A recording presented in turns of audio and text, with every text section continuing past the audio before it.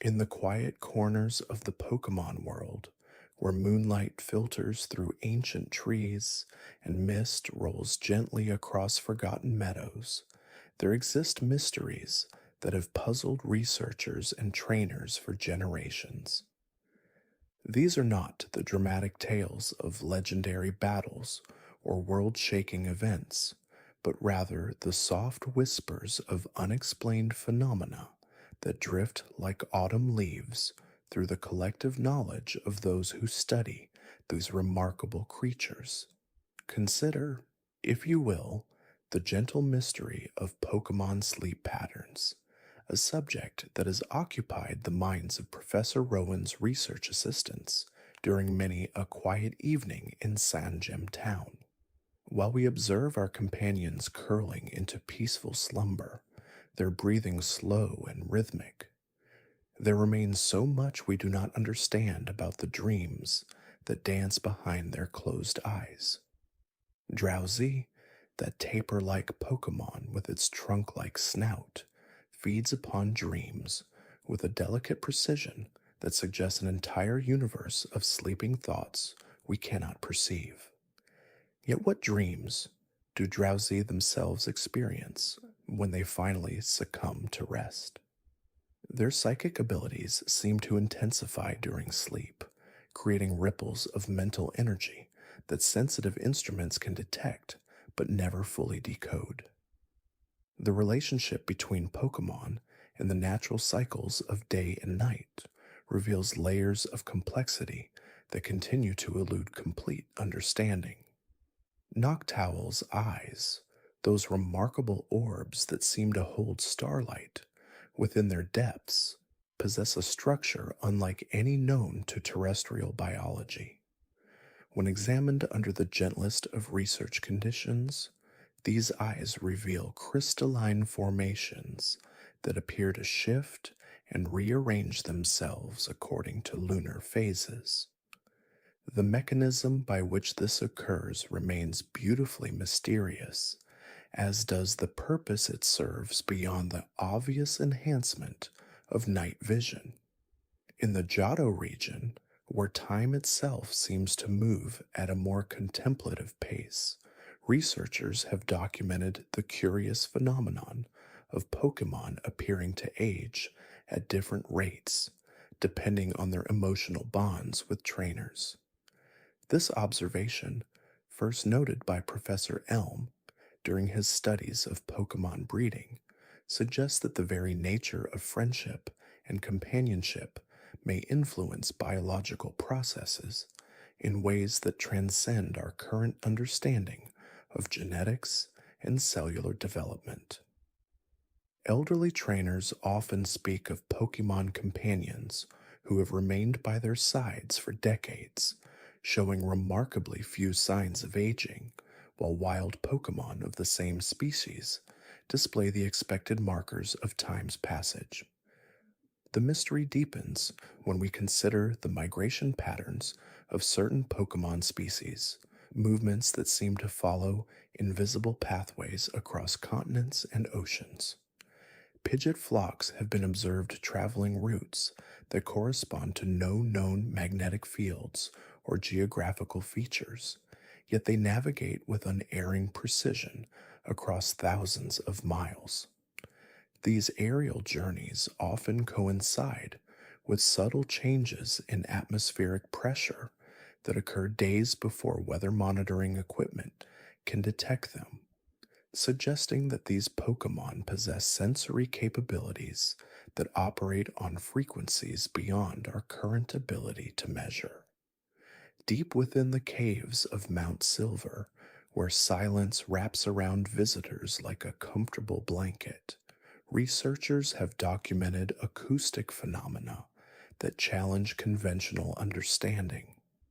Certain chambers within these ancient formations produce echoes that seem to carry for impossibly long durations, sometimes returning minutes or even hours after the original sound. Zubat colonies inhabiting these areas demonstrate echolocation abilities that appear to utilize these extended reverberations, creating three-dimensional maps of their environment that extend far beyond what should be physically possible given the speed of sound and the dimensions of the cave systems. The gentle mystery of Pokemon communication continues to unfold in unexpected ways as researchers employ increasingly sensitive recording equipment. Grass-type Pokemon, when observed in their natural habitats during the early morning hours, emit subsonic vibrations that travel through root systems and mycelial networks beneath the forest floor. These communications appear to carry complex information about seasonal changes, resource availability, and potential threats, creating a vast underground network of botanical intelligence that operates continuously even as the surface world sleeps. Perhaps nowhere is the intersection of mystery and tranquility more evident than in the study of psychic type Pokemon meditation practices. Alakazam, with their extraordinary intellectual capabilities, have been observed entering states of deep contemplation that can last for days at a time. During these periods, electromagnetic readings in the surrounding area fluctuate in patterns that seem to follow mathematical sequences related to prime numbers and geometric progressions. The purpose of these mental exercises remains unclear, though some researchers theorize they may be engaging in forms of calculation or problem solving that operate on cosmic scales. The relationship between Pokemon and the changing seasons reveals another layer of gentle mystery that unfolds gradually throughout the year. Grass-type Pokemon in temperate regions begin preparing for seasonal transitions weeks before any visible signs appear in their environment. Bulbasaur have been observed adjusting their photosynthetic processes in anticipation of changes in daylight duration that will not occur for another month, suggesting an internal chronometer of remarkable precision. This biological clock appears to be influenced by factors beyond simple light exposure, possibly including subtle variations in gravitational forces or cosmic radiation that remain undetectable to human instruments. In the coastal regions where land meets sea, water-type Pokemon demonstrate navigational abilities that continue to puzzle marine biologists. Lapras pods travel oceanic routes that seem to follow the memories of ancient currents, paths that may have existed thousands of years ago when sea levels and continental positions were dramatically different. These gentle giants sing songs during their migrations, complex melodies that carry across vast distances underwater. Analysis of these vocalizations reveals harmonic structures that correspond to no known musical scales, yet they possess an undeniable beauty that has moved researchers to tears during late-night listening sessions aboard research vessels. The mystery of Pokemon longevity extends beyond simple aging patterns to encompass questions of consciousness and memory that philosophy and science have yet to fully address.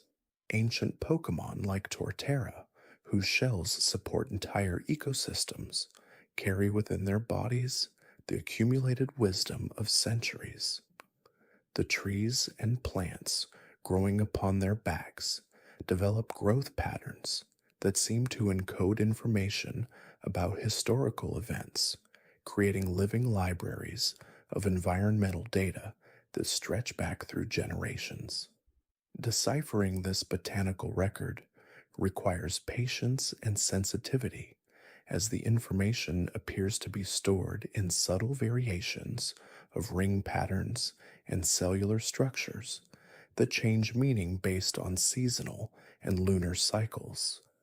As night deepens and the Pokemon world settles into its natural rhythms of rest and regeneration, the mysteries that surround these remarkable creatures seem to take on an even more profound quality. The gentle breathing of sleeping Snorlax creates microclimates in their immediate vicinity, areas where temperature and humidity remain stable regardless of external weather conditions. This phenomenon extends beyond simple body heat, involving complex interactions between their metabolic processes and the surrounding atmosphere that researchers are only beginning to understand. The soft glow that emanates from certain Pokemon during nighttime hours represents another facet of the endless puzzle that is Pokemon biology. Umbreon's ring-like markings pulse with a rhythm that corresponds to lunar cycles, but the mechanism producing this bioluminescence operates on principles that seem to violate conventional understanding of biochemical light production. The photons emitted by these markings display properties that suggest they may exist in quantum states not normally observed in biological systems, creating light that behaves more like a wave phenomenon than discrete particles. The ethereal luminescence that dances across Musharna's pink vapor carries within it the essence of dreams themselves, each wispy tendril containing fragments of sleeping thoughts from Pokemon across vast distances. This dream mist defies conventional physics in its ability to maintain coherence while dispersing through the atmosphere, suggesting that consciousness itself may operate according to principles that transcend our current understanding of matter and energy. Laboratory attempts to analyze samples of this vapor reveal that it loses all measurable properties the moment it is separated from its source, as though the very act of observation fundamentally alters its essential nature. The nocturnal hunting patterns of ghost-type Pokemon illuminate another dimension of mystery that surrounds the boundary between the physical and spiritual realms. Gengar's ability to hide in shadows extends beyond simple camouflage into territories that challenge our comprehension of dimensional space. Thermal imaging equipment fails to detect their presence even when they are known to be present, and electromagnetic field detectors register readings that fluctuate in patterns reminiscent of heartbeats from creatures that technically possess no cardiovascular systems. These phenomena suggest that ghost types may exist partially outside our conventional three-dimensional framework, occupying spaces between the measurable and the ineffable. The mysterious bond between Pokemon and their natural habitats reveals itself most clearly in the way certain species seem to serve as environmental guardians, their presence maintaining delicate ecological balances through mechanisms that remain largely hidden from scientific observation. Celebi's ability to travel through time creates temporal paradoxes that should theoretically be impossible, yet the forest ecosystems where these travels occur show no signs of the catastrophic disruptions that physics predicts should result from such chronological manipulations. Instead, these woodlands display an unusual resilience and stability, as though time itself flows differently within their boundaries. The crystalline formations that naturally occur around certain rock and steel-type Pokemon exhibit properties that have baffled geologists for generations. These structures grow in patterns that follow mathematical sequences found nowhere else in nature, their faceted surfaces reflecting light in ways that create optical illusions of depth and movement. Carbink colonies produce crystal gardens of breathtaking beauty, each formation unique, yet following underlying principles that suggest a collective intelligence guiding their development. The harmonic frequencies these crystals emit when subjected to vibration create resonances that seem to influence the emotional states of nearby Pokemon, promoting feelings of tranquility and well being that extend far beyond what simple sound waves should theoretically accomplish. In the depths of underwater caves, where psychic type Pokemon gather to meditate, researchers have documented gravitational anomalies that defy explanation. These aquatic sanctuaries experience fluctuations in local gravity that correspond to the mental activities of their inhabitants, creating pockets of space where the normal laws of physics bend and flow like the water that surrounds them. Slowking's contemplative sessions in these environments produce ripple effects that propagate through both water and space-time, generating subtle disturbances that can be detected by sensitive instruments hundreds of kilometers away. The migration patterns of flying-type Pokemon reveal another layer of mystery in their apparent ability to navigate using magnetic fields that exist on frequencies undetectable to conventional magnetometers. Pidgeot flocks follow aerial highways that seem to exist in three-dimensional space above the Earth, invisible corridors that connect distant regions through paths that maintain consistent properties, regardless of weather patterns or seasonal changes. Those skyways appear to be anchored to specific geographical features, yet their positions shift gradually over time in response to forces that remain unidentified. The healing abilities demonstrated by various Pokemon species operate through mechanisms that challenge medical science's understanding of biological repair and regeneration. Chansey's eggs contain proteins and enzymes that promote cellular restoration at rates that should be impossible given normal metabolic constraints, yet the energy required for such rapid healing seems to come from sources beyond simple chemical reactions. The gentle emanations from these nurturing Pokemon create fields of influence that accelerate natural healing processes without leaving any trace of external intervention, as though the body's own repair mechanisms are being guided by an intelligence that understands cellular function at a level deeper than genetics. The symbiotic relationships between certain Pokemon species extend beyond simple cooperation into realms of consciousness sharing that blur the boundaries between individual identity and collective awareness.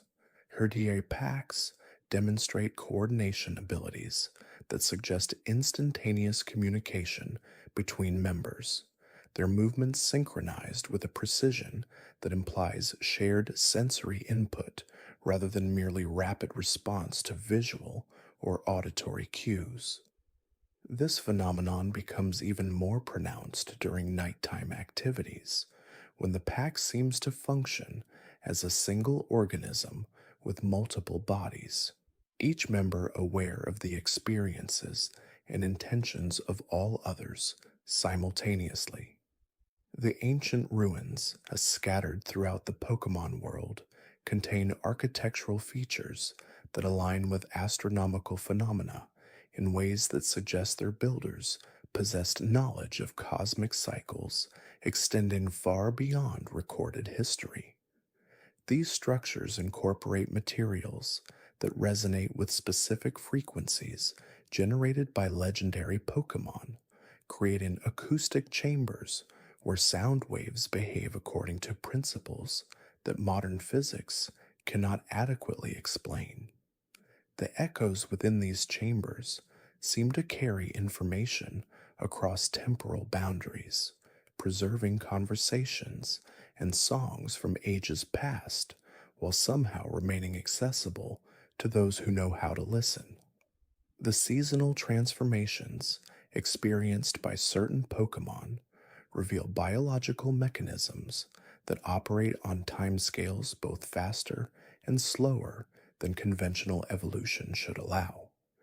Deerling's coat changes reflect not only temperature and daylight variations, but also subtle shifts in the electromagnetic properties of their environment, their fur serving as a living barometer that responds to atmospheric conditions beyond the range of human perception.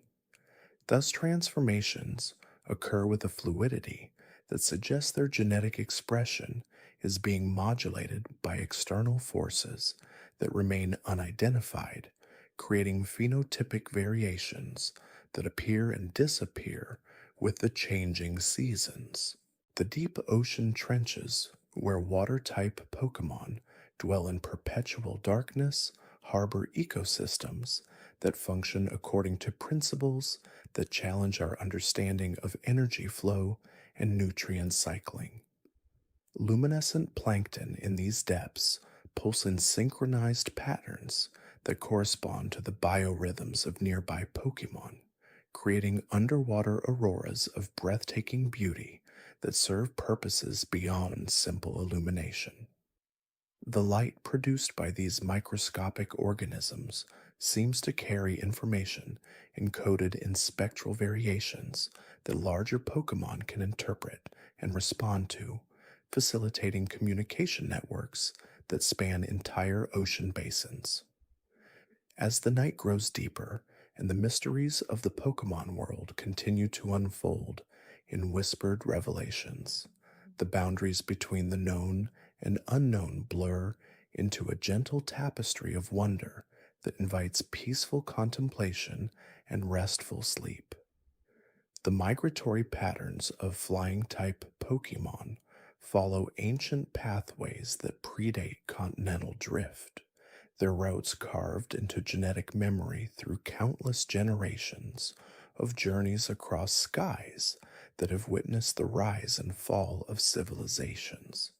These aerial highways exist in three-dimensional space, with altitude changes that correspond to magnetic field fluctuations, invisible to human instruments, yet perfectly perceived by the navigational organs nestled within each traveler's brain.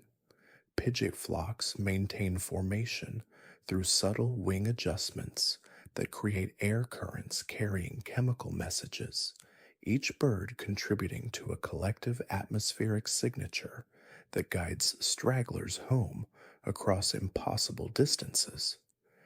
During certain atmospheric conditions, these flight paths become visible as shimmering corridors in the sky, revealing the invisible architecture that has guided wings through centuries of seasonal movement. The crystalline formations found in caves where rock and ground type Pokemon make their homes grow according to patterns that mirror the internal energy structures of their inhabitants. These crystals serve as both shelter and amplification system, their faceted surfaces reflecting and focusing the natural emanations of Pokemon in ways that create resonance chambers of extraordinary acoustic properties. Graveler colonies shape these crystal gardens over decades, their movements gradually sculpting the mineral matrix into configurations that enhance the flow of earth energy through underground networks. The resulting formations pulse with a gentle luminescence that follows the breathing patterns of sleeping Pokemon, creating a living nightlight that soothes both resident and visitor alike. Beneath the surface of seemingly ordinary ponds and lakes, aquatic ecosystems thrive in perfect balance through mechanisms that operate beyond conventional ecological understanding. Magikarp schools move in patterns that generate microscopic whirlpools, their synchronized swimming creating water currents that distribute nutrients and oxygen with mathematical precision. These underwater dances serve multiple purposes, simultaneously aerating the water, stirring sediments to release trapped minerals, and creating sonic vibrations that promote the growth of beneficial algae.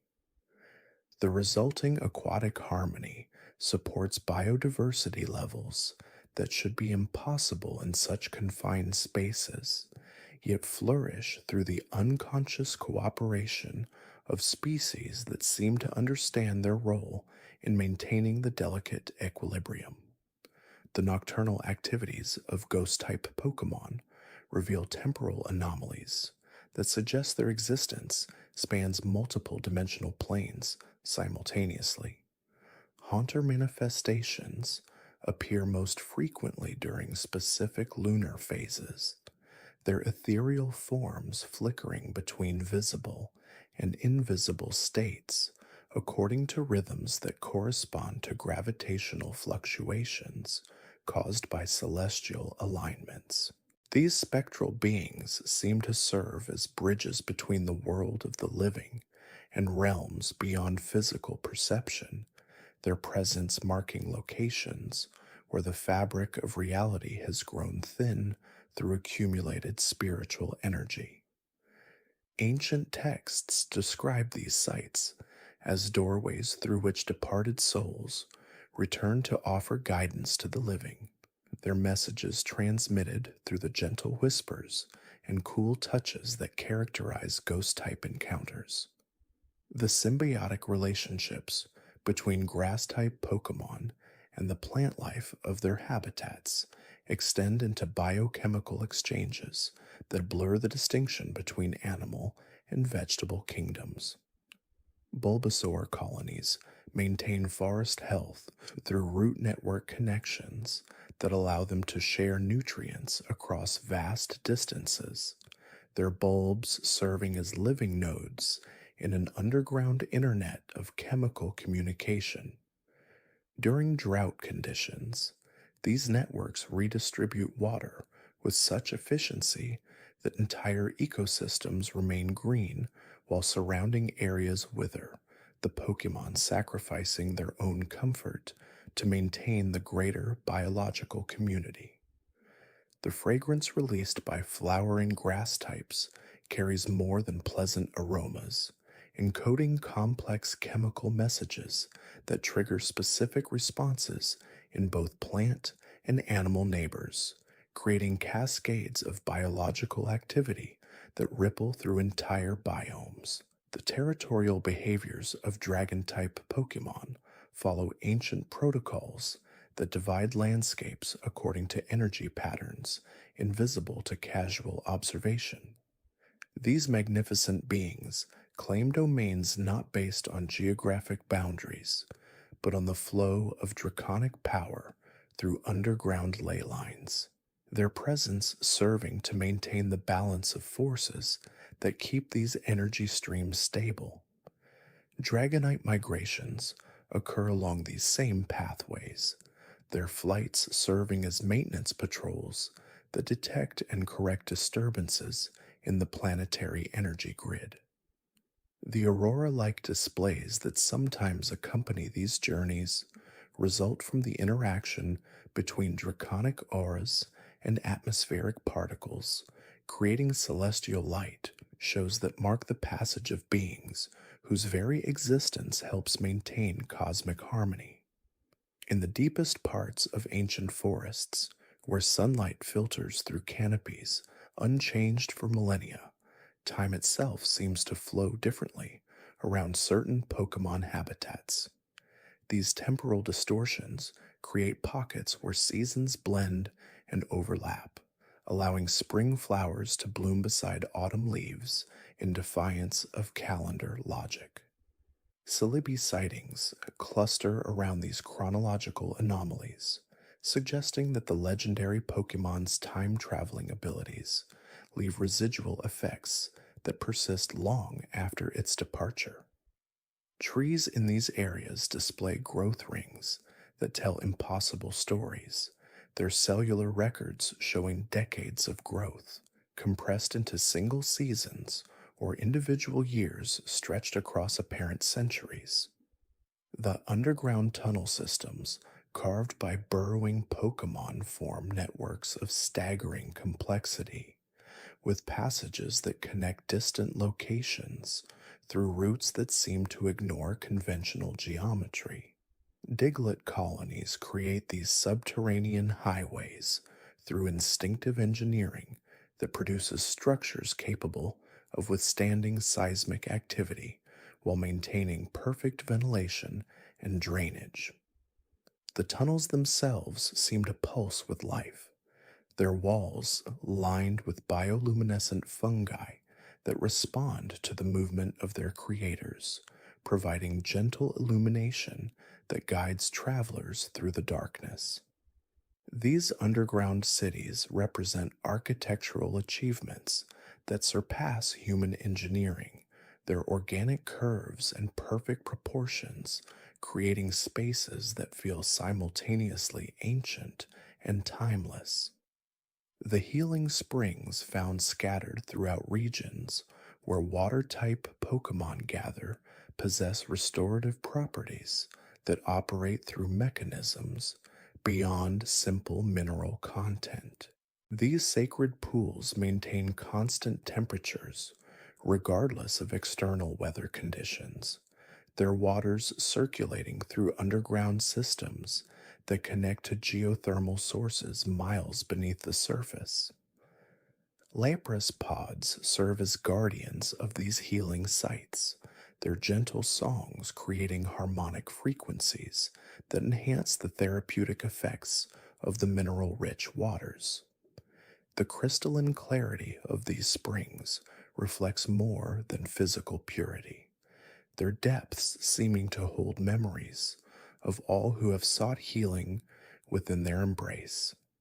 As the gentle rhythm of breathing deepens and consciousness drifts toward the peaceful realm of sleep, these mysteries of the Pokemon world continue their eternal dance of wonder and discovery. The soft whisper of wind through grass carries the dreams of countless creatures, each one a thread in the vast tapestry of life that connects all beings in bonds of mutual understanding and shared existence. In this quiet moment between waking and sleeping, the boundaries that separate observer from observed dissolve into the universal harmony that underlies all creation, where every heartbeat echoes the pulse of a world filled with infinite possibilities for connection, growth, and peaceful coexistence. The magnetic fields that surround certain mountain peaks where steel-type Pokemon congregate create navigation anomalies that have puzzled researchers for generations.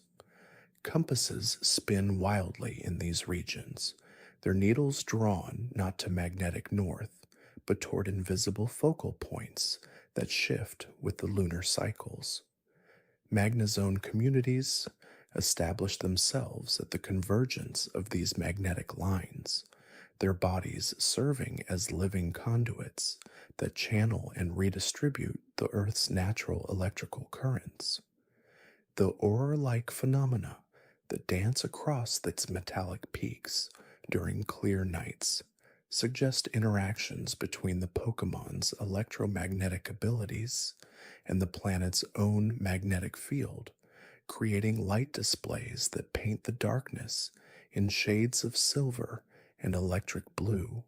These mountains hum with barely audible frequencies, their mineral composition resonating in harmony with the steel types that call them home, producing melodies that seem to emanate from the very stones themselves. The ancient burial grounds, where ghost-type Pokemon gather, tell stories that predate written history, their weathered monuments marking transitions between the physical and spiritual realms. Those sacred spaces exist in a state of perpetual twilight, where shadows fall at impossible angles and the temperature remains constant regardless of the season. Duskull and Dusclops move through these hallowed grounds like guardians of memory, their presence maintaining the delicate balance between worlds. The flowers that bloom in these ethereal gardens possess an otherworldly luminescence, their petals seeming to absorb moonlight and release it slowly throughout the night. Visitors to these places often report a profound sense of peace, as if the very air carries whispers of comfort from those who have passed beyond the veil of physical existence. Deep within ocean trenches, where pressure would crush conventional life, communities of water and psychic type Pokemon thrive in conditions that challenge our understanding of biological limits. These abyssal cities exist in complete darkness, yet they pulse with bioluminescent communications that create patterns of stunning beauty across the seafloor.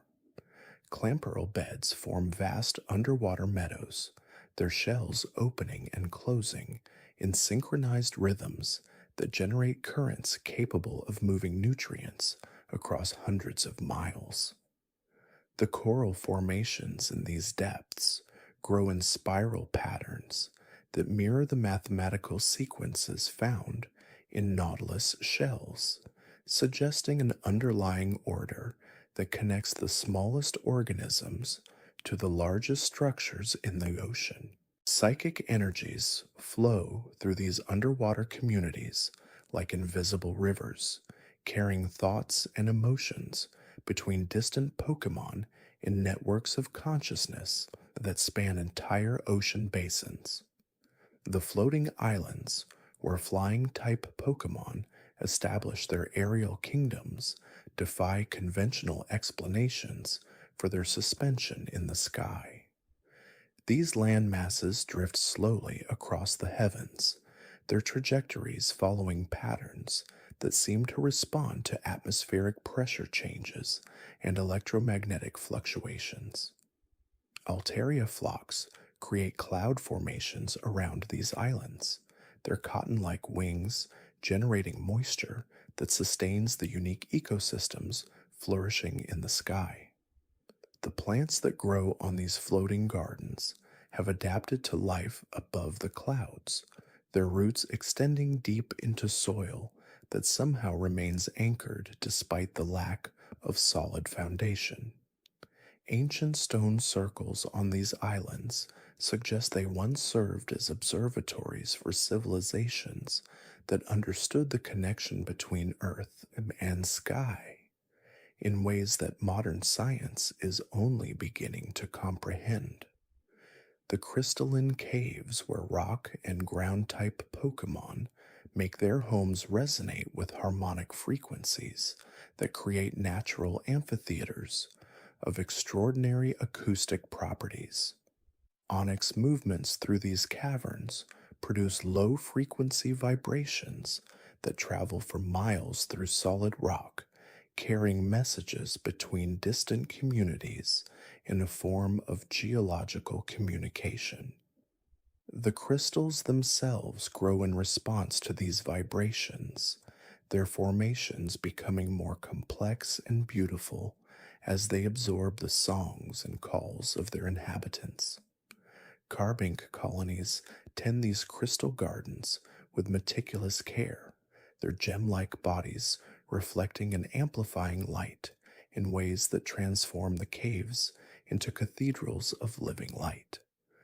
The temperature in these underground chambers remains perfectly stable, creating microclimates that support unique ecosystems adapted to life in perpetual twilight. The ancient libraries, hidden within the territories of psychic-type Pokemon, contain knowledge preserved through telepathic transmission rather than written text. These repositories of wisdom exist as shared consciousness spaces where information flows freely between minds capable of accessing the collective memory banks. Alakazam scholars serve as guardians of these mental archives, their spoons acting as focusing tools that help channel and organize the vast streams of knowledge flowing through psychic networks. The thoughts stored in these living libraries span millennia, containing insights into the nature of consciousness, the structure of reality, and the deep connections that bind all living beings together. Visitors who are granted access to these psychic repositories often emerge with understanding that transcends language, their minds expanded by contact with intelligence that operates beyond the limitations of individual perspective. The gardens tended by grass type Pokemon demonstrate agricultural techniques that produce yields impossible through conventional farming methods. These botanical paradises exist in perfect ecological balance, with each plant species contributing to the health and prosperity of the whole community. Vileplume and Blossom work together to create pollination networks that ensure genetic diversity while maintaining the unique characteristics that make each flower variety special. The soil in these gardens possesses properties that seem to amplify the natural growth hormones produced by the Pokemon, creating conditions where plants can achieve their full potential in harmony with their environment. The fragrances that drift from these botanical sanctuaries carry healing properties that can soothe both physical ailments and emotional distress, their molecular structures perfectly designed to interact with the nervous systems of various species. The ice caves, where ice type Pokemon establish their frozen kingdoms, maintain their crystalline beauty through mechanisms that operate independently of external temperature fluctuations. These glacial palaces exist in a state of perpetual winter, their walls carved with intricate patterns that seem to grow more elaborate over time. Articuno sightings in these regions correlate with periods of particularly stable ice formation, suggesting that the legendary bird's presence somehow reinforces the structural integrity of these frozen environments. The ice itself possesses unique properties, remaining harder than steel while maintaining perfect transparency that allows light to penetrate deep into the cavern systems. Glali communities create elaborate sculptures within these chambers, their artistic expressions frozen in time as monuments to the beauty that can emerge from the marriage of creativity and elemental power. The desert oases where ground and fire type Pokemon coexist demonstrate the possibility of harmony between seemingly opposing forces. Those miraculous springs appear in the most unlikely locations, their waters remaining cool and pure despite the intense heat of their surroundings. Cacturne groves provide shade and protection for these vital water sources, their needle-covered bodies serving as natural barriers that prevent the precious liquid from evaporating too quickly. The sand around these oases displays unusual properties, forming patterns that seem to channel underground water sources toward the surface through capillary action enhanced by the electromagnetic fields generated by resident Pokemon. These desert sanctuaries serve as neutral meeting grounds where species that might otherwise compete for resources instead collaborate to maintain the delicate balance that allows life to flourish in harsh conditions. The storm systems that follow legendary electric type Pokemon create weather patterns that seem to possess their own intelligence, moving across landscapes in ways that suggest purposeful navigation rather than random atmospheric movement. These tempests carry within them seeds and spores from distant regions, serving as agents of biological distribution that connect isolated ecosystems through aerial highways of wind and rain. Zapdos sightings precede changes in regional weather patterns that can persist for months after the legendary bird's departure, indicating that its electrical discharge somehow programs atmospheric conditions to maintain specific characteristics. The lightning produced during these storms displays colors and patterns not found in conventional electrical phenomena, their unique signatures suggesting interactions between biological electricity and natural atmospheric charges that create entirely new forms of electromagnetic expression. As consciousness continues its gentle drift toward the peaceful embrace of sleep, these enduring mysteries of the Pokemon world weave themselves into the fabric of dreams, their wonder and complexity creating landscapes of imagination where understanding transcends the need for explanation. The soft murmur of distant thunder carries the promise of rain to nourish sleeping gardens, while the gentle whisper of wind through leaves speaks of connections that bind all life together in an eternal dance of mutual support and shared existence, where every breath taken is a note in the grand symphony of being that plays on through the quiet hours of night. The crystalline formations found within certain mountain caves emit a soft phosphorescent glow that seems to pulse in rhythm with the heartbeats of sleeping Pokemon, creating a natural lullaby of light that soothes both wild creatures and the occasional human wanderer who discovers these hidden sanctuaries. These luminous minerals appear to absorb the bioelectric energy generated by Pokemon during their rest cycles, storing this life force within their molecular structure and releasing it as gentle illumination that bathes the cave walls in colors that shift from deep amethyst to pale silver as the night progresses. The temperature within these chambers remains perfectly constant, regardless of external weather conditions, maintained by an unknown mechanism that seems to respond to the collective breathing patterns of the cave's inhabitants.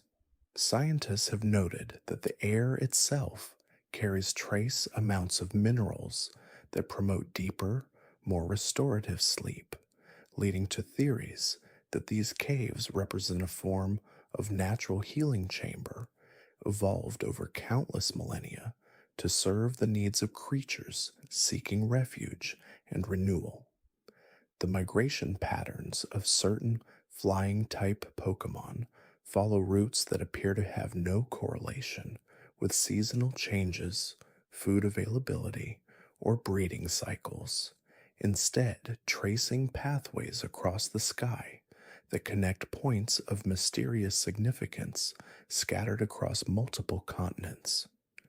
These aerial highways remain invisible to conventional observation methods, yet Pokemon navigate them with unwavering precision, their flights creating geometric patterns when viewed from above that suggest a deep understanding of mathematical principles embedded within their instinctual behaviors.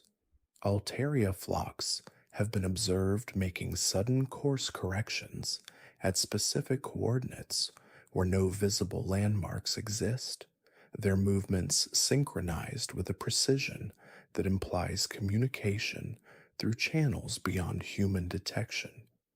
The wing beats of these migrating groups generate subtle air pressure variations that create standing wave patterns in the atmosphere, forming temporary corridors of calm air that other flying types utilize for energy efficient travel across vast distances.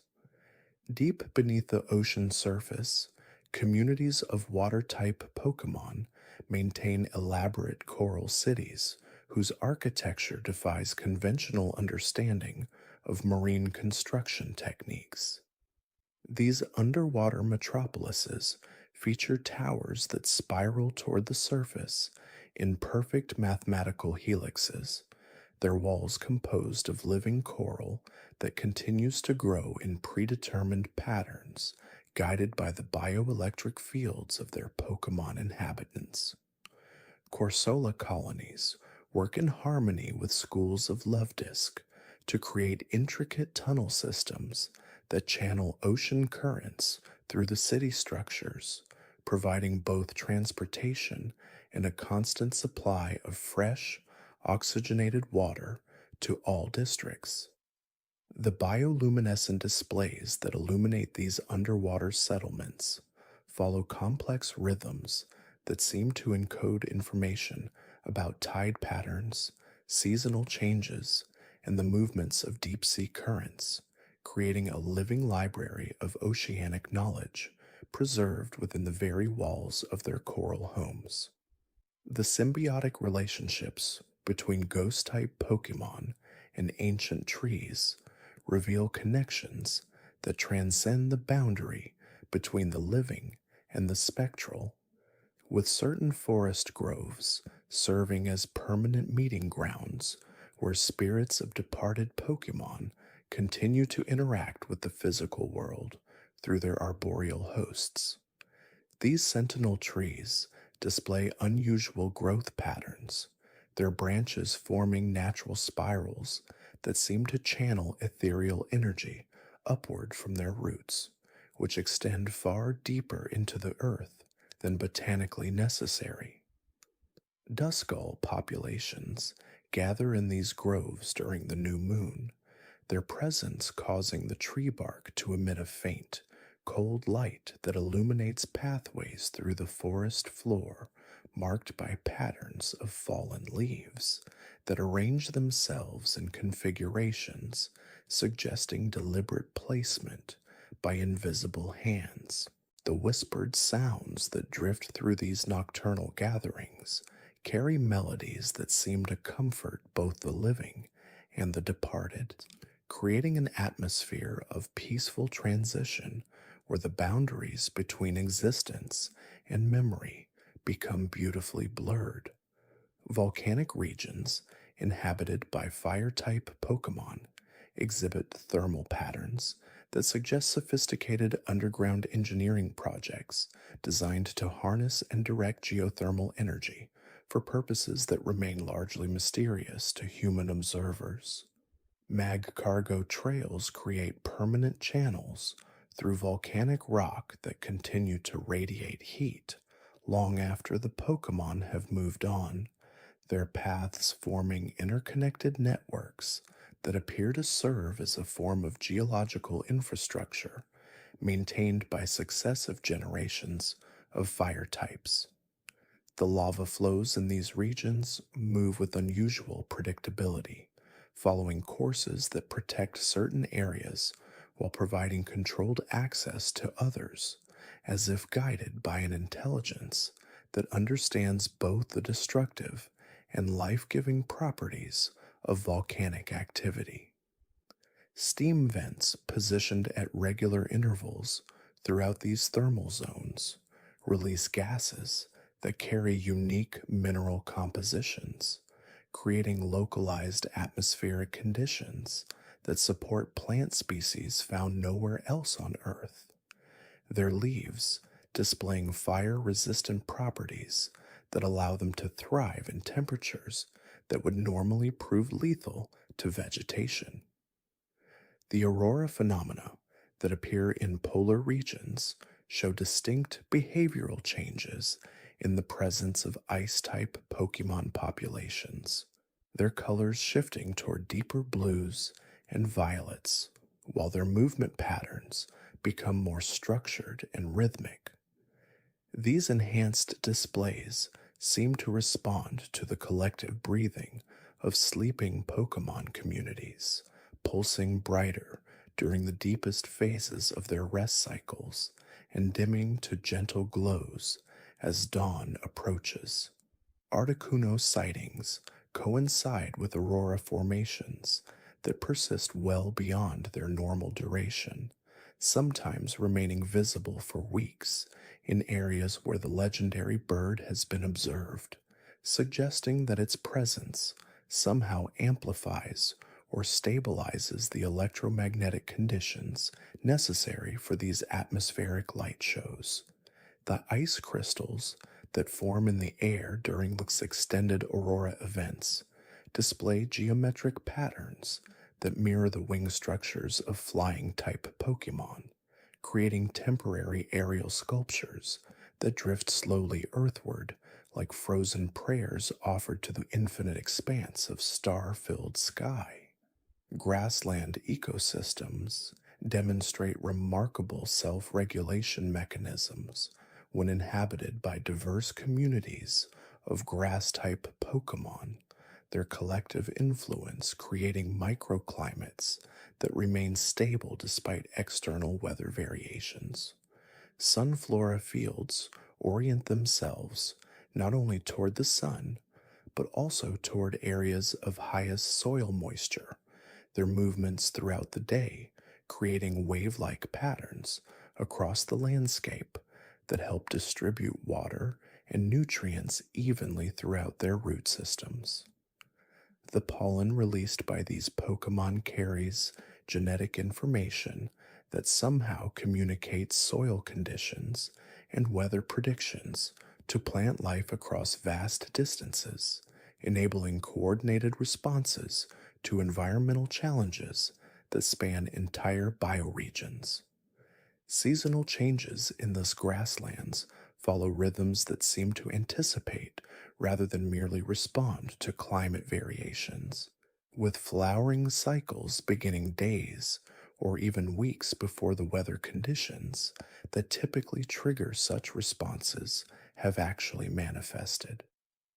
The nocturnal activities of psychic type Pokemon create electromagnetic disturbances that register on sensitive instruments as complex mathematical sequences, their brainwave patterns generating field fluctuations that appear to encode vast amounts of information about temporal and spatial relationships.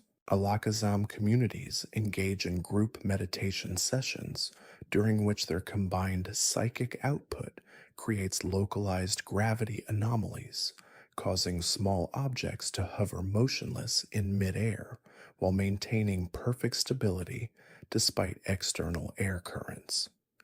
These telekinetic demonstrations seem to serve purposes beyond a mere exercise of mental abilities, with the affected objects remaining suspended in precise geometric arrangements that suggest the creation of three-dimensional information storage systems visible only to psychically sensitive observers. The dreams of sleeping psychic types generate measurable changes in local space-time curvature, their subconscious mental activity creating ripples in reality that propagate outward from their resting places, like gentle waves spreading across the surface of a cosmic pond. As these countless mysteries continue their eternal dance through the peaceful hours of darkness, consciousness finds itself cradled by the infinite complexity and beauty of a world where wonder never sleeps, where every gentle breath carries the whispered secrets of ancient wisdom, and where the soft embrace of dreams offers sanctuary within landscapes painted by imagination and illuminated by the gentle glow of understanding that transcends the need for answers, allowing the mind to drift ever deeper into the tranquil depths of restorative slumber. The crystalline formations found in caves inhabited by rock and ground type Pokemon exhibit properties that defy conventional geological understanding, growing in spiraling helixes that seem to capture and amplify the faintest traces of seismic activity from hundreds of miles away. These mineral structures pulse with barely perceptible rhythms that correspond to the heartbeats of the Pokemon who shaped them, their surfaces reflecting light in patterns that change subtly with the phases of the moon, creating underground aurora displays visible only to those who venture deep enough into these sacred chambers. Onyx tunnels maintain perfect structural integrity despite their seemingly impossible dimensions, their walls lined with microscopic crystal matrices that distribute stress and pressure in ways that suggest an understanding of physics far beyond what their creators should theoretically possess. The echoes that travel through these passages carry more than sound, bearing with them traces of emotion and memory that seem to accumulate over decades, creating acoustic environments where the very air holds fragments of ancient conversations and long forgotten songs.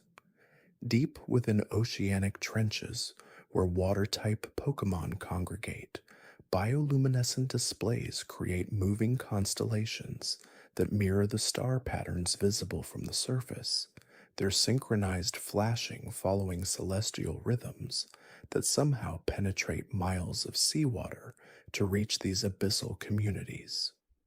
Gyarados migrations follow underwater currents that exist in perfect mathematical spirals, their massive forms moving through the depths with a grace that seems to bend the water itself around their passage, leaving behind trails of disturbed molecules that retain their altered state for weeks after the great serpents have moved on. The songs of Lapras carry across ocean basins through acoustic channels that should not exist according to current understanding of marine physics, their melodies reaching distant shores where they inspire dreams in sleeping coastal communities, their haunting harmonies weaving through the subconscious minds of humans and Pokemon alike with messages of peace and ancient wisdom.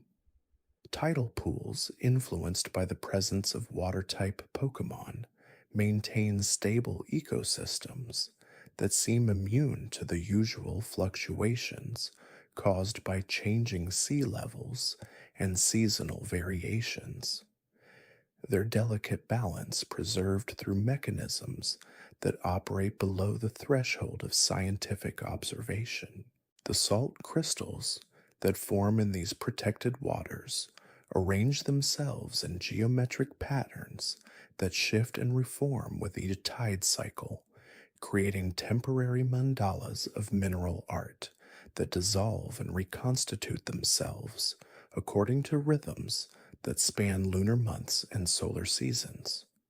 Within these miniature oceans, microscopic life forms exhibit behaviors that suggest communication across species barriers, their movements coordinated in ways that create living kaleidoscopes of color and motion, each tide pool becoming a window into evolutionary processes that unfold in accelerated timescales. Electric type Pokemon generate bioelectrical fields that interact with the planet's magnetic field in ways that create localized aurora phenomena visible only during the darkest hours before dawn. Their charged particles dancing through the atmosphere in spiraling ribbons of light that carry encoded information about solar wind patterns and cosmic ray fluctuations.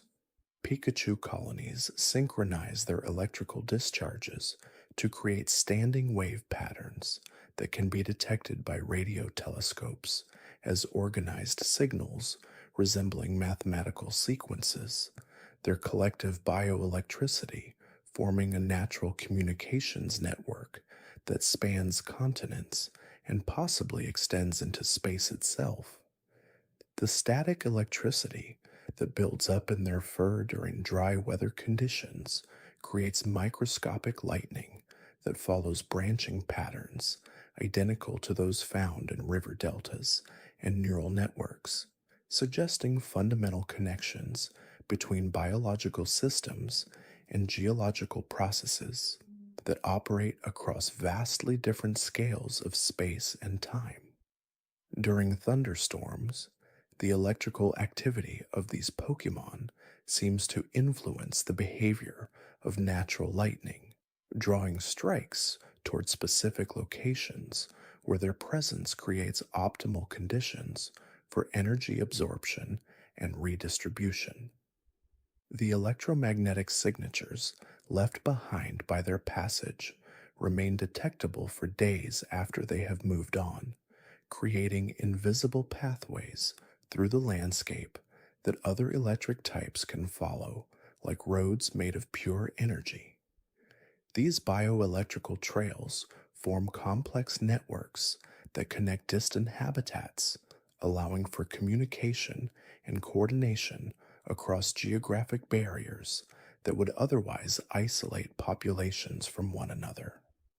Fire type Pokemon create thermal signatures that persist in the environment long after their flames have been extinguished, their residual heat creating microclimates that support plant and animal life uniquely adapted to these warm pockets scattered throughout otherwise temperate regions.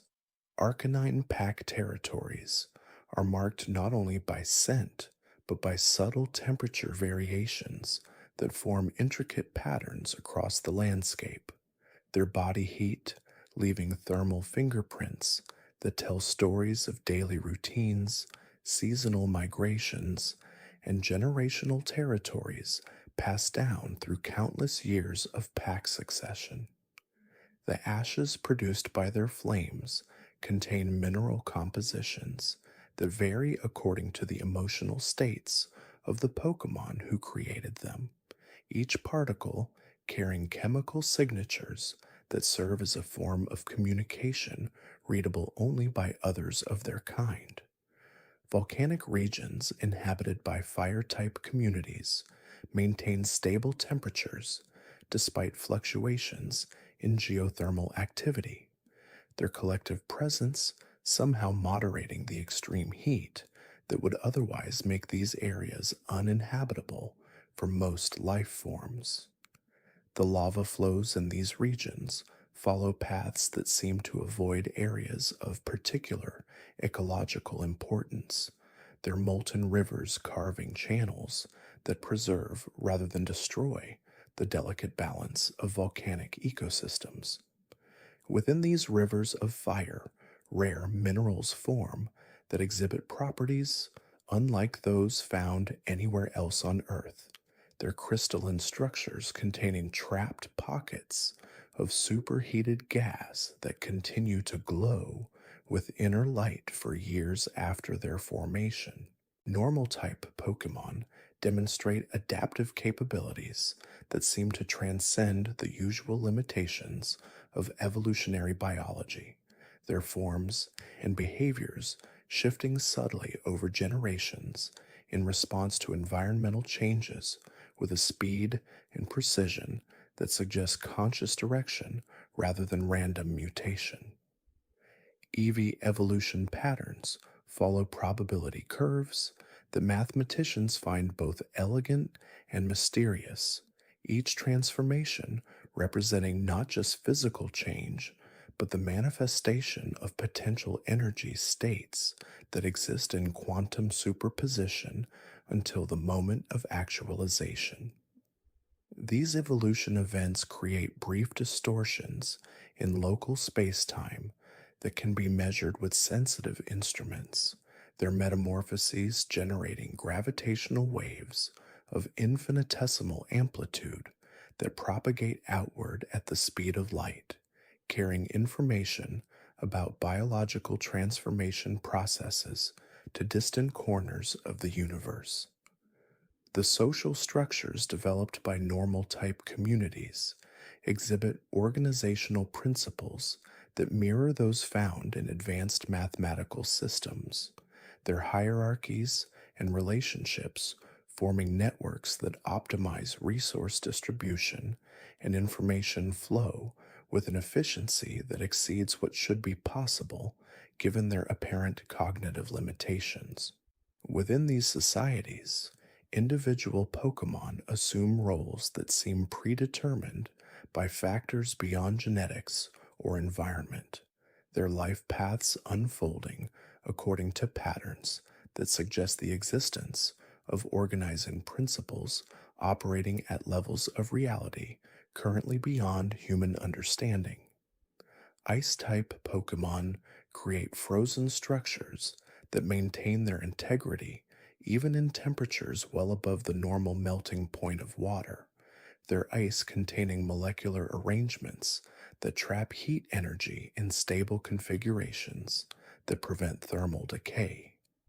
Articuno flight paths leave behind trails of crystallized air molecules that remain suspended in the atmosphere for hours, creating temporary ice roads that other flying types can use to navigate through otherwise treacherous weather conditions.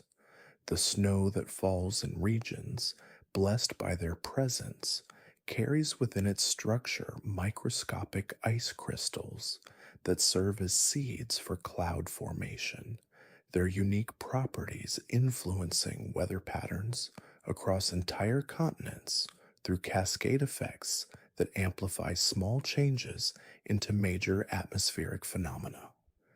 Glacial formations, shaped by ice type communities, exhibit internal structures that channel sound waves in ways that create natural acoustic chambers, their frozen halls resonating with frequencies that promote deep meditation and healing in those fortunate enough to experience their ethereal harmonies. Within these ice cathedrals, temperature variations create thermal currents that carry scents and pheromones in complex circulation patterns, enabling forms of chemical communication that operate through three-dimensional space rather than simple linear transmission.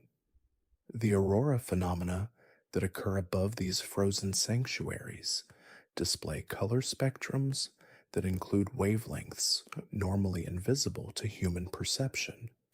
Their ethereal light shows encoding information about magnetic field fluctuations and solar activity in visual languages that speak directly to the subconscious mind through pathways that bypass rational analysis and reach directly into the realm of intuitive understanding, where all mysteries dissolve into the gentle embrace of infinite peace. Steel-type Pokemon, with their incredibly dense metallic compositions, possess an inherent resistance to electromagnetic interference, a property that allows them to navigate areas with high magnetic flux without disorientation.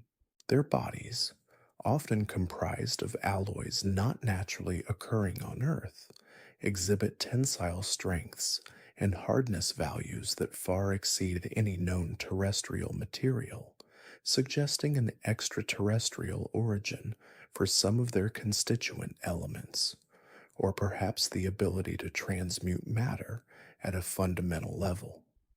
The polished surfaces of many steel-type Pokemon reflect and refract light in ways that can be disorienting to predators, creating a dazzling display of optical trickery that makes pinpointing their exact location difficult.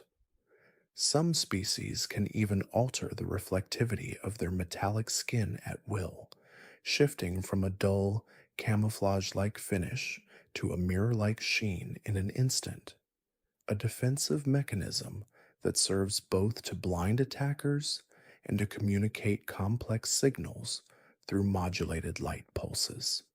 The internal structures of these Pokemon often feature intricate crystalline lattices that absorb kinetic energy, dissipating impacts across their entire mass with minimal damage, a biomechanical marvel that makes them exceptionally resilient.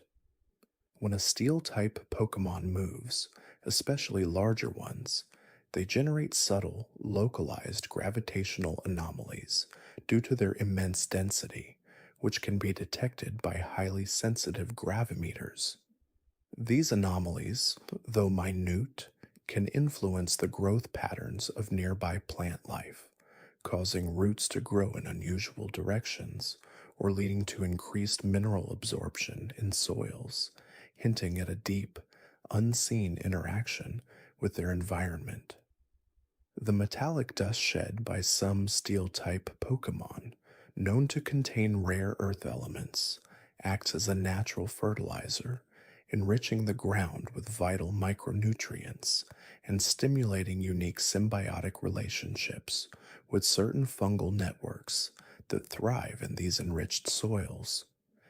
These Pokemon also exhibit an unusual resistance to corrosion, their metallic surfaces maintaining their integrity even in highly acidic or saline environments, suggesting a self repairing or self coating mechanism that constantly renews their protective layers.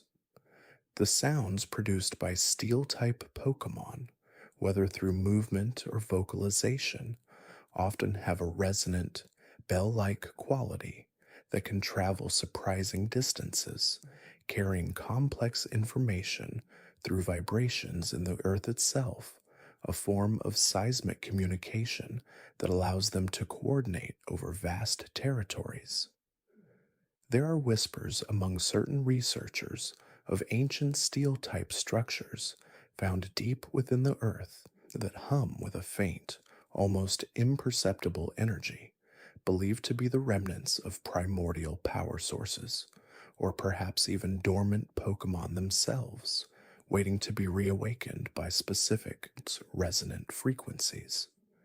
The elusive ghost type Pokemon, existing in a liminal state between the physical and ethereal, often manifest as fluctuations in temperature and subtle distortions in electromagnetic fields.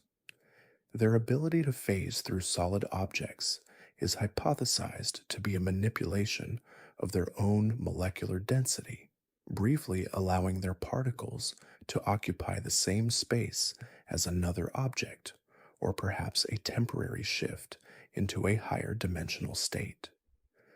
The cold spots frequently associated with their presence are not merely a sensation, but a measurable decrease in ambient temperature, theorized to be a byproduct of their energy expenditure or a localized absorption of thermal energy from their surroundings as they manipulate their form. Ghost types communicate through a combination of telepathic whispers heard only by certain individuals and by subtly influencing the flow of air to create patterns or symbols, their messages often cryptic and open to interpretation. Some ancient texts speak of ghost type Pokemon being repositories of forgotten memories and emotions, their forms coalescing from the residual psychic energy left behind by significant events or individuals, acting as living archives of the world's past. The light emitted by some ghost type Pokemon is often described as phosphorescent or bioluminescent, but it possesses unique qualities. It doesn't always cast shadows in the conventional sense, and its spectrum can include wavelengths outside the visible range, sometimes inducing dreamlike states or heightened intuition in those who gaze upon it.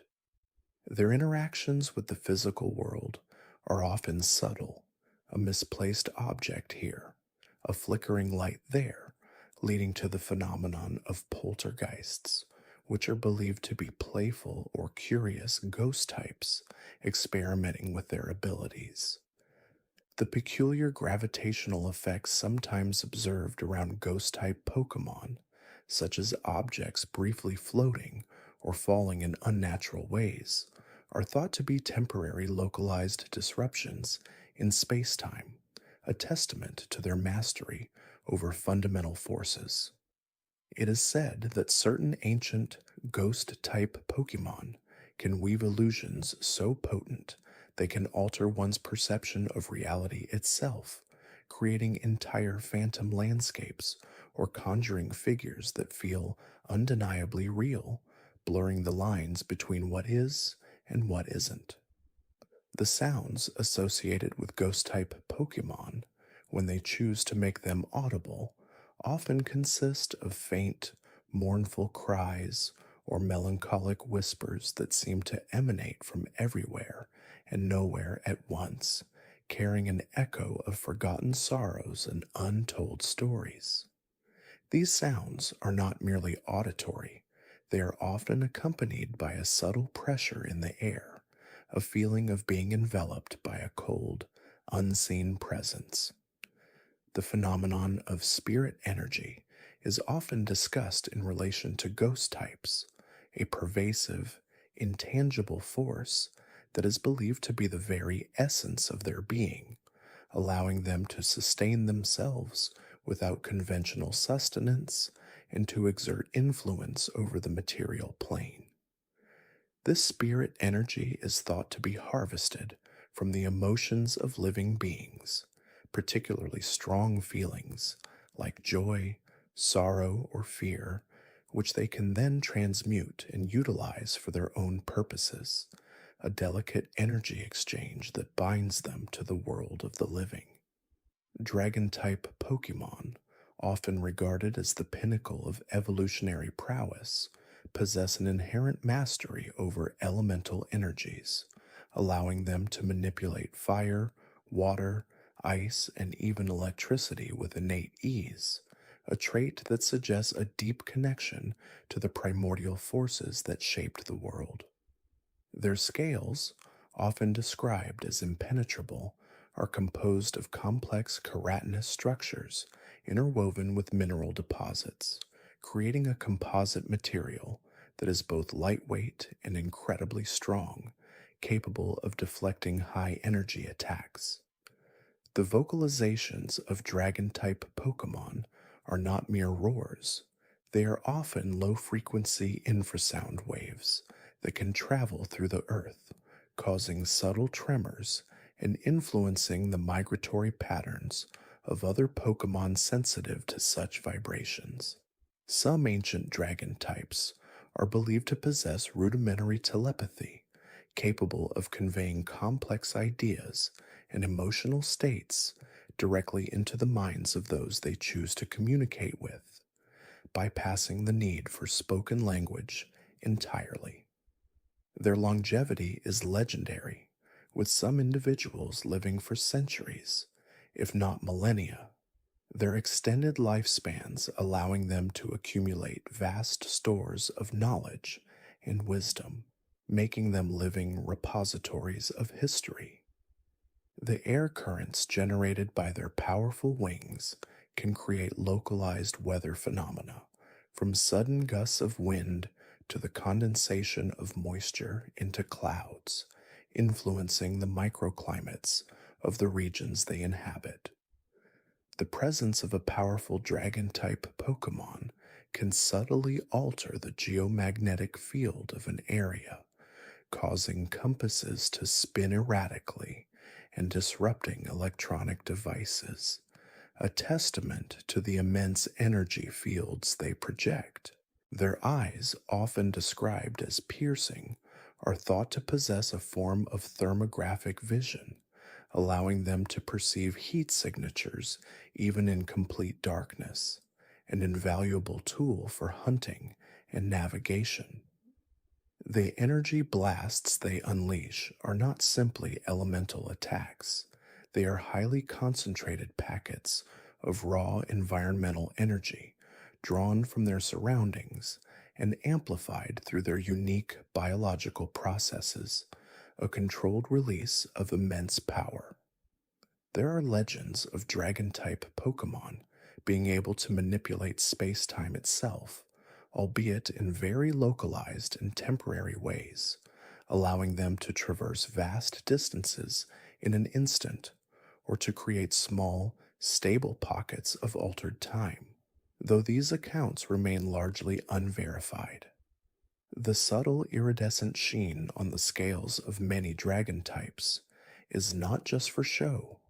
It is believed to be a form of communication, reflecting light in specific patterns that convey information about their mood, health, and social status to other dragon types.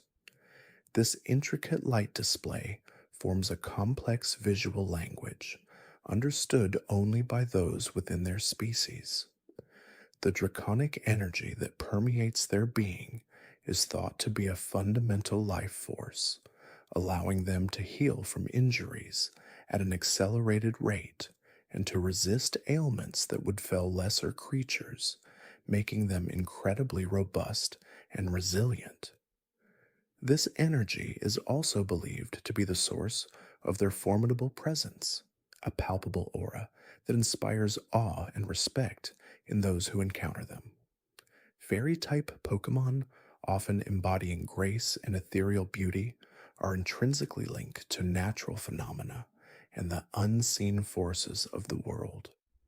Their presence is frequently associated with an increase in the growth rate of nearby flora, and sometimes even the blossoming of rare or out of season flowers, a testament to their life affirming energies.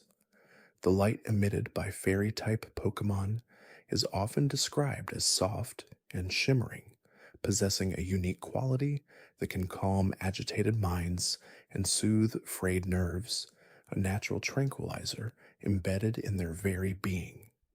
This light is not simply illumination. It is believed to carry subtle vibrational frequencies that resonate with biological systems, promoting healing and a sense of well-being. Their movements often appear to defy gravity, a graceful, almost dance-like quality that suggests a manipulation of localized air pressure or a temporary reduction in their own mass, allowing them to float and glide with effortless ease. The pixie dust, or shimmering particles often seen around them, are theorized to be microscopic energy crystals shed from their bodies, which carry residual magical properties and can temporarily imbue objects or individuals with minor enhancements. Fairy types communicate through a melodic series of chimes and soft vocalizations that are often beyond the range of human hearing, but can be perceived by other Pokemon and sensitive individuals, conveying complex emotions and intentions through subtle shifts in tone and rhythm. Their connection to dreams is profound. They are believed to be able to subtly influence dream states, guiding individuals towards peaceful slumber or inspiring creative thought through gentle, subconscious suggestion. The phenomenon of fairy rings in meadows, where mushrooms grow in perfect circles, is often attributed to the concentrated energy left behind by fairy-type Pokemon gatherings, their rituals or dances, imbuing the soil with unique growth-promoting properties. Some fairy types are said to possess the ability to mend broken objects or restore withered plants with a simple touch, a manifestation of their innate restorative powers, drawing upon the life force of the environment itself. The sweet, often floral scents associated with fairy-type Pokemon are not just pleasant aromas. They are believed to be pheromones that can induce feelings of happiness and contentment in those who inhale them, fostering a sense of peace and harmony in their surroundings. These pheromones also serve as a form of subtle communication within their communities, conveying warnings, invitations, or simply reinforcing social bonds. The ethereal glow emanating from their bodies is thought to be a manifestation of pure life energy, an outward projection of their vibrant health in connection to the spiritual essence of nature, a gentle reminder of the hidden magic that permeates the world. Dark-type Pokemon, often shrouded in mystery and misconception, are masters of stealth and psychological manipulation. Their presence can subtly shift the emotional atmosphere of an area, inducing unease or suspicion in those who are susceptible to their influence. This is not through overt psychic attacks, but through a more nuanced manipulation of ambient energy fields, subtly altering the perceptions of others. The shadows they cast are often described as being deeper and more profound than normal, seeming to absorb light rather than just block it, creating pockets of true darkness even in brightly lit environments. This ability to manipulate ambient light allows them to move unseen, their forms blending seamlessly into the darkest corners. Their vocalizations are often low, guttural sounds, or unnerving whispers that seem to originate from multiple directions at once, designed to disorient and intimidate. Some dark types are believed to possess a unique form of anti sight, allowing them to perceive objects and individuals not by light reflection, but by the absence of light or the subtle distortions they create in the surrounding darkness. This gives them an unparalleled advantage in low light conditions. The energy they wield is often described as negative energy, which is not inherently evil, but rather an opposite polarity to the life affirming energies, allowing them to absorb vitality or disrupt the internal energy flows of their opponents. This energy interaction is complex and not fully understood, but it suggests a balance in the fundamental forces of the Pokemon world. Their connection to fear is profound. They are not necessarily malicious, but they are highly attuned to the wavelengths and frequencies associated with fear in other beings, and can subtly amplify these emotions through environmental cues or barely perceptible psychic nudges. This allows them to deter threats or navigate treacherous social landscapes. The peculiar phenomenon of objects seemingly vanishing or appearing out of nowhere in areas frequented by dark-type Pokemon is thought to be a result of their mastery over camouflage and misdirection, their movements so fluid and precise that they appear to wink in and out of existence. The faint, almost metallic scent, sometimes associated with their presence, is believed to be a byproduct of their specialized metabolic processes, which allow them to thrive in environments where other Pokemon struggle.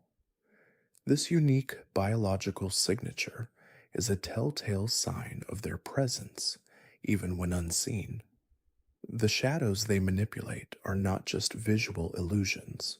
They are believed to have a subtle physical presence, capable of momentarily dampening sound or absorbing minor impacts, adding another layer to their defensive and offensive capabilities.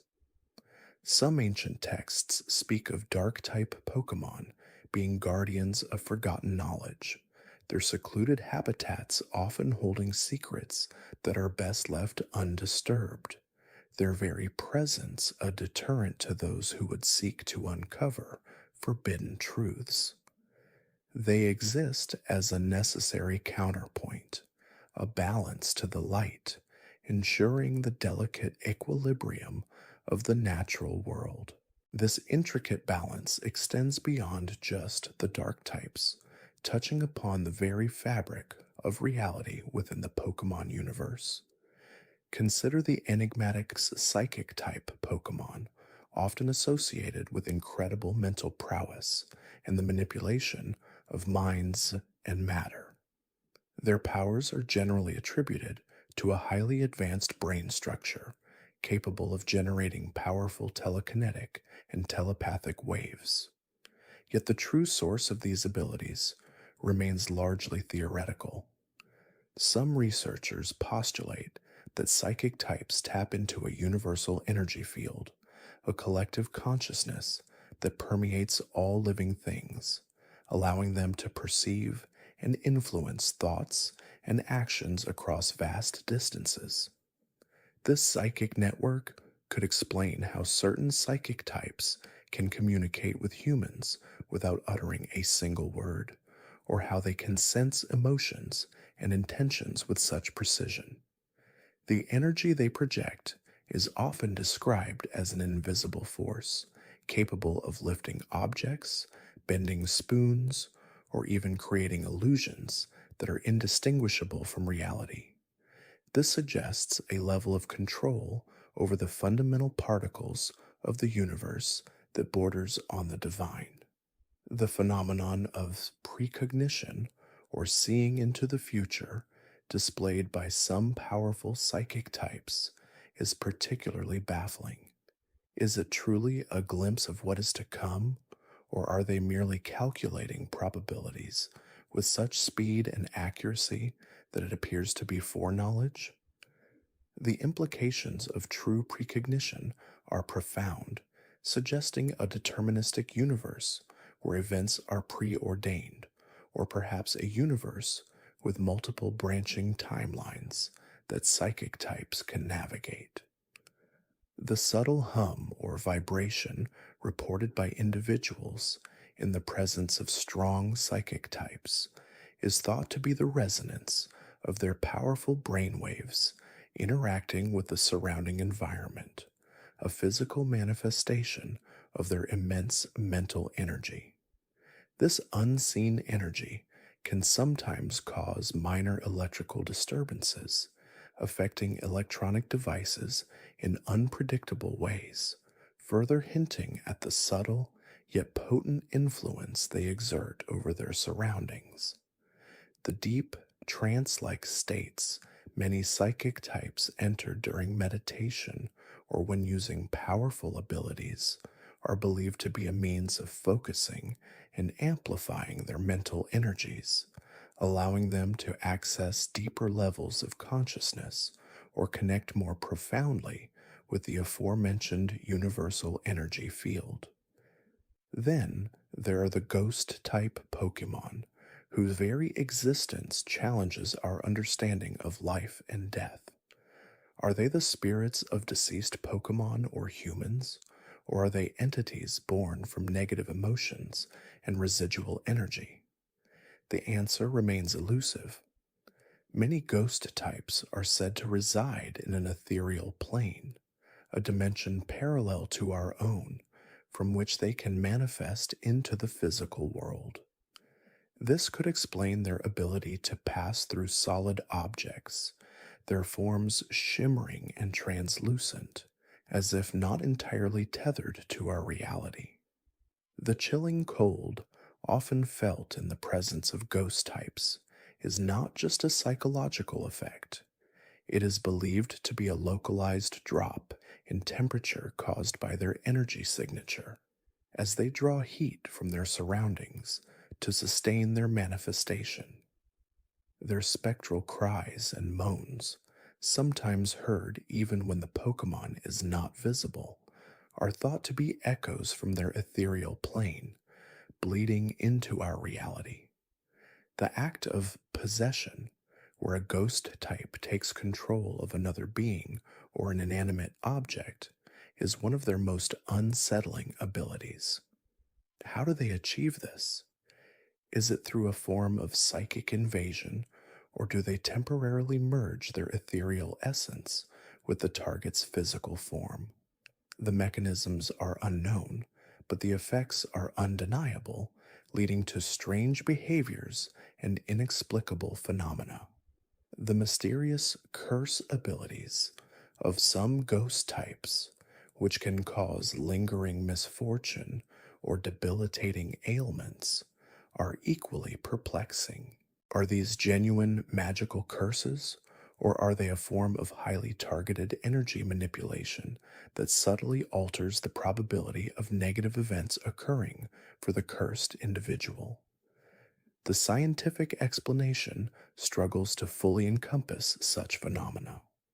The faint, sweet scent of decay, sometimes reported in areas where ghost types frequent, is not necessarily a sign of a decaying corpse, but rather a unique olfactory byproduct of their ectoplasmic presence, an indication of their transient connection to the physical world. The legendary Pokemon, often considered deities or primordial forces, present an even greater array of unsolved mysteries. Take Arceus, for instance, the so called creator of the Pokemon world. The legends state it emerged from an egg in a vortex of nothingness and then shaped the universe with its 1,000 arms. Is this a literal account or a metaphorical interpretation of an incredibly powerful entity whose true form and capabilities are beyond our comprehension? The plates it carries are said to bestow upon it the ability to change its type at will, absorbing the essence of different elements. How does this work? Is it a fundamental manipulation of its own genetic code or an instantaneous transformation of its energy signature? The sheer power attributed to Arceus suggests a level of control over matter, energy, and even time itself that defies all known laws of physics. The whispers of its existence are so ancient and widespread across various cultures that it lends credence to its status as a foundational entity. Then there are Dialga and Palkia, the masters of time and space, respectively. Dialga's ability to warp time, speeding it up, slowing it down, or even stopping it entirely, is an astounding power. If time is a linear progression, how can an entity manipulate its flow without causing paradoxes or tearing the fabric of reality? Perhaps time, as we perceive it, is not as fixed as we believe, and Dialga possesses the key to navigating its multidimensional intricacies. The rhythmic ticking sound sometimes reported in its presence is often interpreted as the sound of time itself being reshaped, a subtle auditory indicator of its immense power. Similarly, Palkia's dominion over space, allowing it to bend dimensions, create pocket universes, or traverse vast distances in an instant, challenges our understanding of spatial geometry. Is it truly moving through space, or is it collapsing and expanding space around itself, effectively bypassing the limitations of distance? The shimmering distortions in the air often seen near Palkia are thought to be localized ripples in the space-time continuum caused by its mere presence. These legendary Pokemon seem to operate on a scale far beyond the ordinary, their powers interwoven with the very laws of the cosmos. And what of Giratina, the ruler of the distortion world, a dimension opposite to our own? The distortion world is described as a chaotic realm with inverted physics, where gravity is meaningless and space is warped. How did this dimension come to be, and what is its purpose? Is it a necessary counterpoint to the established reality, a place where discarded concepts and paradoxical ideas reside? Giratina's unusual form, resembling a centipede with 6 legs and multiple wings, is said to be adapted to the bizarre conditions of its home dimension. Its ability to drag others into this inverted realm, disrupting their sense of direction and reality, makes it one of the most feared legendaries. The chilling silence that sometimes accompanies its manifestations is believed to be an auditory void, a space where sound itself struggles to exist due to the extreme warping of reality in its immediate vicinity.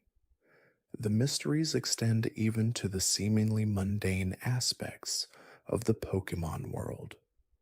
Consider the phenomenon of Pokemon evolution. While often depicted as a sudden transformation, the underlying biological and energetic processes are still not fully understood. Is it a rapid genetic alteration, a profound release of stored energy, or a spiritual awakening?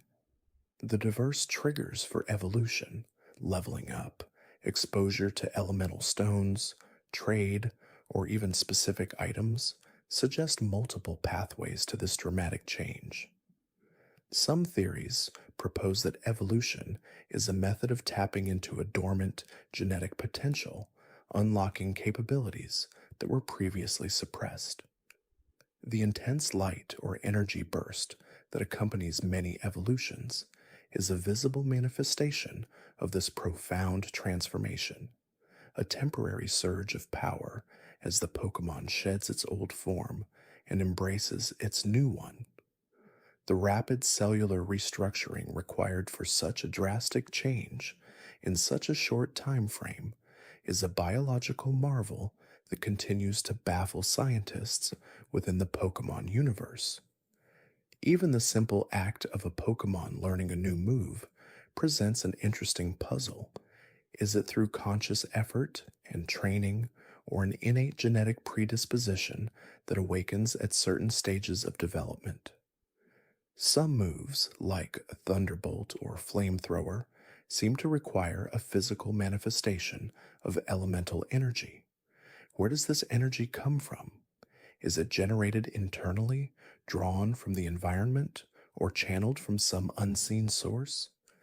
The specialized organs or glands that allow Pokemon to generate and control these elemental energies are often theorized, but rarely definitively identified. The sheer variety of moves, from physical attacks to status-altering abilities, suggests a complex interplay of biology, energy manipulation, and perhaps even psychological intent. The subtle changes in a Pokemon's aura or energy signature as it prepares to unleash a powerful move are often imperceptible to the untrained eye, but are critical to understanding the intricate mechanics of their abilities. And what about the Pokemon themselves, their diverse forms and habitats? The incredible biodiversity of the Pokemon world is a constant source of wonder. How did such a vast array of creatures, each with unique abilities and ecological niches, come to exist? The prevailing theory of natural selection and adaptation undoubtedly plays a role, but the sheer speed at which new Pokemon species are discovered, often possessing powers that defy conventional biology, suggests other forces at play. Could there be an underlying evolutionary force, perhaps even a conscious design, guiding the development of life in this world? The intricate relationships between Pokemon and their environment, often forming complex food webs and symbiotic partnerships, highlight a delicate ecological balance that has been maintained for millennia.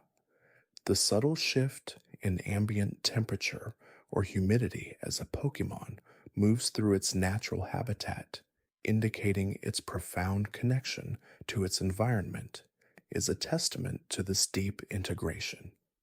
The phenomenon of mega evolution, a temporary heightened form achieved by certain Pokemon, adds another layer of complexity. It requires a strong bond between trainer and Pokemon and a special item called a Megastone. What is the nature of this bond, and how does it trigger such a profound physical transformation? Is it a release of latent power, a temporary alteration of genetic code, or a symbiotic energy exchange between trainer and Pokemon? The glow and swirling energy that surround a Pokemon during Mega Evolution suggest an intense surge of power, momentarily pushing its capabilities beyond their normal limits. The temporary nature of Mega Evolution suggests that such power cannot be sustained indefinitely, perhaps due to the immense energy drain it places on both the Pokemon and its trainer. The unique patterns and colors that appear on a mega-evolved Pokemon's body are not just aesthetic. They are believed to be visible manifestations of the redirected energy flows, a temporary blueprint of its heightened state.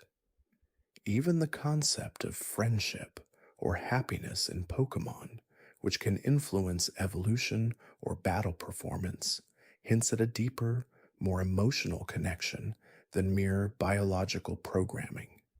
How does an abstract feeling translate into tangible effects on a Pokemon's physical or energetic state? Is it a form of subtle psychic influence, or a physiological response that strengthens their internal systems? The subtle shifts in a Pokemon's facial expressions, body language, and even vocalizations as it expresses joy or distress are indicators of their complex emotional landscape, a world of feelings that we are only beginning to truly understand. The slight increase in a Pokemon's vitality or resilience during battle, attributed to its strong bond with its trainer, suggests a powerful psychosomatic effect where emotional well being directly translates into physical strength. The mysterious Ultra Beasts, creatures from another dimension, present a particularly vexing puzzle. Their alien physiologies and bizarre abilities defy all known classifications. How do they traverse dimensions?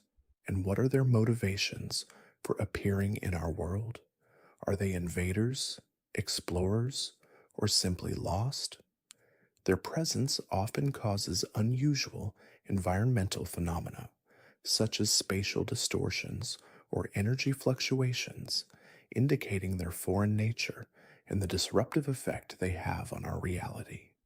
The strange, almost otherworldly scent that often accompanies the appearance of an Ultra Beast is unlike anything found in our dimension, a telltale sign of their exotic origins. The sheer diversity of their forms, ranging from crystalline structures to gaseous entities, suggests an entirely different evolutionary pathway, one that operates under different fundamental laws than our own. The very concept of Pokeballs, capable of shrinking and containing Pokemon of all sizes, remains a technological marvel beyond our current understanding. How do they achieve this feat of matter manipulation? Is it a form of energy conversion, quantum entanglement, or a localized spatial distortion that allows a Pokemon to exist in a compressed state? The smooth, almost seamless texture of a Pokeball and its seemingly infinite capacity suggest a technology that transcends simple mechanics. The gentle hum often emitted by a Pokeball when a Pokemon is contained within it is thought to be the sound of the internal energy field maintaining its integrity, a constant reassurance of its secure storage. The ability to recall a Pokemon from battle instantly and then release it again, almost as if teleporting it, is a testament to the advanced nature of this seemingly simple device. These are but a few of the countless mysteries that permeate the Pokemon world.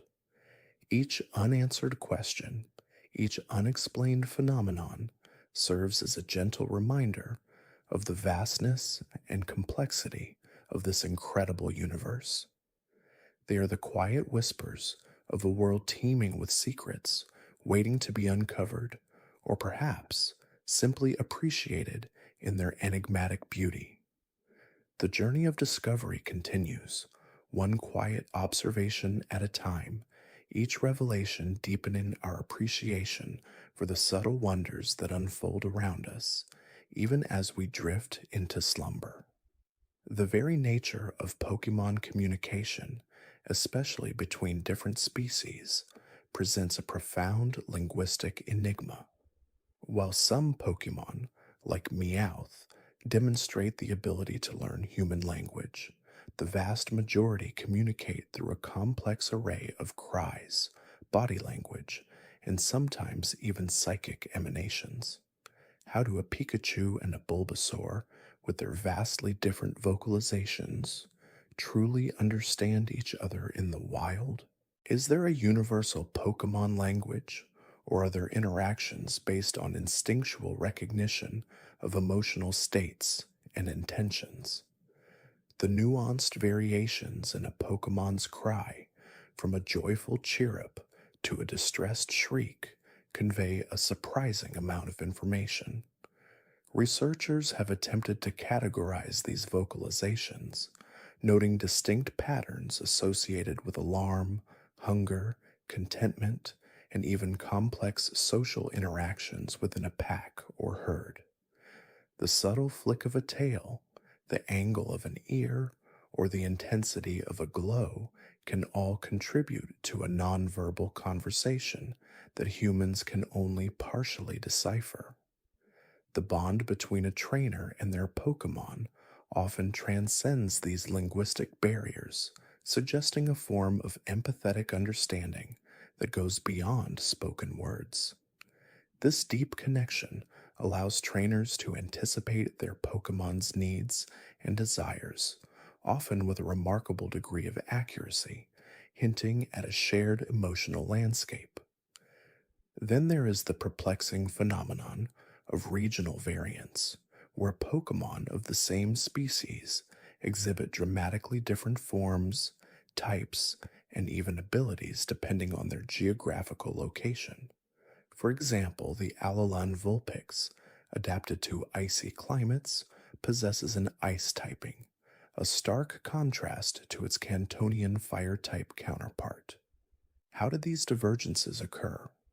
Was it through gradual evolutionary adaptation over millennia, or were there more sudden environmental pressures that triggered these transformations? The concept of convergent evolution, where unrelated species develop similar traits due to similar environmental pressures, might explain some aspects, but the sheer variety and specificity of these regional forms suggest a more intricate process. The subtle differences in their cries, their behavioral patterns, and even their preferred diets further underscore the distinct evolutionary paths these variants have taken.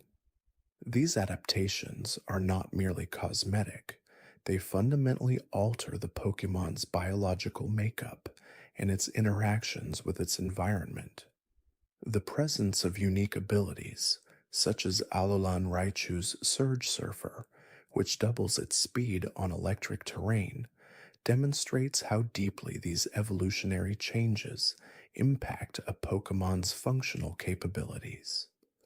The lingering question is whether these regional forms could, under different circumstances, revert to their original forms, or if the evolutionary path has become irreversible for these distinct populations. The origin of legendary and mythical Pokemon, often depicted as deities or guardians of the natural world, presents an even grander mystery. Are they truly immortal beings, or do they exist on a different plane of existence, only occasionally manifesting in our world? Their immense power and their profound influence on global phenomena, from controlling weather patterns to shaping continents, suggest a level of existence far beyond that of ordinary Pokemon. The tales and legends surrounding them often speak of their creation at the dawn of time, or their emergence from cosmic events, further shrouding their true nature in myth. The discovery of ancient ruins and artifacts often linked to these Pokemon provides tantalizing clues, but rarely definitive answers. The Ho-Oh, for instance, is said to leave a rainbow in its wake, and its feathers are believed to bring happiness to those who possess them. Rayquaza, residing in the ozone layer, is credited with preventing clashes between Groudon and Kyogre, maintaining the delicate balance of the planet. These narratives, passed down through generations, often contain elements of truth, but disentangling fact from folklore is an ongoing challenge for researchers. The question of whether these Pokemon are truly unique individuals, or if there are multiple legendary Pokemon of the same species existing across different dimensions or timelines, adds another layer of complexity to their enigmatic presence. The very concept of a Pokemon god, as some interpretations suggest for Arceus, challenges our understanding of life, creation, and the fundamental forces of the universe. The enigmatic process of evolution itself, where a Pokemon undergoes a dramatic transformation into a more powerful form, remains a core mystery.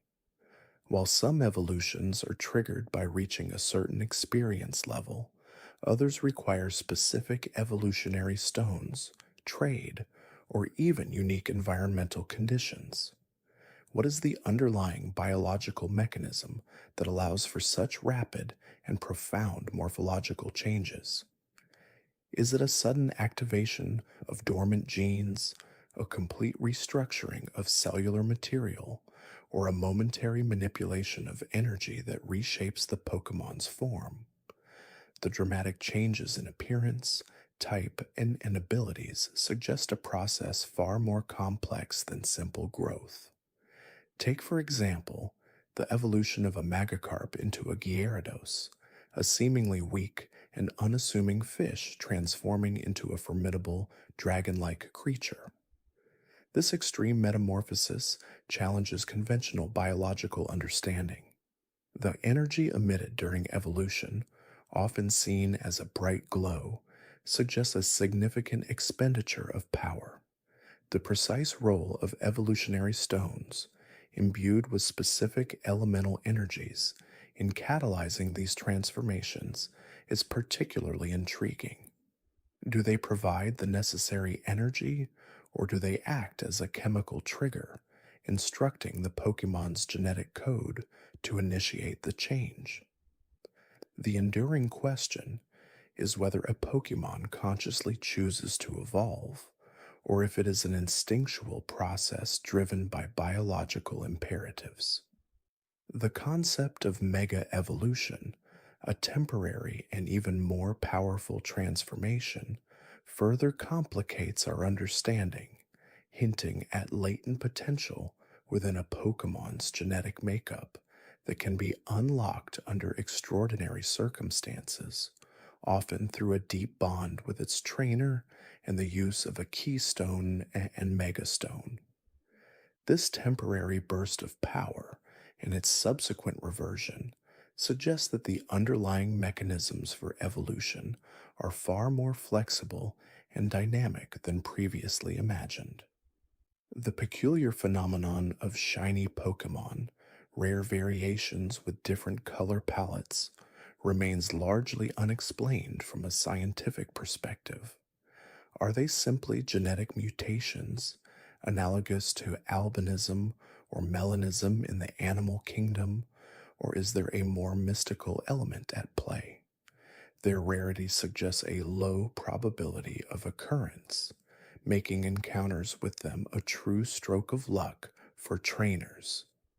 The fact that their statistics and abilities are generally identical to their regular counterparts suggests that the change is primarily cosmetic, yet their distinct appearance makes them highly sought after. The subtle shimmer or sparkling effect that often accompanies their appearance adds to their allure, hinting at a unique energy signature.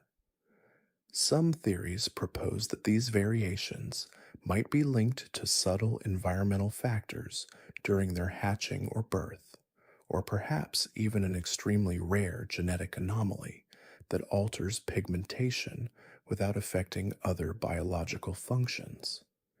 The consistent nature of these color variations across different shiny Pokemon, where a specific species always has the same alternate color scheme, suggests a predetermined genetic pathway for these mutations rather than purely random chance.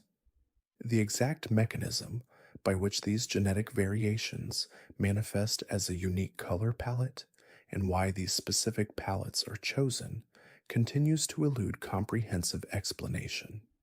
The curious case of Ditto, a Pokemon capable of transforming into an exact replica of any other Pokemon, including its moves and abilities, raises profound questions about biological mimicry and cellular plasticity. How does Ditto instantaneously reconfigure its entire cellular structure to perfectly imitate another species? Is it a form of advanced shapeshifting, or does it somehow absorb and replicate the genetic information of its target? The limits of its transformation are also unclear. Can it mimic legendary Pokemon or even inanimate objects? The sheer precision of its transformations, right down to the molecular level, suggests a level of biological control that is extraordinary. Its amorphous, blob like natural state further adds to its mystique, hinting at a fundamental lack of specialized cells, allowing for such extreme versatility. The unique sound it makes, often described as a soft, squishy noise, is the only consistent characteristic it retains across its transformations, a subtle reminder of its true form. The possibility that Ditto might hold the key to understanding genetic manipulation, or even the very building blocks of life itself, makes it an incredibly important, yet largely unexamined biological marvel. Its seeming lack of a fixed form challenges our very definition of a species. The ghostly apparitions of ghost type Pokemon, often said to be the spirits of deceased beings or embodiments of dark energy, delve into the realm of the supernatural. Do they possess true consciousness, or are they merely echoes of past lives or manifestations of intense emotions? Their ability to pass through solid objects, possess individuals, and manipulate objects from afar defies the laws of physics. The tales surrounding their origins often speak of tragic events, unfulfilled desires, or lingering regrets, suggesting a deep connection to the emotional world. The chilling aura they often emit, and their preference for dark, desolate places, further enhances their mysterious nature. The question of whether they are truly immortal, or if they can be exorcised or released from their spectral forms, remains largely unanswered. Some ghost type Pokemon, like Ghastly, are described as gaseous entities, while others, like Mimikyu, are said to disguise themselves to avoid sunlight. These widely varying forms and behaviors suggest a diverse origin for this type of Pokemon, perhaps encompassing both true spirits and living organisms with unusual properties. The ability of some ghost-type Pokemon to curse their opponents, inflicting debilitating status conditions, hints at a powerful, non-physical influence over their targets. The very concept of a Pokemon being a spirit challenges our understanding of life and death within this world. The intricate and often bizarre symbiotic relationships observed between certain Pokemon species and their environment or even other Pokemon are a testament to the complex ecological web. For example, the Remoraid, a water-type Pokemon, often attaches itself to Mantine, a larger water-flying type Pokemon, in a commensal relationship where Remoraid benefits from food scraps and protection without harming Mantine. However, other relationships are more enigmatic, such as the bond between the mushroom-like paras and the parasitic fungi on its back, which eventually take over its body upon evolution into Parasect. Is this a truly symbiotic relationship, or a slow, inevitable takeover? The precise mechanisms of these interactions and how they developed over evolutionary time remain a fascinating area of study. The mutualistic relationship between the small, plant-like cherubi, and the larger tree-like cherum, where cherubi absorbs nutrients from cherum and in turn protects it from pests, showcases a delicate balance of give and take. The existence of group evolutions, where multiple Pokemon evolve together, such as the three distinct forms of Burmy evolving into different Wormadam forms based on their environment, further highlights the profound influence of ecological factors on Pokemon development. These complex interdependencies demonstrate that Pokemon do not exist in isolation, but are deeply intertwined with their surrounding ecosystems, acting as vital components in a grand, interconnected tapestry of life. Each subtle interaction, each shared resource, each protective gesture weaves together to form an intricate web of life that we are only beginning to fully appreciate. The gentle rustling of leaves, the distant call of a Pokemon, the quiet hum of the world settling into its nocturnal rhythm, all these elements contribute to the gentle unfolding of the universe, inviting us to drift deeper into its soft embrace. The mysteries surrounding the very origin of certain Pokemon, particularly those classified as legendary or mythical, present some of the most profound, unanswered questions within this world. Their creation stories often speak of cosmic forces, ancient deities, or primordial energies, far removed from the more conventional biological reproduction observed in common Pokemon. Arceus, for instance, is often referred to as the original one, said to have shaped the universe with its 1,000 arms, emerging from an egg in a place where there was nothing. This raises fundamental questions about its own origin. If it created everything, what created Arceus? Was it an anomaly, a spontaneous manifestation of pure potential, or is there an even higher, unknowable power beyond its cosmic influence? The concept of a being that predates all existence challenges our linear understanding of time and causality. Similarly, Dialga and Palkia, the masters of time and space respectively, are said to have been born from Arceus, bringing order and dimension to the nascent universe. Yet their powers, immense and fundamental, also beg the question of their precise nature. Are they physical entities, albeit with godlike abilities, or are they more akin to personifications of the very fabric of reality? Their ability to manipulate time and space on a cosmic scale suggests a form of existence that transcends typical biological limitations. The very notion of Pokemon being responsible for such foundational aspects of the universe blurs the lines between living creatures and fundamental forces of nature.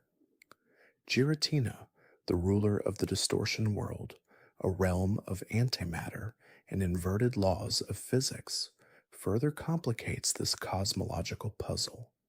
Its banishment from the main world, often attributed to its violent nature, implies a form of judgment or consequence among these primordial beings. But what constitutes violence or misbehavior for an entity that embodies a fundamental cosmic force? And what are the true implications of the distortion world's existence? Is it a necessary counterpoint to the main universe, a balancing force, or a dangerous anomaly that could unravel reality if its influence were to spread? The precise relationship between these three titans, Dialga, Palkia, and Giratina, and their creator, Arceus, remains a subject of intense philosophical debate and speculation. Then there are the mysteries surrounding the creation of Pokemon like Mewtwo, a Pokemon genetically engineered by humans to be the strongest. While its origin is clearly documented as a scientific endeavor, The ethical implications and the unforeseen consequences of such creation are deeply unsettling. Mewtwo's struggle with its identity, its artificiality, and its purpose in a world where it was not naturally born speaks to a profound existential crisis. Despite its immense power, its internal conflict highlights the hubris of human intervention in the natural order. Could other legendary Pokemon also have origins that involve ancient, forgotten civilizations or advanced technologies we no longer understand? The ruins of ancient temples and cities, often found in secluded or difficult to reach areas, sometimes depict Pokemon that resemble these legendary beings, suggesting a long standing reverence and perhaps a deeper connection between humanity and these powerful entities than we currently comprehend. The legend of the ancient golem, Regigigas, said to have pulled the continents together with ropes, speaks to a geological scale of influence that defies modern understanding. How could a single Pokemon possess such immense physical strength? Was it a literal act or a metaphorical representation of a long lost geological process facilitated by its power? The slow, deliberate nature of its movements, so often attributed to its immense power and ancient age, adds to its aura of mystery.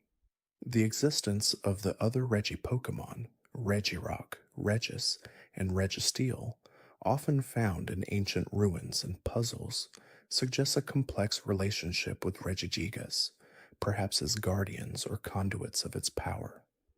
Their origins, too, are shrouded in the mists of time, hinting at a forgotten era of immense power and perhaps a different understanding of the world's formation. The concept of mythical Pokemon, often encountered only through special events or in very specific circumstances, adds another layer of intrigue. Pokemon like Mew, often described as possessing the DNA of all Pokemon, are incredibly rare and elusive, their existence often bordering on legend. If Mew indeed contains the genetic blueprint of all Pokemon, does this imply it is the progenitor of all life, or simply a highly adaptable and ancient species that has assimilated genetic information over eons? Its playful and curious nature, despite its immense power, makes it an even more enigmatic figure. The ability of Mew to learn any move further emphasizes its potential as a biological cornerstone. The elusive nature of these mythical Pokemon, often appearing only to those with pure hearts or in moments of great need, suggests a connection to human emotion and spiritual well-being, rather than purely biological or environmental factors. This hints at a deeper, more profound interaction between humanity and the Pokemon world, where belief and intention might influence the very fabric of reality. The tales of wish-granting Pokemon like Jirachi, said to awaken for only 7 days every 1,000 years to grant wishes, speak to a world where magic and folklore are inextricably woven into the natural order. But what are the limits of their power, and what are the true consequences of a granted wish? These stories often come with caveats and warnings, suggesting that such power is not to be trifled with. Even seemingly mundane aspects of Pokemon existence hold their own unsolved mysteries. The phenomenon of shinies, Pokemon with unusual colorations, often appearing in the wild with an incredibly low probability, has never been fully explained. Are they genetic mutations, a rare form of albinism or melanism, or is there a more mystical or environmental factor at play? The excitement and rarity associated with encountering a shiny Pokemon suggest a special significance, yet their biological basis remains largely speculative. Do these altered colorations provide any evolutionary advantage or disadvantage, or are they purely aesthetic variations? The ability of certain Pokemon to communicate telepathically or to understand human language also raises intriguing questions about their cognitive abilities and the nature of consciousness. Pokemon like Alakazam, with its immense intellect and psychic powers, are said to have an IQ of 5,000 points, capable of remembering everything. How does such an intelligence manifest in a creature that is not human? And what are the implications of such vast cognitive power for its understanding of the world and its place within it? Do these Pokemon possess a form of self awareness comparable to humans, or is their intelligence of a fundamentally different kind? The ability of some Pokemon to mimic human speech, such as Meowth of Team Rocket, further blurs these lines, suggesting a deeper capacity for cultural assimilation and learning than typically attributed to animals. The existence of Ultra Beasts, beings from another dimension, introduced an entirely new layer of complexity to the Pokemon world. These creatures, with their bizarre appearances and often aggressive behaviors, defy conventional Pokemon classifications. Their arrival through ultra wormholes, spatial distortions that connect different dimensions, shattered existing understandings of reality. Are there countless other dimensions, each with its own unique ecosystem and forms of life? What are the true dangers and opportunities presented by these interdimensional portals? The very concept of a multiverse existing alongside the familiar Pokemon world opens up endless possibilities and questions about the nature of reality itself. The Ultra Recon Squad, a group dedicated to studying these Ultra Beasts and their home dimensions, offers a glimpse into a scientific endeavor far beyond conventional biology, venturing into realms of physics and cosmology. The phenomenon of regional variance, where certain Pokemon species adapt unique forms and typings in different geographical regions, also presents fascinating evolutionary questions. For example, the Alolan Vulpix, an ice type, evolved to thrive in snowy mountains, contrasting with its fire type Cantonian counterpart. How rapidly do these adaptations occur? Are they driven purely by environmental pressures, or are there genetic predispositions that allow for such dramatic transformations? The very concept suggests a dynamic and ever evolving world where Pokemon are constantly adapting and changing, demonstrating the incredible plasticity of life. These regional forms showcase the immense biodiversity that can arise from similar genetic foundations when exposed to different selective pressures. The precise mechanisms behind Pokemon moves, particularly those involving elemental powers like fire, water, or electricity, also remain largely unexplained. While some moves can be rationalized through biological processes, such as a Charizard breathing fire, others, like a Pikachu generating powerful electrical currents without visible organs, seem to defy conventional physics. Are these abilities still rooted in unique biological energy systems, or are they tapping into some form of internal magical or psychic energy? The concept of PP, or power points, which limits the number of times a move can be used, suggests a finite energy reserve, but its replenishment remains a mystery.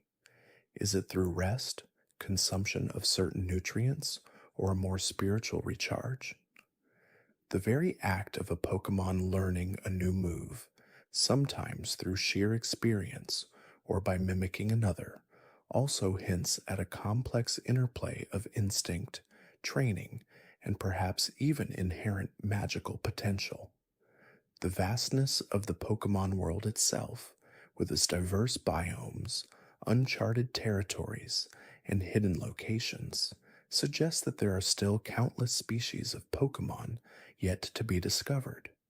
Explorers frequently uncover new caves, islands, or even entire regions previously unknown, hinting at the endless wonders that lie beneath the surface or beyond the horizon. What ancient secrets are still buried in these unexplored lands? What unique Pokemon have evolved in isolation, unseen by human eyes for millennia? The thrill of discovery, the promise of the unknown, continues to fuel the spirit of adventure within this world. The deep, calming silence of the night envelops everything, drawing us deeper into this serene understanding. The soft glow of the moon casts long, gentle shadows, and the quiet rhythm of breathing becomes a lullaby. Each unanswered question, each whispered mystery, serves not to agitate, but to deepen the sense of wonder, inviting a peaceful contemplation that guides the mind towards rest. The intricate web of life, the cosmic dance of creation, the subtle whispers of ancient legends, all these elements combine to form a tapestry rich with possibility, a world always ready to reveal more of itself to those who listen quietly. Let these thoughts drift like clouds across a vast, tranquil sky, dissolving into the gentle currents of sleep. The subtle movements of nocturnal Pokemon, unseen but often heard in the distant rustle of leaves or the soft chirping, contribute to the symphony of the night, a reassuring presence in the quiet expanse. The gentle sway of trees in a soft breeze, the distant murmur of water.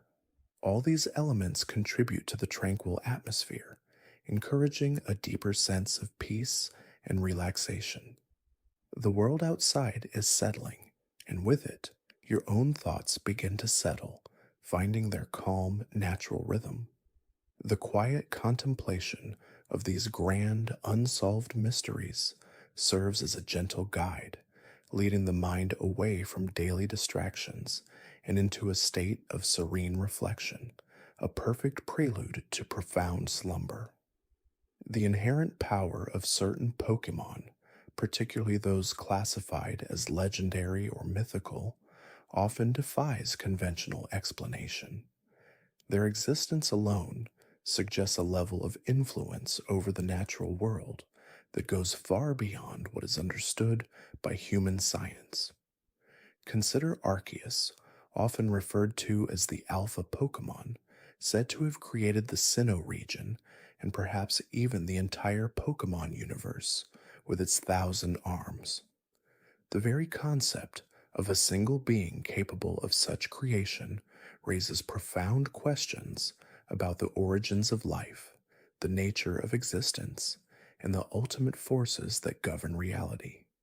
Is Arceus a god in the traditional sense, or a being of such immense power that it simply operates on a different plane of existence? Its ability to manifest various types, seemingly at will, by holding different plates, further deepens the enigma. Those plates, though tangible items, seem to grant it an intrinsic connection to the fundamental elements of the world, allowing it to embody fire, water, grass, and so on. The mechanics of this transformation, the energy involved, and the inherent properties of these plates remain entirely unknown. Then there are Pokemon like Dialga and Palkia, said to control time and space respectively. The very idea of creatures capable of manipulating such fundamental aspects of the universe is mind-boggling. How do they perform these feats? Is it through a conscious effort, an innate ability, or are they merely conduits for larger cosmic forces?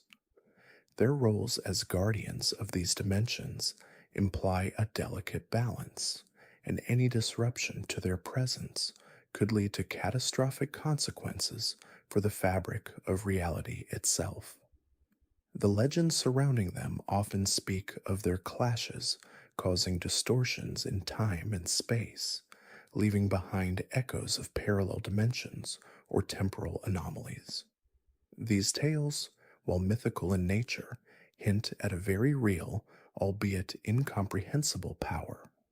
What would happen if one were to truly understand or even attempt to control such powers? The very thought is humbling, a reminder of the vastness of the universe and the limitations of human comprehension. And what of Giratina, the renegade Pokemon, banished to the distortion world for its aggressive nature? This alternate dimension, a place where the conventional laws of physics seem to warp and bend, is a mystery in itself. How does one enter or exit such a realm? What are its true properties, and what impact does it have on the regular world? Giratina's connection to antimatter and its ability to traverse between dimensions raises questions about the very nature of reality and the existence of parallel universes. Is the distortion world merely a reflection of our own, twisted and inverted, or is it a completely separate entity with its own unique laws and inhabitants? The unsettling atmosphere of this realm, often described as a place of shadows and shifting perspectives, suggests a profound otherness, a dimension that defies easy classification or understanding. Even less is known about the specifics of how Pokemon like Mew, considered the ancestor of all Pokemon, came into being. Its DNA is said to contain the genetic code of every single Pokemon, allowing it to learn and use any move. This incredible adaptability and its elusive nature make it one of the most mysterious creatures. Is Mew a primordial being, an accidental creation, or the result of some ancient, unknown evolutionary process? Its playful yet powerful demeanor, coupled with its ability to turn invisible, suggests a creature that exists beyond the usual constraints of the visible world.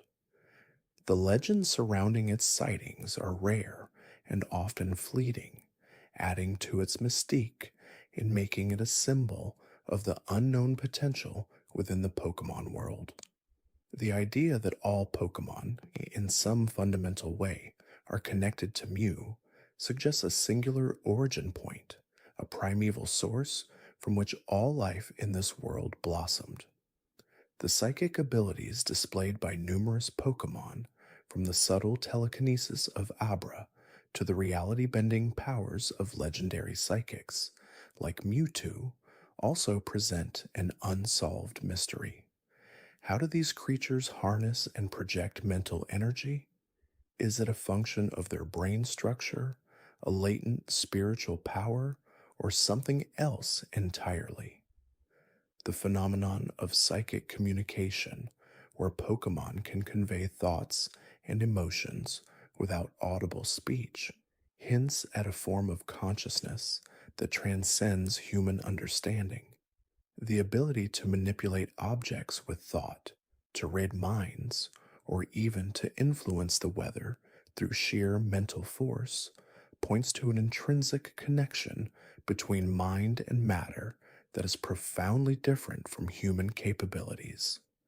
The energy involved in these feats, the neurological or spiritual mechanisms, remain entirely speculative, a testament to the depths of their inherent mystery.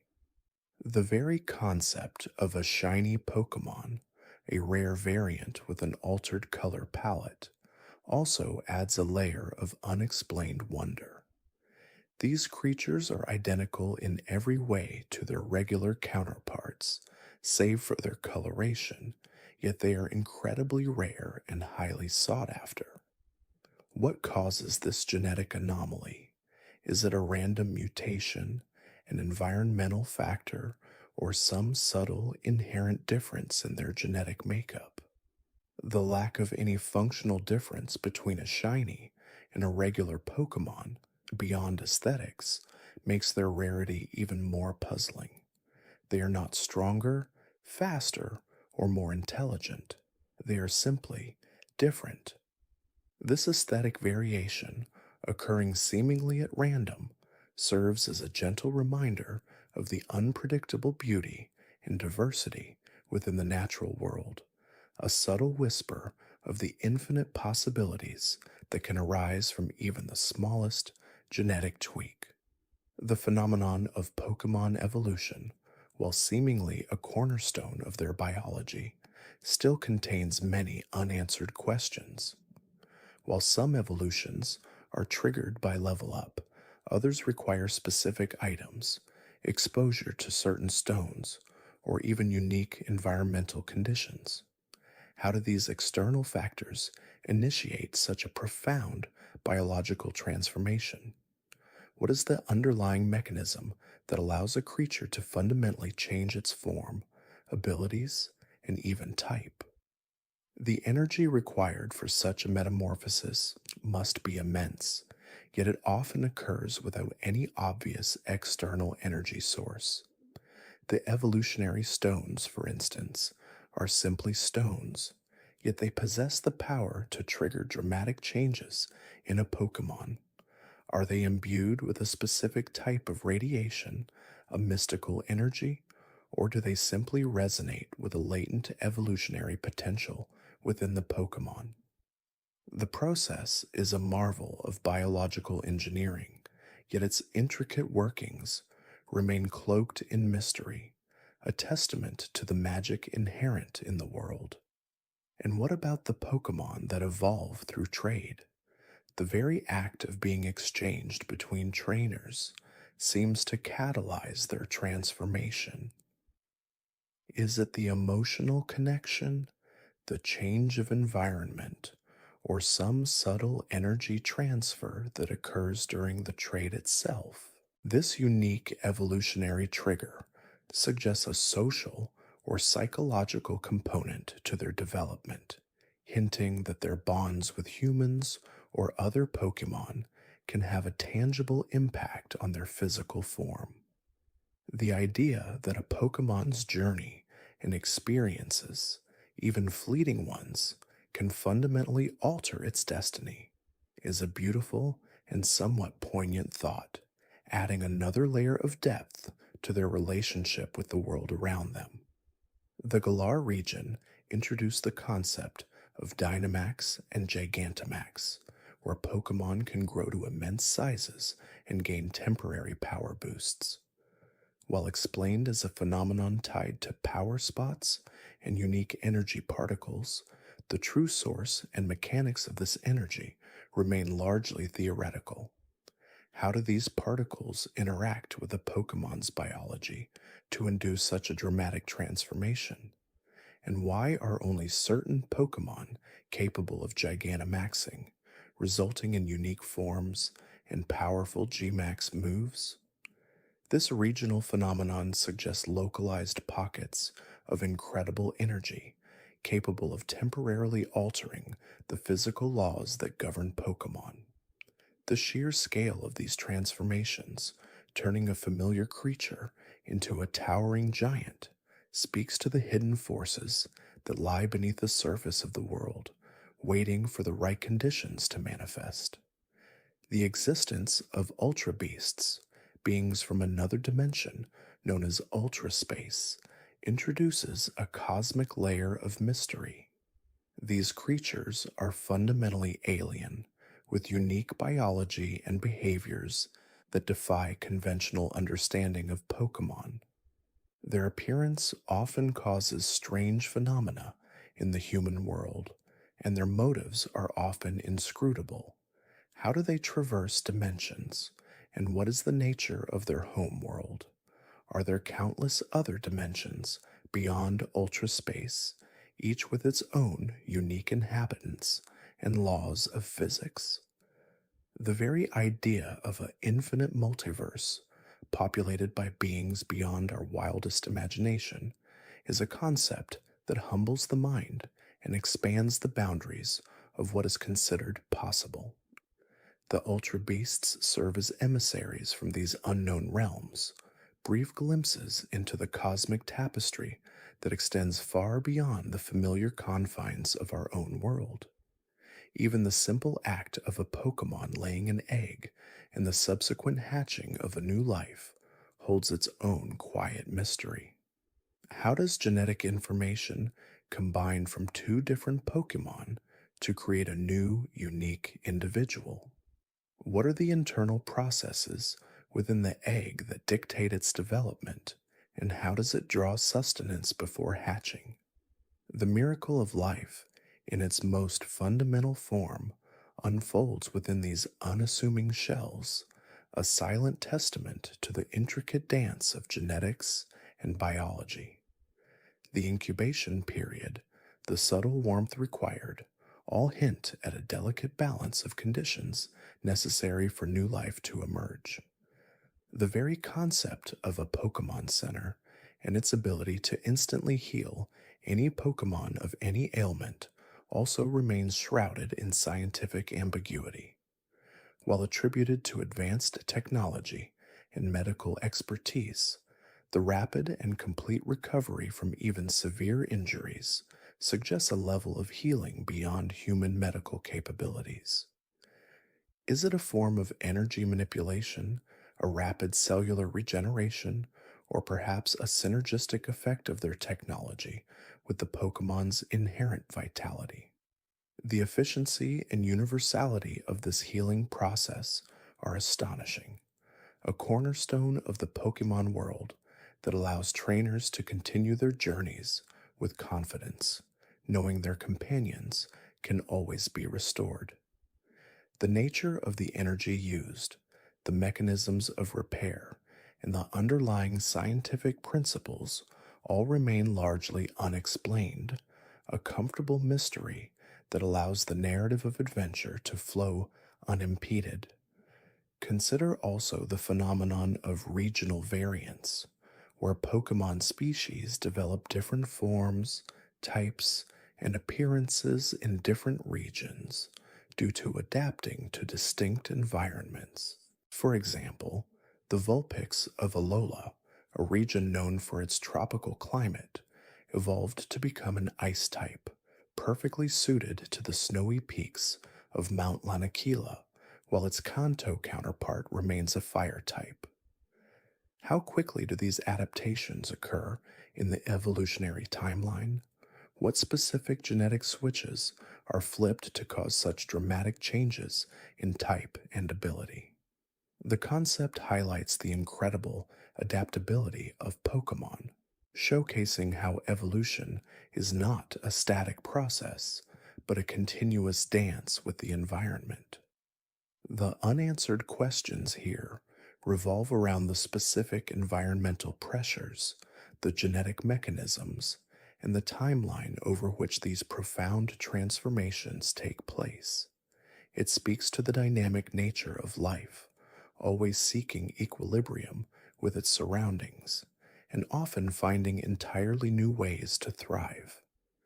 The different forms, the subtle changes in their cries, the shift in their elemental affinities, all these details paint a picture of a world constantly in flux, constantly evolving, always holding new surprises.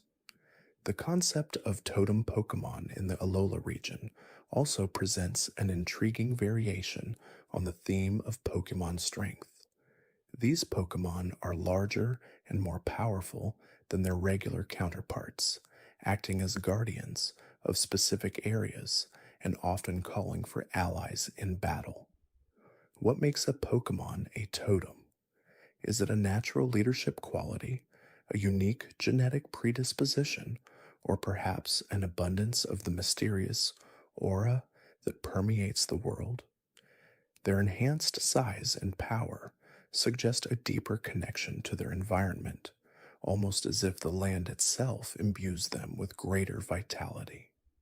The specific mechanisms that allow them to summon allies, seemingly at will, also remain unexplained. Is it a form of telepathy, a pheromonal signal, or a deeper, more mystical bond with the Pokemon in their territory. This powerful guardians serve as a reminder that the world holds many levels of hierarchy and influence beyond what is immediately apparent. Even the ancient legends themselves, passed down through generations, often contain elements that defy logical explanation. The creation myths, the tales of ancient battles between legendary Pokemon, the stories of lost civilizations that coexisted with powerful beings. These narratives, while steeped in folklore, often contain kernels of truth that hint at a history far more complex and fantastical than modern understanding allows. The lack of concrete archaeological evidence for many of these grand events only adds to their mystique, allowing them to exist in that twilight realm between myth and reality. The whispers of these old stories, echoing through time, continue to shape the cultural landscape and inspire awe and wonder, even if their precise details remain forever out of reach. They are the stories that bind the world together, giving it a sense of ancient depth and timeless continuity. The very act of capturing a wild Pokemon in a Pokeball and the subsequent miniaturization and containment within is perhaps one of the most fundamental yet unexplained aspects of the Pokemon world. How does a living, breathing creature, often of considerable size and power, get converted into energy or matter that can be stored in such a small device? What are the internal conditions of a Pokeball, and how does it sustain the Pokemon within? Is it a virtual environment, a stasis field, or something else entirely? The seemingly instantaneous nature of the capture and the equally rapid release suggests a technology that operates on principles far beyond our current scientific grasp. The energy involved, the biological transformation, and the psychological impact on the Pokemon all remain profound mysteries, accepted as commonplace, yet deeply inexplicable. This core mechanic, so integral to the Pokemon experience, is a constant, gentle reminder that even the most familiar aspects of this world hold deep, hidden secrets. The quiet, almost imperceptible hum of the night continues, a symphony of unseen life, of rustling leaves and distant calls. Each mystery we touch upon, each question left lingering in the air, contributes to a profound sense of peace, a gentle loosening of the mind's grip on the need for absolute answers. Instead, we embrace the wonder of the unknown, the beauty of possibility, allowing these thoughts to become soft clouds in the firmament of your mind, drifting slowly towards the horizon of sleep.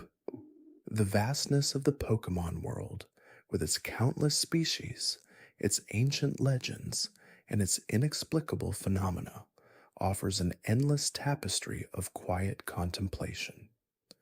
The gentle rhythm of your breath deepens, a subtle tide pulling you further into the calm embrace of slumber, as these whispered secrets guide you towards a realm of profound rest. The very existence of legendary and mythical Pokemon further deepens this well of unexplained phenomena, their powers often defying the known laws of physics and biology within their own universe. Consider Arceus, often referred to as the Alpha Pokemon, said to have created the entire Pokemon world, and perhaps even the universe itself, from nothingness. The mere thought of a single entity possessing such omnipotent power raises questions that transcend scientific inquiry and delve into philosophical and spiritual realms. How could such a being come into existence?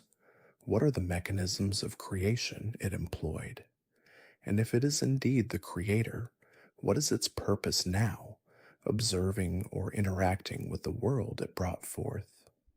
The plates it holds, which allow it to change its type and presumably draw upon immense elemental energies, are themselves artifacts of unparalleled power, their origins as obscure as Arceus itself. Are they fragments of its own being, or tools it fashioned during the dawn of existence? Then there are Dialga and Palkia, the masters of time and space respectively, along with Giratina, the ruler of the distortion world, a dimension where the normal laws of reality are warped and inverted. How do these Pokemon maintain control over such fundamental forces? Is their influence a conscious manipulation or an inherent aspect of their very being? The concept of time flowing, stopping, or even reversing at the will of a single creature, or space expanding, contracting, and being reshaped challenges our understanding of the cosmos. The distortion world itself is a profound enigma, a parallel dimension seemingly designed to punish Giratina for its destructive tendencies, or perhaps a natural consequence of its unique power. What are the properties of this strange realm, and how does it interact with the real world? The very idea that such dimensions exist, accessible through portals or tiers in reality, opens up a myriad of possibilities and leaves us with an indelible sense of wonder about the true scope of the Pokemon universe. Even the more localized legendary Pokemon present their own sets of mysteries. Take Rayquaza, residing in the ozone layer, maintaining balance between Kyogre and Groudon. How does it survive in such extreme conditions? And what is the nature of its connection to the atmospheric layers? Its ability to mega evolve without a megastone, instead consuming meteoroids, suggests a unique biological process and an incredible capacity to absorb and convert raw cosmic energy. This unique form of evolution stands apart from all others, hinting at a separate, perhaps more ancient, evolutionary pathway. The meteoroids themselves, plummeting from space, are a source of both mystery and power. Their true composition and how they interact with Rayquaza's physiology remaining largely unknown. The existence of psychic powers in many Pokemon, and even some humans, is another profound area of unexplained phenomena. Telepathy, telekinesis, precognition, and the ability to manipulate minds are common abilities, yet their biological basis remains entirely unaddressed. How does a brain or an equivalent organ generate and project such forces? Is it a form of energy we have yet to detect, or a manipulation of existing fields? The very concept of a psychic type implies a shared biological or energetic foundation for these diverse abilities, but what that foundation is and how it evolved is a complete unknown. The kinesis ability of Kadabra, the spoonbend move, and the incredibly complex calculations performed by Alakazam suggest an intellect far beyond typical animal cognition, raising questions about the nature of consciousness and intelligence in the Pokemon world. The fact that some humans can also exhibit psychic abilities, even if rarely, further blurs the lines between human and Pokemon, suggesting a deeper, shared connection to these mysterious forces. The phenomenon of shiny Pokemon, with their altered colorations, is a purely aesthetic mystery, yet one that sparks endless fascination. What causes these genetic mutations? Are they simply random anomalies, or do they serve some deeper biological purpose? Their rarity implies a selective pressure against them, or perhaps simply a very low mutation rate. The existence of different shiny forms for different evolutionary stages, or even for gender differences within a species, adds another layer of complexity. They are a testament to the subtle variations that can occur within a species, a gentle reminder of the diversity of life, even in its most familiar forms. They are, in essence, nature's quiet artistry, a subtle splash of difference in a world of repetition. The concept of regional variants, such as Alolan Vulpix or Galarian Meowth, introduces the idea of environmental adaptation on a grand scale, leading to significant physiological and typological changes.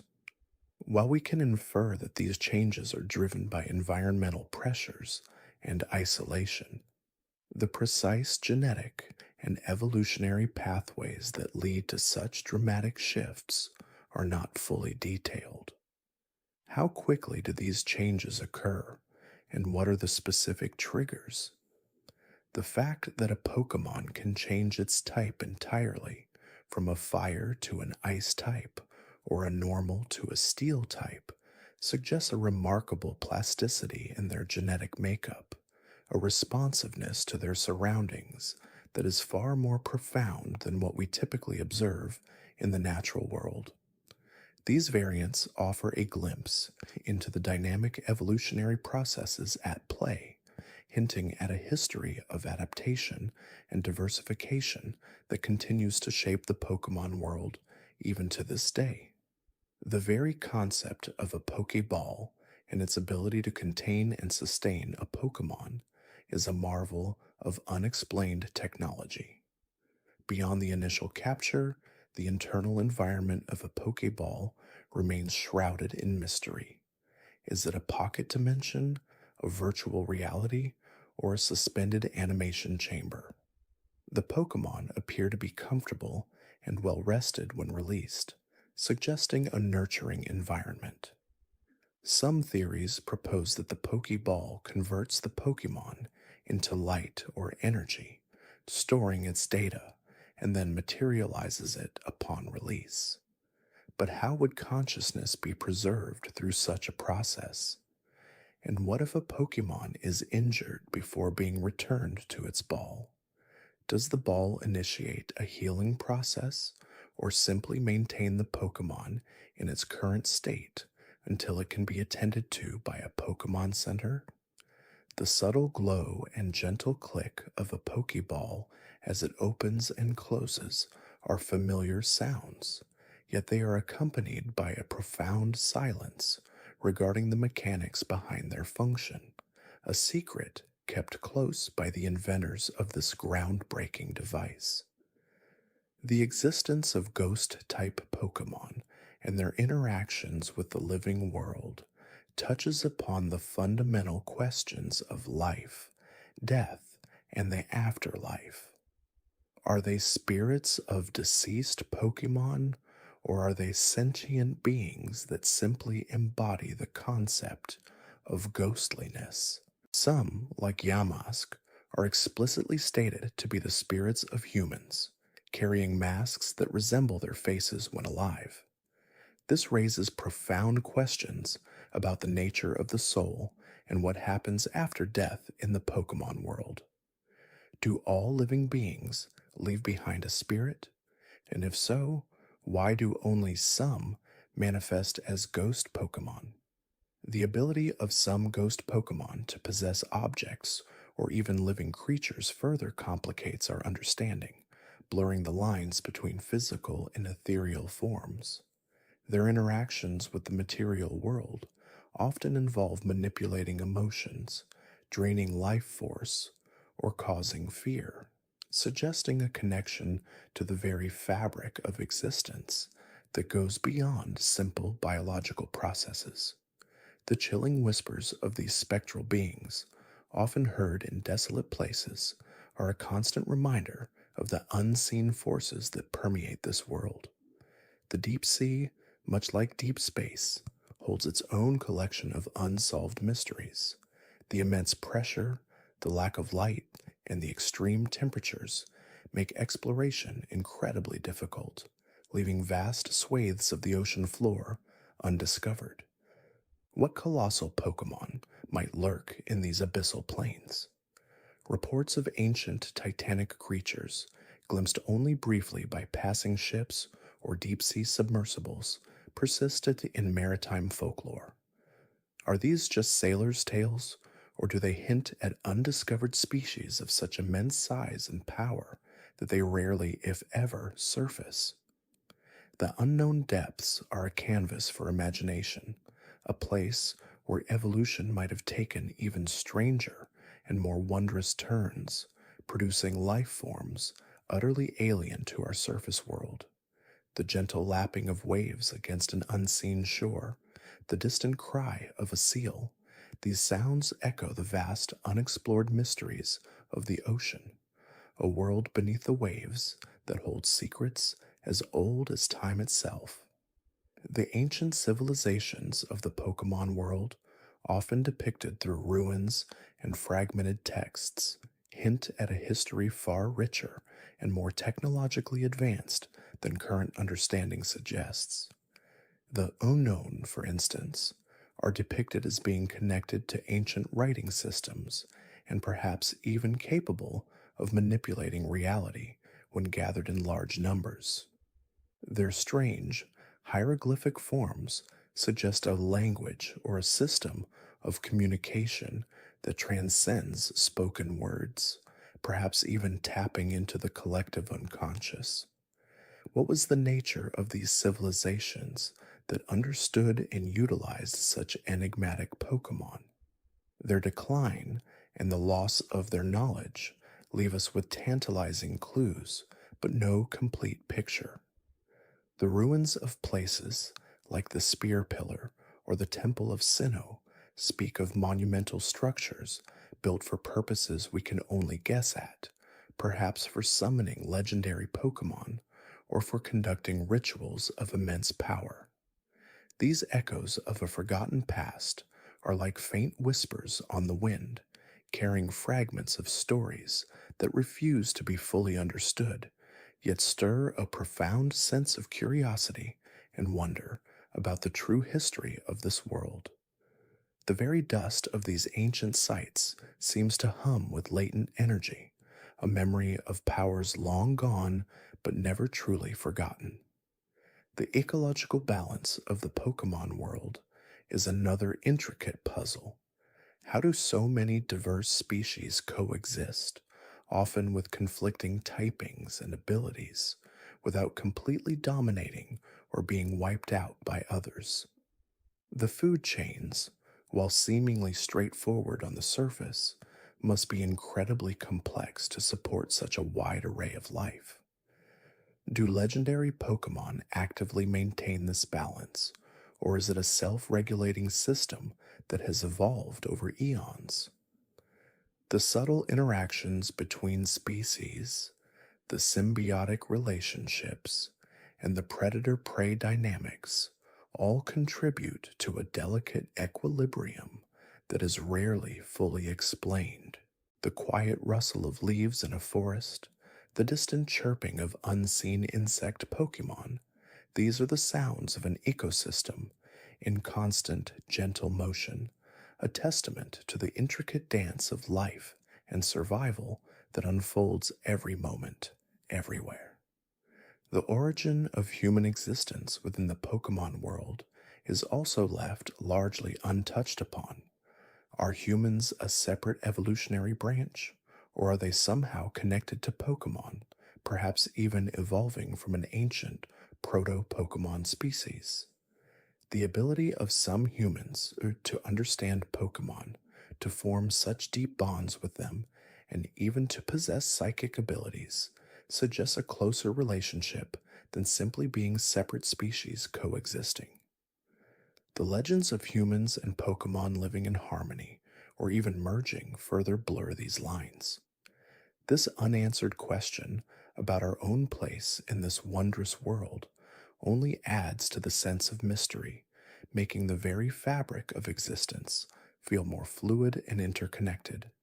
The very breath you take, each gentle rise and fall of your chest, is a quiet affirmation of your own presence in this intricate tapestry, a small part of a much larger, beautiful, and enigmatic story. The stars outside continue their silent vigil, their distant light a soft blanket over the world, as your consciousness drifts further, ever so gently, into the quiet embrace of sleep, where these unsolved mysteries merge with your dreams, becoming part of the beautiful, unbounded landscape of your mind. The ancient texts and oral traditions passed down through generations speak of a time when the lines between human and Pokemon were even less defined, a period often referred to as the era of mythology.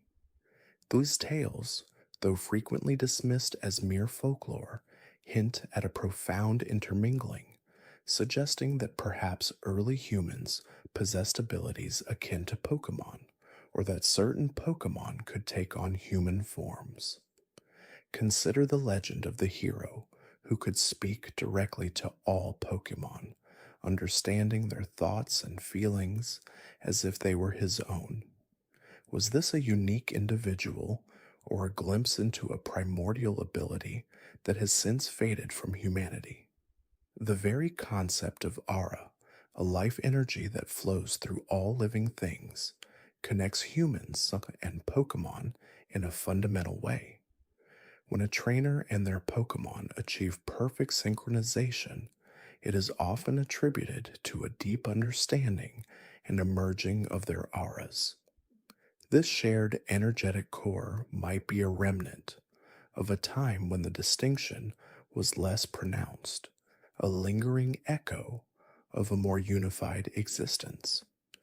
The phenomenon of regional variance, where Pokemon adapt to different environments and evolve into distinct forms, also raises intriguing questions about the plasticity of life and the influence of surroundings.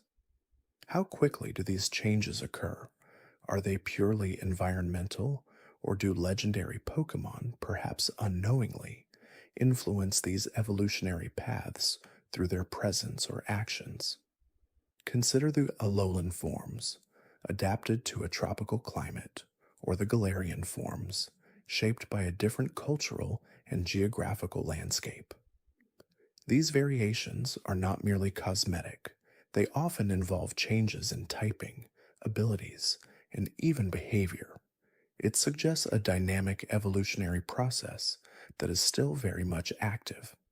The subtle shifts in a Pokemon's appearance, the slight alteration in its cry, these are all indicators of a continuous, gentle adaptation to the world around it.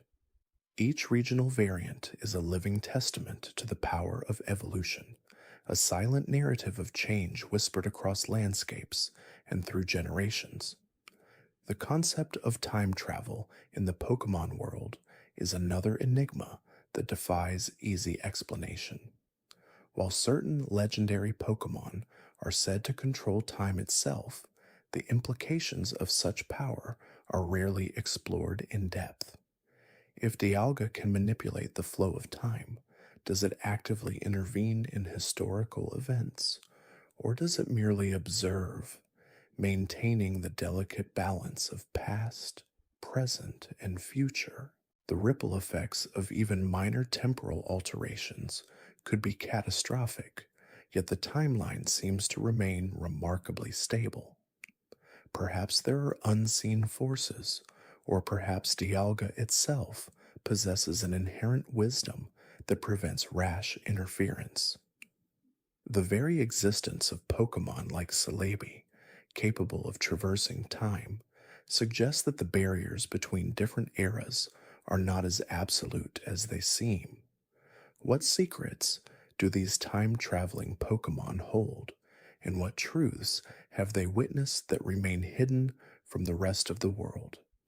The slow, steady ticking of a clock, the gentle passage of the hours, these are reminders of time's ceaseless flow, a river that carries all things forward, yet holds within its currents the potential for unexpected detours and unseen eddies. The existence of Ultra Beasts, beings from other dimensions, opens a portal to an even grander scale of mystery. These creatures, with their alien appearances and often unsettling abilities, represent a fundamental challenge to the established understanding of the Pokemon world. How many such dimensions exist? What are the laws that govern them, and how do they interact with our own? The ultra wormholes through which these beings travel are a testament to the fragile boundaries between realities. Are these wormholes natural phenomena, or are they a consequence of some ancient, forgotten event? The very presence of ultra beasts implies a multiverse, a boundless collection of realities, each with its own unique characteristics and inhabitants. The soft glow of a distant star, the vast empty space between galaxies, these are reflections of the immense, unimaginable scale of the cosmos, hinting at possibilities and realities far beyond our current comprehension.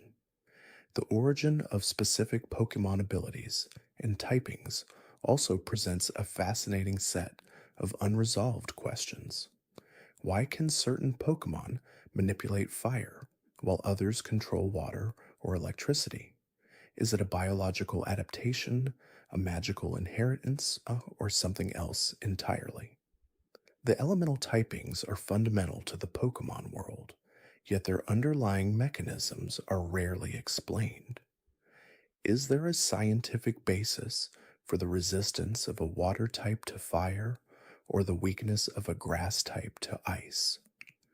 The intricate rock, paper, scissors relationships between types are almost too perfect to be purely coincidental, suggesting a deeper, underlying order to the world's elemental forces.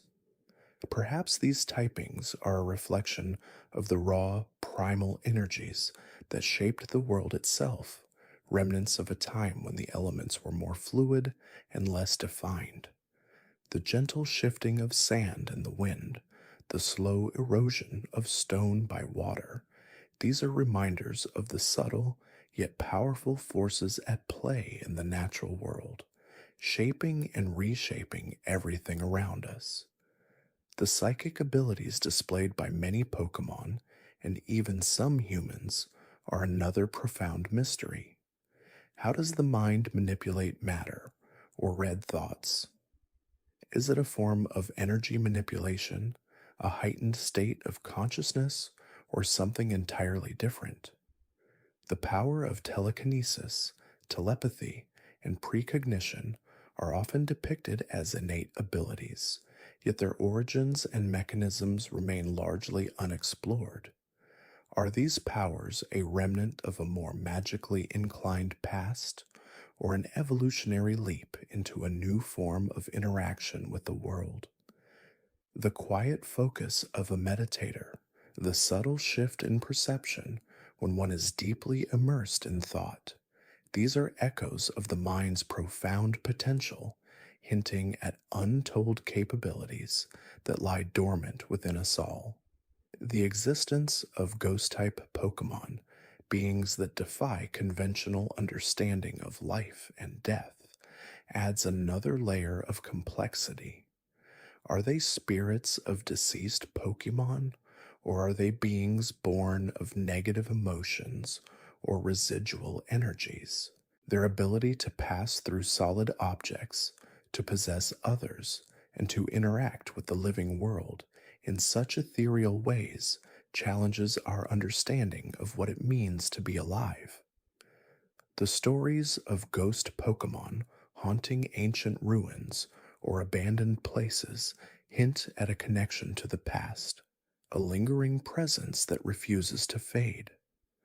The soft sigh of the wind through an empty corridor, the subtle creak of an old house in the dead of night, these are sounds that evoke a sense of the unseen, a gentle reminder that not all things are as they appear, and that the boundaries between worlds may be far more permeable than we imagine. The very creation myths of the Pokemon world, often involving legendary Pokemon shaping continents, oceans, and even life itself are fraught with their own ambiguities. Are these literal accounts or metaphorical representations of natural processes? The power attributed to figures like Arceus, said to be the progenitor of all Pokemon, is immense and almost incomprehensible. If Arceus created the world, what was its motivation? What was before Arceus? These questions delve into the very nature of existence and causality, pushing the boundaries of what can be known or understood. The vast, silent expanse of space, the countless stars twinkling in the darkness, these are reminders of the universe's ultimate mystery, a tapestry of creation that extends far beyond our limited perception.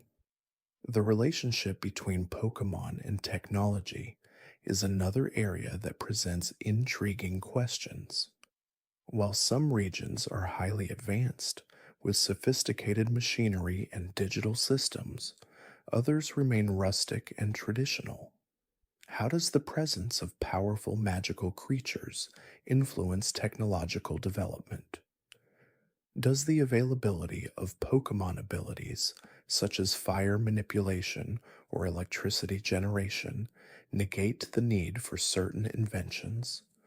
Or does it inspire new forms of technology that integrate with these natural powers?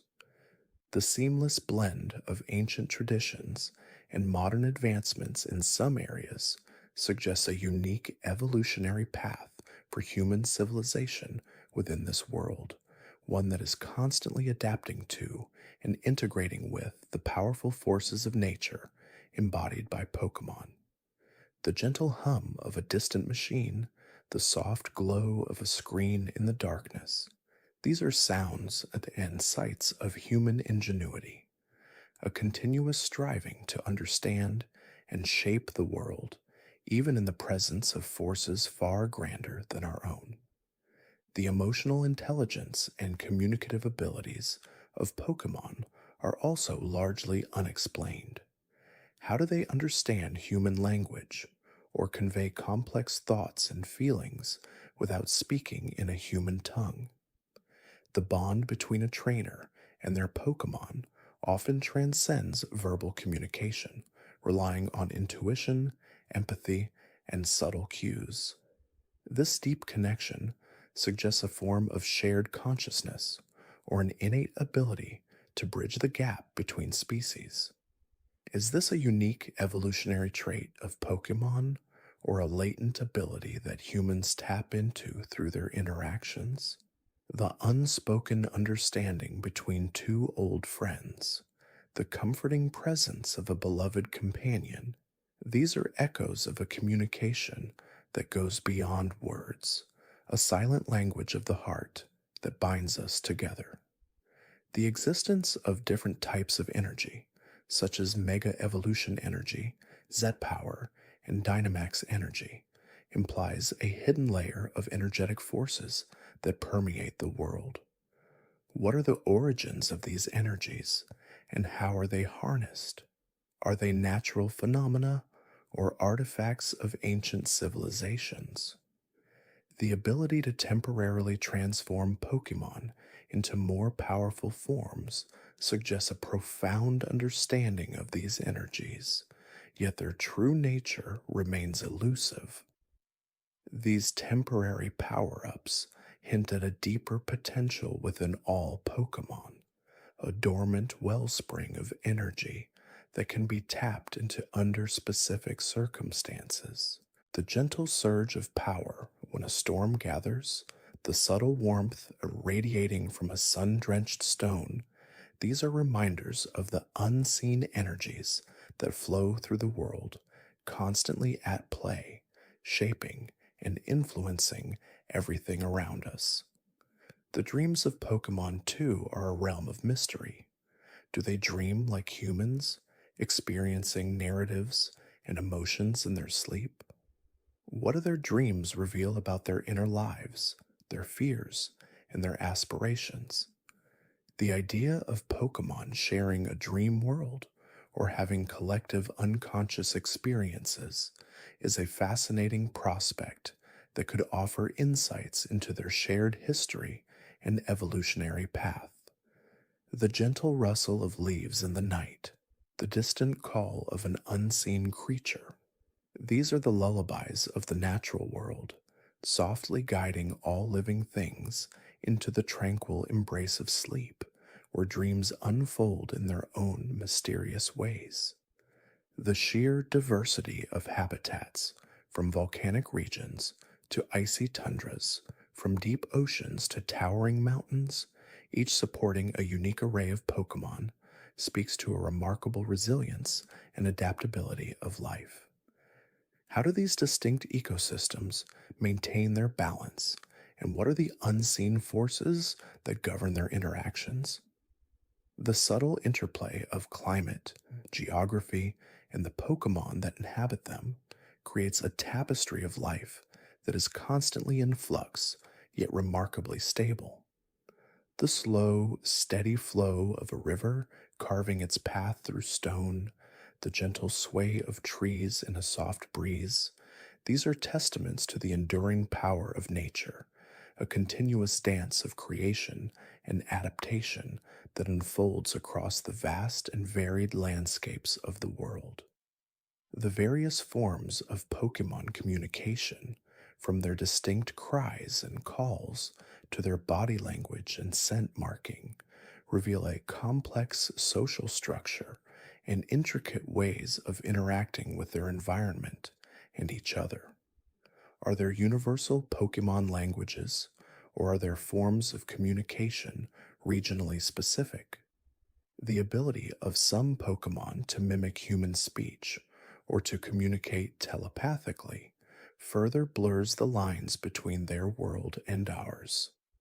The soft chirping of crickets outside your window, the gentle murmur of unseen life in the night, these are the sounds of communication in the natural world, a constant exchange of information that binds all living things together in a shared symphony of existence.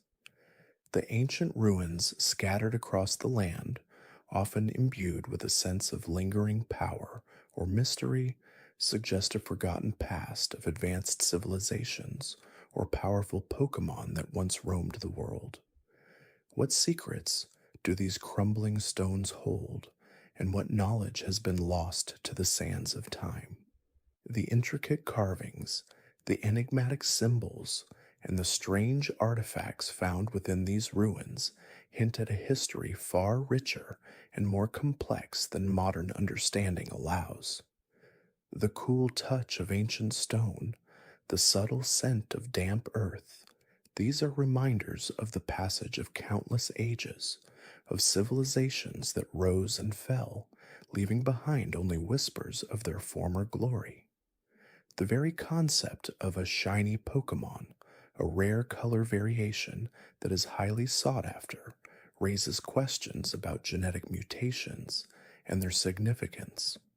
Are these simply aesthetic differences, or do they indicate a deeper, subtle variation in the Pokemon's abilities or nature? The thrill of encountering a shiny Pokemon is a testament to the allure of rarity and the unexpected beauty that can emerge from the ordinary. The soft glint of moonlight on a dewdrop, the subtle shimmer of a distant star, these are reminders of the rare and precious wonders that can be found in the world, if one only takes the time to look. The various forms of Pokemon healthcare, from traditional herbal remedies to advanced medical technologies, demonstrate a sophisticated understanding of their physiology and well-being. How do Pokemon recover from injuries that would be fatal to humans, and what are the limits of their regenerative abilities? The gentle care provided in Pokemon centers, the dedication of Pokemon doctors, these are reflections of a deep respect for all life and a commitment to nurturing the health and happiness of these incredible creatures. The slow, steady beat of your own heart, the gentle rhythm of your breathing. These are affirmations of life itself, a continuous process of healing and renewal that unfolds within each of us every moment of every day. The subtle influences of the seasons on Pokemon behavior and appearance, from the migration patterns of certain species to the seasonal forms of others, highlight the deep connection between Pokemon and the natural cycles of the world. How do they anticipate these changes, and what internal mechanisms guide their adaptations? The gentle shift from autumn to winter, the slow emergence of spring from the depths of winter. These are reminders of the cyclical nature of life, a continuous dance of growth, decay, and rebirth that unfolds as the world turns, ever so gently on its axis. The concept of friendship or happiness as a measurable statistic for Pokemon, influencing their performance in battle and their evolutionary paths, suggests a profound emotional depth and sensitivity within these creatures. How do these internal states translate into tangible effects, and what does it reveal about the power of positive relationships? The quiet comfort of a loyal companion, the unspoken understanding that forms between beings who care deeply for one another, these are reflections of the profound power of connection, a gentle force that can transform and uplift us all. The very air you breathe, the soft sounds that fade in and out of your awareness, all contribute to this tapestry of quiet contemplation. The gentle pressure of your head on your pillow, the warmth of your blanket, these are small anchors in a world of vast and beautiful unknowns. Allow your mind to drift further, to merge with the quiet hum of these unresolved questions, as they gently carry you deeper into the peaceful embrace of slumber. The moon outside continues its silent journey across the sky, a soft, watchful eye over a world filled with wonders, yet to be fully understood, a world that now, in your dreams, becomes your own to explore. The precise mechanisms by which Pokemon communicate with each other, beyond the vocalizations we hear, remain largely a mystery, a silent language woven into the fabric of their existence. Are there subtle pheromones, infrasonic calls, or perhaps even a form of telepathy that allows them to share information, to coordinate their movements, or to express their emotions in ways we can only begin to perceive? The intricate dances of Pokemon herds, the synchronized movements of flocks, suggest a level of understanding that transcends simple instinct, hinting at a complex social structure and a rich inner world. Imagine the quiet dialogue between a mother Cubone and its child, a conversation not of words, but of gentle nudges, soft glances, and an undeniable bond that resonates through their very being. The rustle of leaves outside your window, the distant whisper of the wind, these are also forms of communication, subtle messages from the natural world that invite you to listen, to observe, to simply be. The concept of legendary and mythical Pokemon, beings of immense power and often with profound influence over the natural world, presents a fascinating intersection of folklore, mythology, and biological possibility. Are they truly deities, ancient entities born of elemental forces, or are they simply extremely rare species with unique biological adaptations that have led to their deification over millennia? The tales of Arceus creating the universe, of Dialga and Palkia shaping time and space, these are narratives that transcend scientific explanation, yet they resonate deeply with the human need to understand our origins and place in the cosmos. Consider the quiet majesty of a sleeping Groudon, a creature said to have carved continents, now resting in a deep slumber, its immense power held in a delicate balance. What are the limits of their abilities, and are there truly forces at play in the Pokemon world that defy all known laws of physics? The soft glow of a nightlight, the gentle fading of daylight, these too hold a subtle power, guiding you through the transitions of your own quiet night. The phenomenon of Pokemon evolving through trade, a process that seems to defy conventional biological principles, raises questions about the very nature of their existence and their intrinsic connection to human interaction. What is it about the act of being traded, of changing trainers, that triggers such a profound metamorphosis in certain species? Is it a psychological shift, a release of latent energy, or perhaps a form of symbiotic relationship where the bond with a new trainer unlocks a hidden potential? The quiet anticipation of a trainer waiting for their Kadabra to evolve into Alakazam after a trade, the sudden burst of light, the transformation. It's a moment of wonder, a testament to the unexpected pathways of evolution. This suggests that the relationship between Pokemon and humans is not merely one of ownership or companionship, but a dynamic interplay that can fundamentally alter a creature's destiny.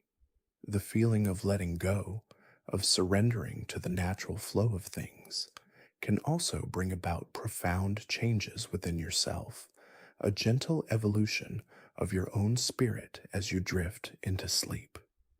The origins of Pokeballs themselves, these ingenious devices capable of capturing, containing, and seemingly shrinking Pokemon, remain shrouded in a fascinating blend of ancient lore and advanced technology.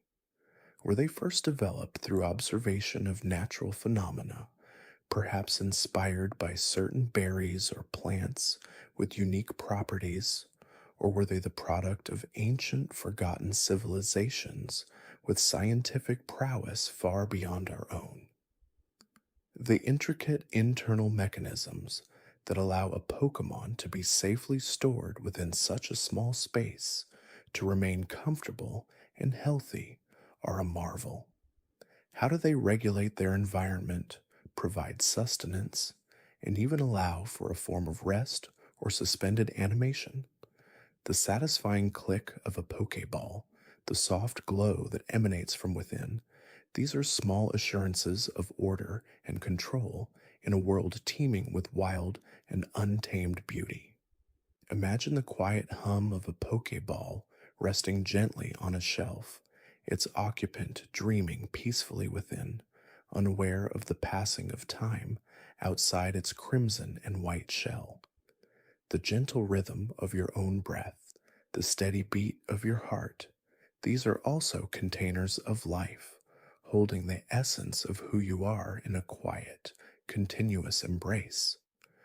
The concept of regional variance, where Pokemon of the same species adapt to different environments and develop unique appearances, typings, and abilities, speaks to the incredible plasticity and adaptability of life in the Pokemon world.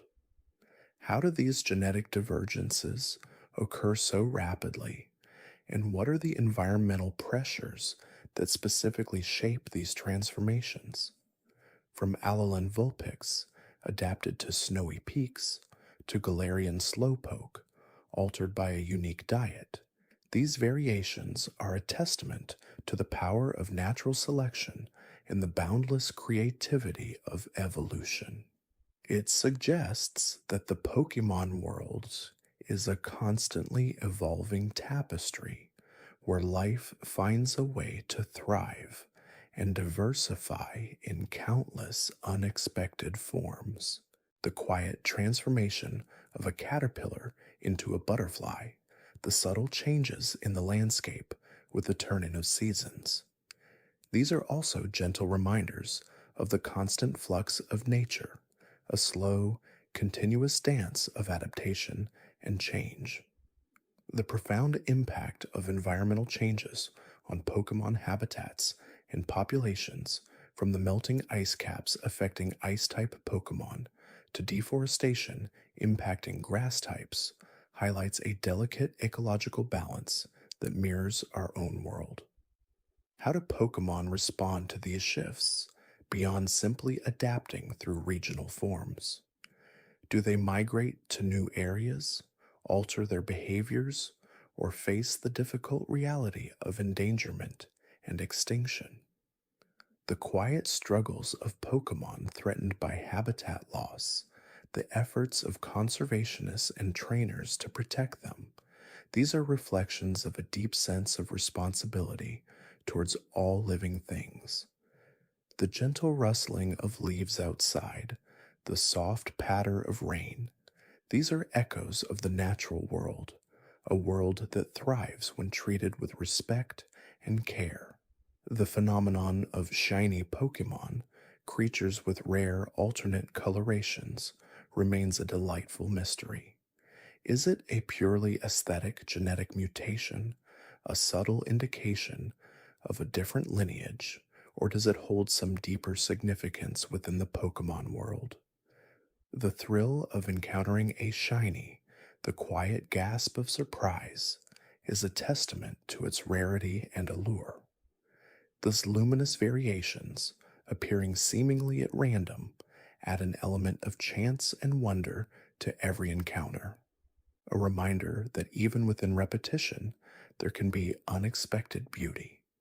It's a gentle whisper from the universe, suggesting that even the familiar can hold hidden, sparkling depths. The quiet glimmer of moonlight on water, the subtle shift in the colors of the twilight sky. These are also moments of quiet beauty, rare and precious in their fleeting existence. The origins and purpose of ancient ruins and archaeological sites scattered across the Pokemon world, often containing enigmatic symbols and cryptic messages, hint at forgotten civilizations and lost knowledge. What secrets do these crumbling stones hold about the history of Pokemon, their relationship with ancient humans, and perhaps even the true nature of their powers? The quiet reverence for these historical sites, the meticulous work of researchers like Professor Juniper's father, speaks to a deep human desire to understand our past and to piece together the grand narrative of existence. Imagine the soft dust motes dancing in a beam of light within an ancient temple, illuminating murals depicting legendary Pokemon and forgotten rituals. The quiet echoes of history, the whisper of untold stories, these gently draw you into a deeper contemplation of time's ceaseless flow. The intricate social structures observed within certain Pokemon species, from the complex hierarchy of a beedrill hive to the cooperative hunting strategies of a pack of Lycanroc, reveal a sophisticated level of intelligence and communication that often goes unacknowledged. How do these societies form, maintain order, and pass down knowledge through generations? The quiet observation of these natural behaviors, the patient study of their interactions, offers profound insights into the diversity of life's organizational principles. It's a gentle reminder that intelligence takes many forms, and that the natural world is a vast library of unspoken wisdom. The quiet hum of insects outside, the distant chirping of crickets, these are the sounds of countless lives unfolding, each with its own intricate story. The precise mechanisms by which Pokemon learn and master their diverse array of moves, from elemental attacks to status-altering abilities, remains a subject of quiet contemplation. Is it purely through instinct, rigorous training, or perhaps an innate understanding of their own biological potential.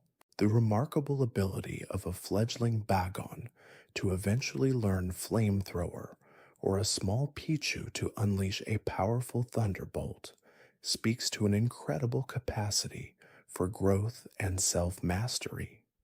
It suggests a deep connection between their physical form and their ability to manipulate energy and matter in extraordinary ways. The quiet dedication of a trainer patiently guiding their Pokemon reflects a belief in this potential, a gentle encouragement to reach for the impossible. The subtle strengthening of your own muscles during sleep, the quiet processing of your day's experiences. These are also forms of learning and growth, unfolding gently within your own being.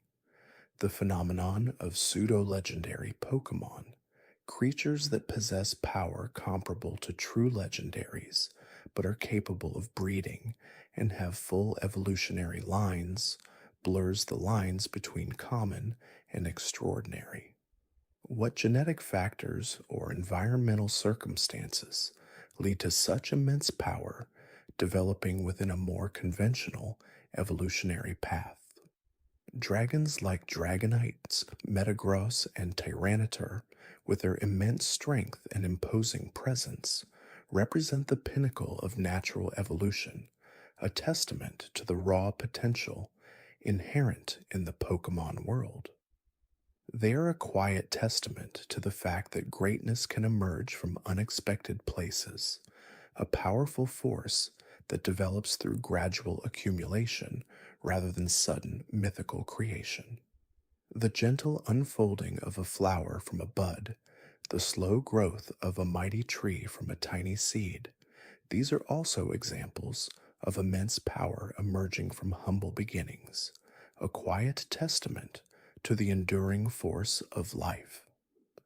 The ethical considerations surrounding Pokemon battles and training, particularly the balance between competition and the well-being of the Pokemon, are a continuous undercurrent in the lore. How do trainers ensure their Pokemon are not pushed beyond their limits, and what measures are in place to prevent harm or exploitation?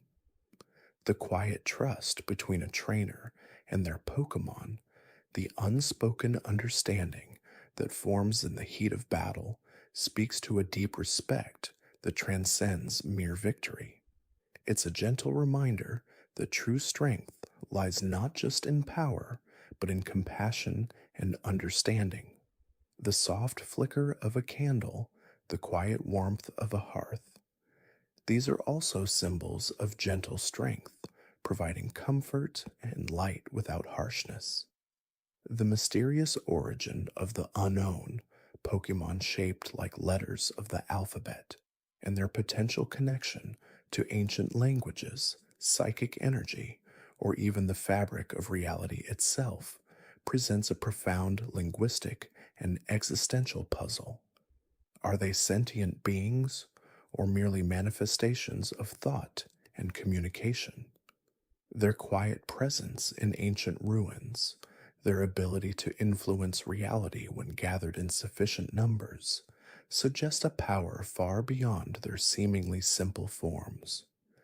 They are a gentle whisper from a forgotten language, a silent invitation to decipher the deeper meanings hidden within the world. The quiet contemplation of symbols, the gentle unraveling of puzzles, these can also lead to profound understanding, guiding you deeper into the quietude of your own mind. The subtle differences in personality and temperament, observed even within the same species of Pokemon, much like individual humans, highlight the rich tapestry of individuality that exists within the Pokemon world. How do these unique traits develop, and what role do genetics, environment, and training play in shaping a Pokemon's character? The quiet observation of a playful Pikachu, a stoic Lucario, or a mischievous Gengar reveals a depth of character that transcends simple typings or abilities. It's a gentle reminder that every living creature is an individual with its own unique spirit and story. The soft sigh that escapes your lips, the gentle shifting of your body, these are also expressions of your own unique being, a quiet affirmation of your presence in this moment. The enduring mystery of how certain ghost type Pokemon, like Ghastly or Haunter, are able to exist as seemingly ethereal beings, capable of passing through solid objects and manipulating spiritual energy, challenges our understanding of life and death in the Pokemon world. Are they truly spirits, or are they creatures with unique biological compositions that defy conventional physics? Their quiet, often playful, yet sometimes unsettling presence adds an intriguing layer of the supernatural to the Pokemon universe. It's a gentle contemplation of what lies beyond the veil of our understanding, a soft whisper of the unknown, the quiet stillness of the night, the subtle chill in the air. These can also evoke a sense of the mysterious, inviting you to embrace the gentle unknown as you journey into slumber. The long term effects of human activity on the natural distribution and behavior of wild Pokemon, beyond direct habitat destruction, are a continuous, evolving narrative.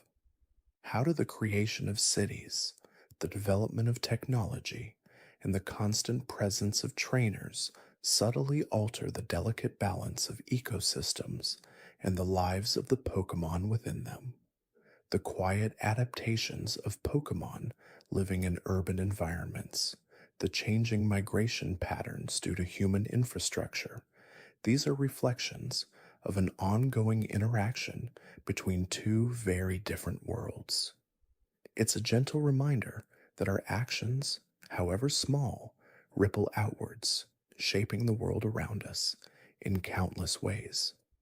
The gentle hum of distant traffic, the soft glow of streetlights filtering through your curtains, these are also subtle influences, shaping the quiet landscape of your night.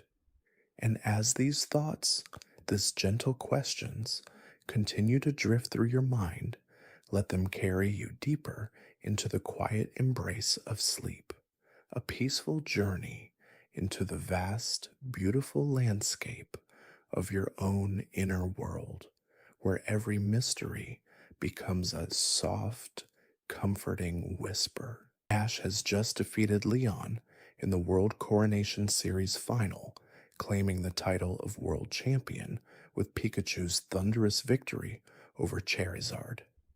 The crowd erupts, confetti falls, and in that moment of triumph, Team Rocket strikes. Not with another harebrained scheme or malfunctioning mech, but with a device Giovanni himself designed after studying every failed capture attempt. The anti-electrical dampening field activates, Pikachu collapses mid-celebration, and before Ash can react, the mouse Pokemon is secured in an unbreakable containment unit. Jesse and James and Meowth don't blast off this time. They succeed. But what happens next? The immediate aftermath plays out, unlike anything we have seen in canon. Giovanni receives the call he has waited decades for. Team Rocket has finally captured the Pikachu that humiliated his organization countless times, the same Pikachu that just defeated the strongest trainer in the world. The boss's reaction is not celebration, but cold calculation. He orders Pikachu brought to the Viridian Gym immediately, not for experiments or weaponization, but for something far more personal. Giovanni wants to break Ash Ketchum's spirit by turning his most beloved partner against him. Ash's world shatters in ways canon never explored. Without Pikachu by his side for the first time since he was 10 years old, the newly crowned world champion feels hollow. The title means nothing. Go tries to console him, but Ash barely speaks for days. This is not the temporary separation we saw when Pikachu was injured or when Ash left him at Professor Oak's lab. This is permanent theft, and it changes everything about who Ash is as a trainer and person. Team Rocket's dynamic shifts dramatically from their usual bumbling antics. With their greatest success finally achieved, Jesse and James are promoted within the organization.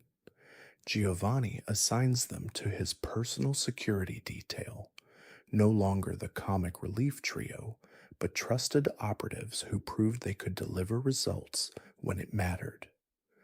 Meowth becomes Giovanni's translator for captured Pokémon, starting with Pikachu himself.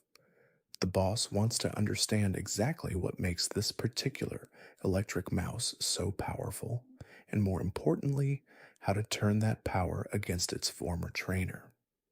Giovanni's interrogation of Pikachu reveals something canon never addressed directly. Through Meowth's translation, we learn that Pikachu's bond with Ash goes beyond simple friendship or training partnership. The mouse Pokémon describes a connection forged through shared dreams, synchronized heartbeats during battles, and an unspoken understanding that transcends species barriers.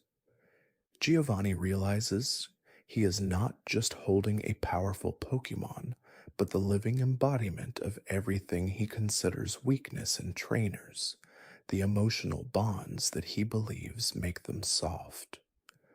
The Rocket Boss's plan unfolds methodically. Rather than simply adding Pikachu to his team, Giovanni begins a psychological conditioning program designed to break the Pokemon's loyalty to Ash. He shows Pikachu footage of Ash's other Pokemon battles, pointing out through Meowth how the trainer repeatedly puts his team in danger for glory. He provides Pikachu with luxury beyond anything the mouse experienced traveling with Ash. Gourmet Pokemon food instead of basic pellets, climate-controlled environments instead of sleeping outdoors, medical care that prevents rather than just treats injuries. Meanwhile, Ash begins a desperate campaign to rescue his partner that takes him down darker paths than canon ever explored. Without Pikachu's moral compass and emotional support, Ash makes decisions that shock his friends. He infiltrates Team Rocket facilities alone, abandons his other Pokemon when they cannot keep up with his increasingly reckless plans, and pushes himself to physical and mental exhaustion.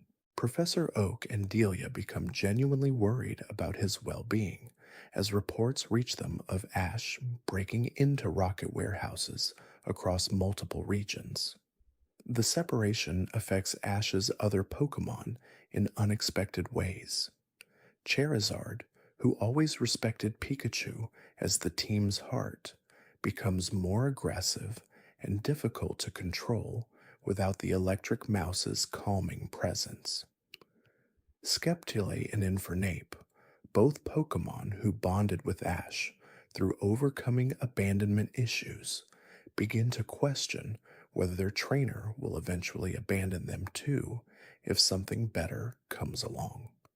Only Greninja, connected to Ash through their unique bond phenomenon, maintains unwavering loyalty. But even their psychic link feels incomplete without Pikachu's electrical signature in the mix. Go finds himself in an impossible position as Ash's traveling companion. Every attempt to suggest new adventures or Pokemon encounters is met with obsessive focus on rocket intelligence gathering. Ash stops caring about his world champion duties, ignoring challenges from other trainers and skipping promotional events. The Pokemon World Championship Committee grows concerned about their champion's mental state and public behavior, but Ash refuses all offers of help or counseling. 3 weeks after the capture, Giovanni makes his first direct contact with Ash since becoming world champion. The call comes through official league channels, lending it an air of legitimacy that catches Ash off guard. Giovanni's message is simple but devastating. He has Pikachu, the Pokemon is being treated well, and Ash can have him back under one condition. The world champion must face Giovanni in a 6-on-6 battle with championship rules. If Ash wins, he gets Pikachu back. If Giovanni wins, Ash must surrender his world champion title and never challenge Team Rocket again. The terms seem straightforward, but Giovanni's true strategy runs deeper. During their weeks together, he has been slowly poisoning Pikachu's mind against Ash, not through abuse, but through comfort and manipulation. Giovanni shows Pikachu data on injury rates among Ash's Pokemon compared to those of other top trainers. He provides evidence of how many times Ash put Pikachu specifically in life-threatening situations for the sake of battles that ultimately meant nothing. Most devastatingly, he shows Pikachu footage of Ash celebrating victories while his Pokemon lay unconscious from exhaustion. Pikachu begins to doubt, something that never happened in canon despite numerous separations and misunderstandings. The mouse Pokemon starts to wonder if Giovanni might be right about Ash's selfishness.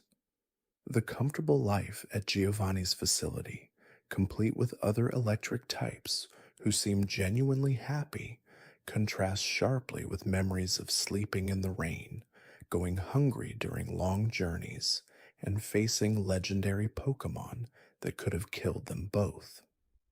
Meowth, following Giovanni's orders, reinforces these doubts by sharing his own story of abandonment and finding purpose with Team Rocket.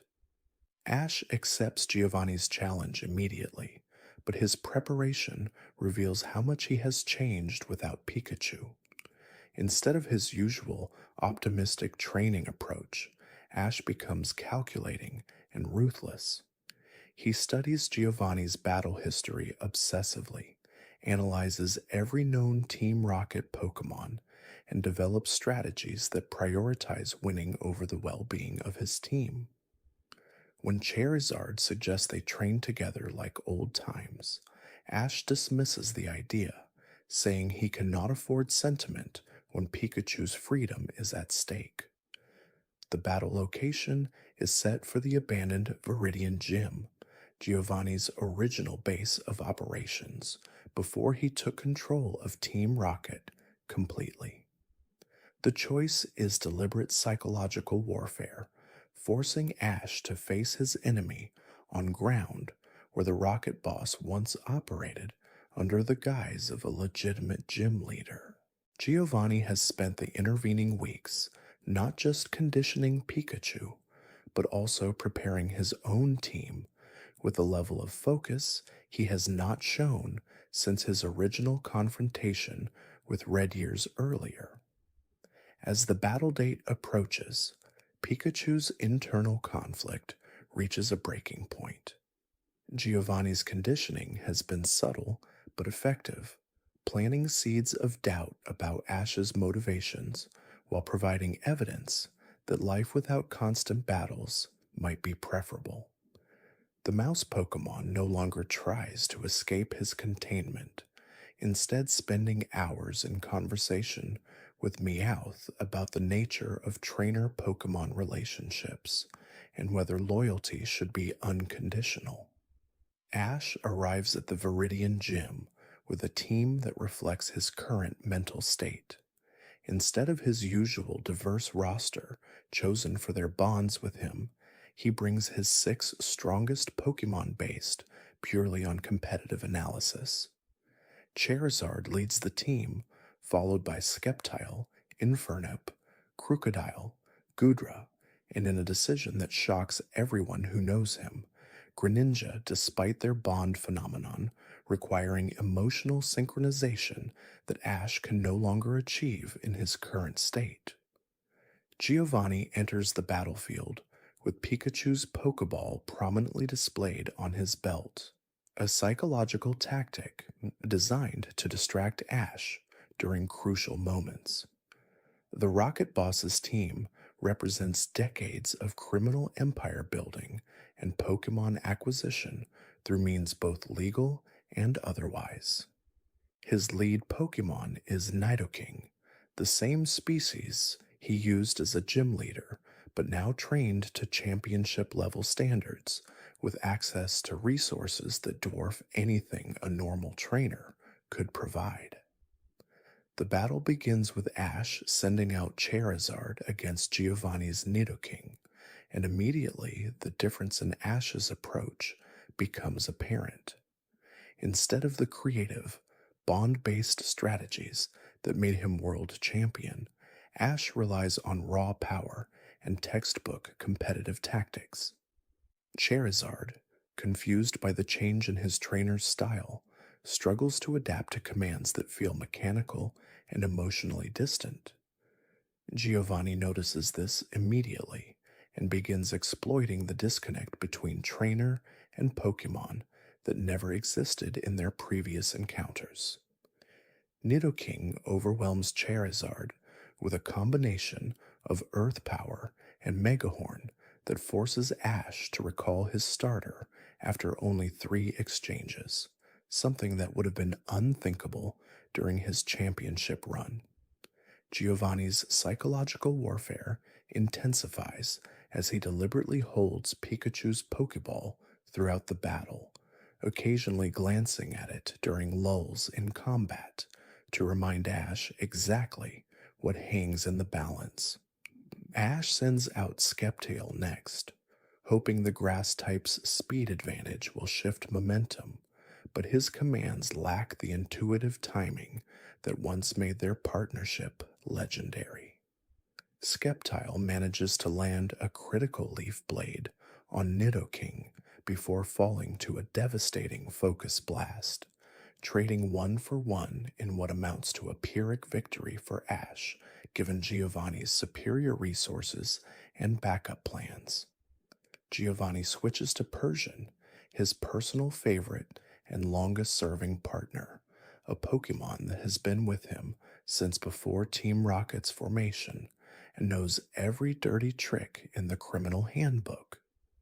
Ash responds with Infernape, banking on type advantage, but the fire type's natural aggression works against them when Giovanni baits Infernape into overcommitting to a Flare Blitz that Persian dodges with U-turn, bringing in Rhyperior immediately afterward.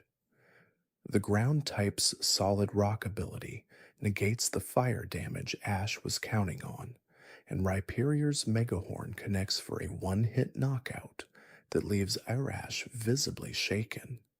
This is not how battles used to go when he trusted his Pokemon and they trusted him back.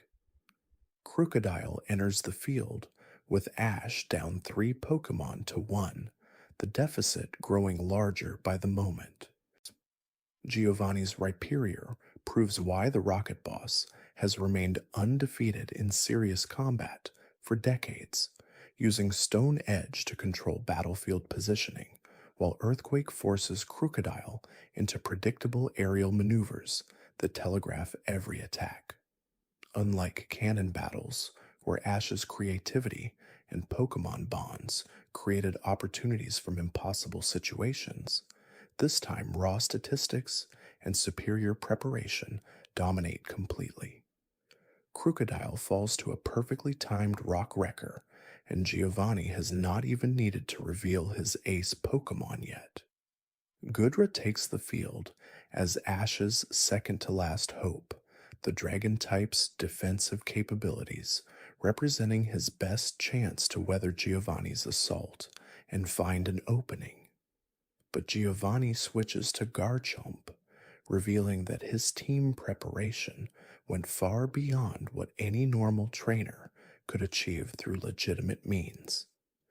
This Garchomp moves with the precision of a Pokemon trained through methods that blur the line between partnership and domination, its Dragon Rush connecting with mechanical efficiency that speaks to conditioning rather than natural battle instinct.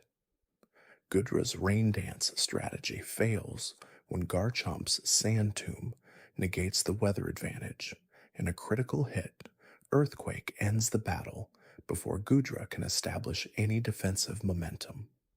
Ash reaches for Greninja's Pokeball with trembling hands, knowing that his final Pokemon represents not just his last chance to save Pikachu, but also the ultimate test of whether he can reclaim the emotional connection that once made him world champion.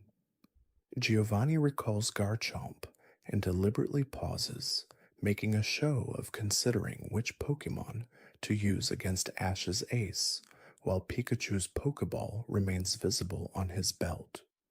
The psychological pressure reaches its peak as Giovanni finally selects his true ace, a Mewtwo that has been with him since the Cerulean Cave incident years earlier, a legendary Pokemon whose power dwarfs anything Ash has ever faced in legitimate competition.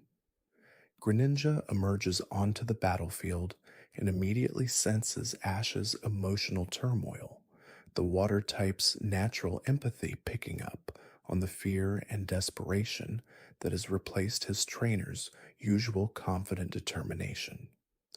The bond phenomenon requires perfect synchronization between trainer and Pokemon, but Ash's current mental state makes that impossible. Instead of the blue energy transformation that once made them legendary, Greninja can only manage flickering attempts at the form before reverting to normal, leaving them vulnerable to Mewtwo's overwhelming psychic assault. Giovanni does not even need to command attacks. Mewtwo's psychic holds Greninja motionless, while its trainer explains exactly how this battle demonstrates the futility of emotional bonds in serious combat. The defeat is total and humiliating, unlike anything Ash has experienced since his earliest days as a trainer. Giovanni collects his victory with the same cold efficiency he brings to all Team Rocket operations, but instead of gloating, he offers Ash a choice that cuts deeper than any insult could. Pikachu can be returned immediately, but only if Ash acknowledges that his methods were flawed and agrees to train under Giovanni's guidance to become the kind of trainer who prioritizes results over sentiment.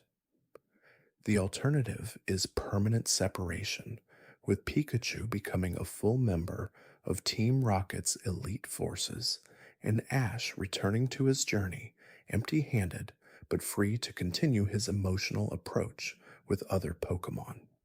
Ash stares at Pikachu's Pokeball in Giovanni's hand and realizes that his desperation to save his partner has led him to become exactly the kind of trainer he once opposed. The mechanical battle style, the focus on power over partnership, the willingness to sacrifice other Pokemon relationships for one goal, all of it represents a fundamental betrayal of everything that made him world champion in the first place. In that moment of clarity, Ash makes a decision that surprises everyone present, including Giovanni himself. He refuses both options, stating that the Pikachu he knew would never want to be saved at the cost of abandoning the principles that brought them together originally. Giovanni's carefully constructed psychological trap backfires as Ash's declaration reaches Pikachu through the Pokeball's audio receptors. The mouse Pokemon, who has spent weeks listening to Meowth's arguments about conditional loyalty and trainer motivations, suddenly understands that Ash's willingness to lose everything rather than compromise his values, represents the deepest form of trust possible.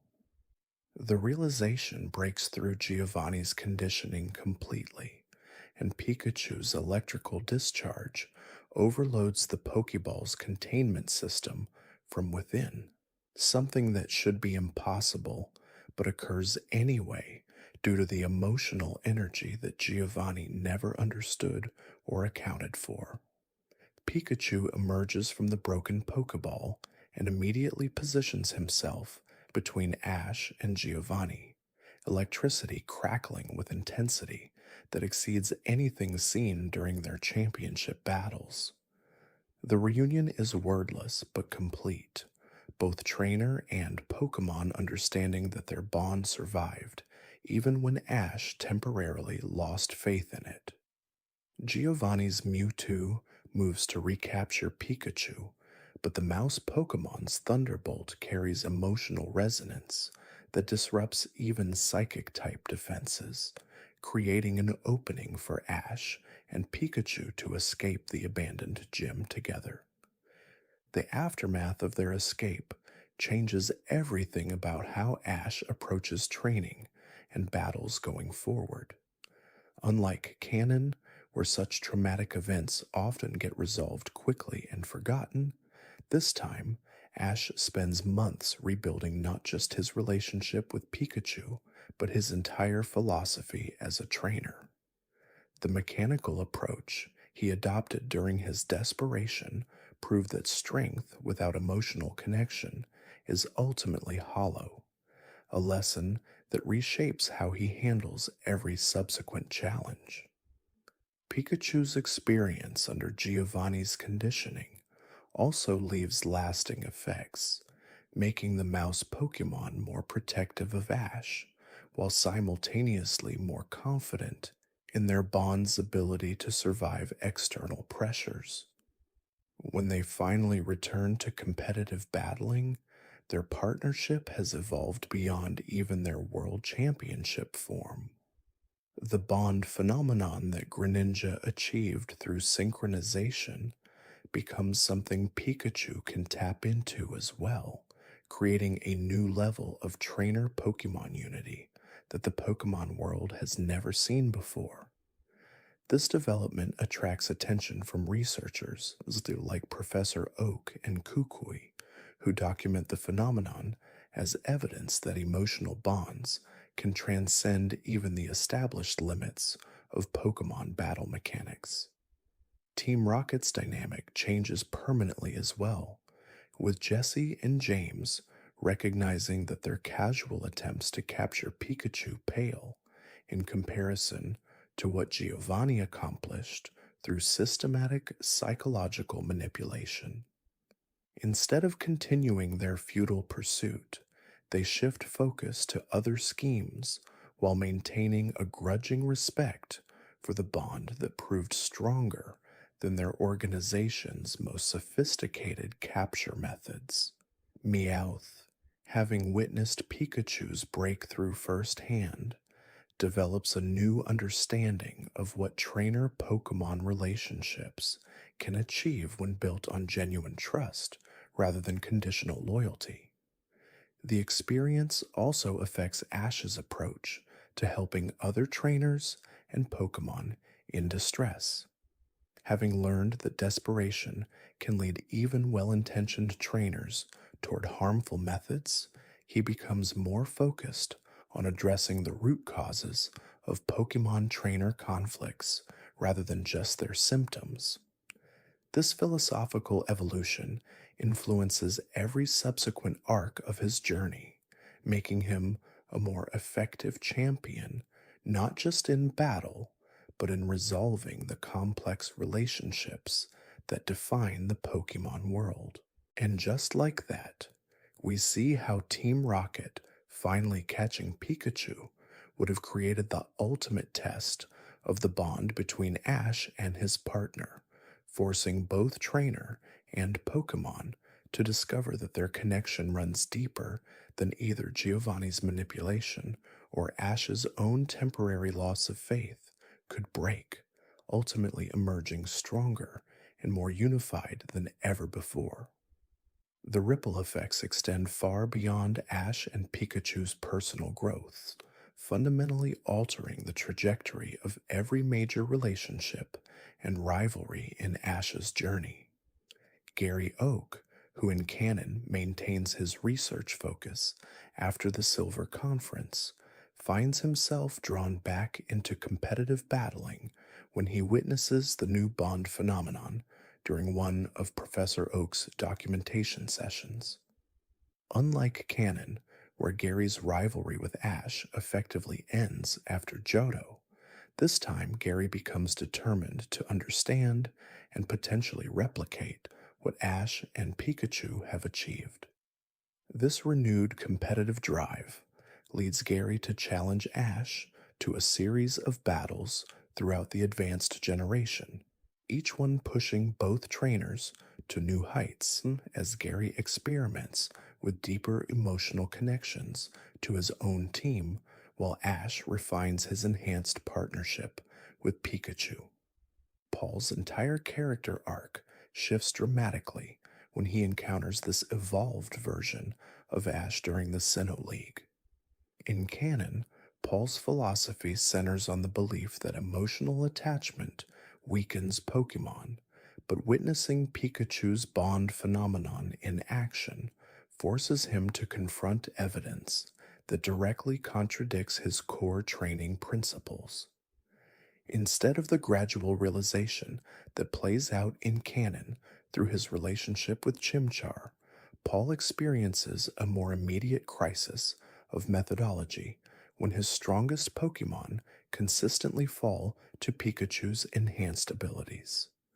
This leads to Paul releasing several Pokemon earlier than in canon, not out of disappointment, but from a genuine recognition that his training methods have been fundamentally flawed. The psychological impact of seeing Giovanni's systematic approach fail against genuine emotional bonds becomes the catalyst for Paul's transformation into a more empathetic trainer, accelerating his character development by an entire season. Dawn's coordination career takes on new dimensions when she begins incorporating elements of the bond phenomenon into her contest performances. Having witnessed Ash and Pikachu's enhanced synchronization firsthand, Dawn starts experimenting with deeper emotional connections during her appeals and battles, creating performances that blur the line between contests and traditional Pokemon battles. This innovation catches the attention of Wallace and other contest masters, who recognize that Dawn has discovered a new evolution in coordination artistry. Unlike canon, where Dawn's contests remain largely separate from Ash's gym battles, this time her performances begin influencing how coordinators across all regions approach their craft, with Dawn becoming a pioneer of what researchers eventually term synchronous coordination. The Sinnoh League itself unfolds completely differently, with Ash wielding Pikachu's enhanced abilities. Tobias, who in canon defeats Ash with his team of legendary Pokemon, finds himself facing an opponent whose bond-enhanced Pikachu can match even legendary tier power levels. The battle becomes a showcase of different philosophies, with Tobias relying on the raw power of captured legendaries, while Ash demonstrates the potential of trained partnerships. When Pikachu's bond phenomenon allows it to defeat Tobias's Darkrai through sheer synchronization rather than type advantage, the Pokemon world takes notice. Tobias, forced to reveal more of his legendary team than in canon, ultimately wins the league, but acknowledges that Ash has achieved something that legendary Pokemon alone cannot replicate. This recognition leads to Tobias seeking out Ash after the league to understand how emotional bonds can generate power that rivals legendary abilities. The Unova region presents unique challenges when Ash arrives with his enhanced partnership already established. Trip, who in canon begins as an overconfident rookie, instead finds himself completely outclassed from their first encounter when Pikachu's bond phenomenon allows it to defeat Trip's entire team without taking significant damage. This early humbling forces Trip to abandon his initial arrogance and instead becomes genuinely curious about Ash's training methods.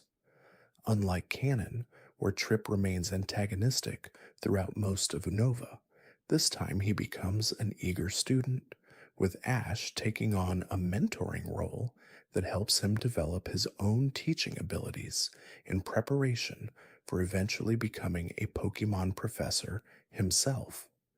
Ceylon's evaluation of Ash takes on new significance when he witnesses the bond phenomenon during their gym battle. As a connoisseur of trainer Pokemon relationships, Ceylon immediately recognizes that what Ash and Pikachu have achieved represents a completely new category of partnership. Instead of the standard gym battle format, Ceylon requests extended observation sessions to document and understand the phenomenon, leading to Ash spending several extra weeks in Striaton City.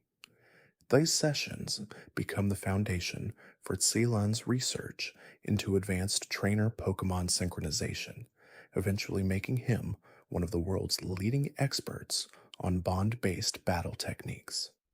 The Team Plasma crisis unfolds with dramatically higher stakes when N encounters Ash's enhanced partnership.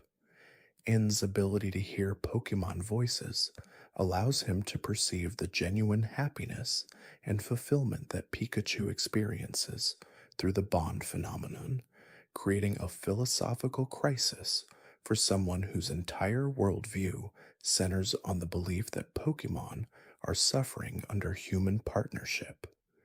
Instead of the gradual realization that plays out in canon and immediately recognizes that Ash represents proof that his ideology is flawed, but this creates an even deeper internal conflict as he struggles to reconcile his lifelong beliefs with undeniable evidence. The resulting psychological turmoil makes N more dangerous initially, as he becomes desperate to prove that Ash's case is an exception rather than evidence that his entire philosophy is wrong. Getsus recognizes the threat that Ash's bond phenomenon poses to Team Plasma's ideology, and specifically targets Pikachu for capture, seeing the elimination of this living counter-argument as essential to Team Plasma's success.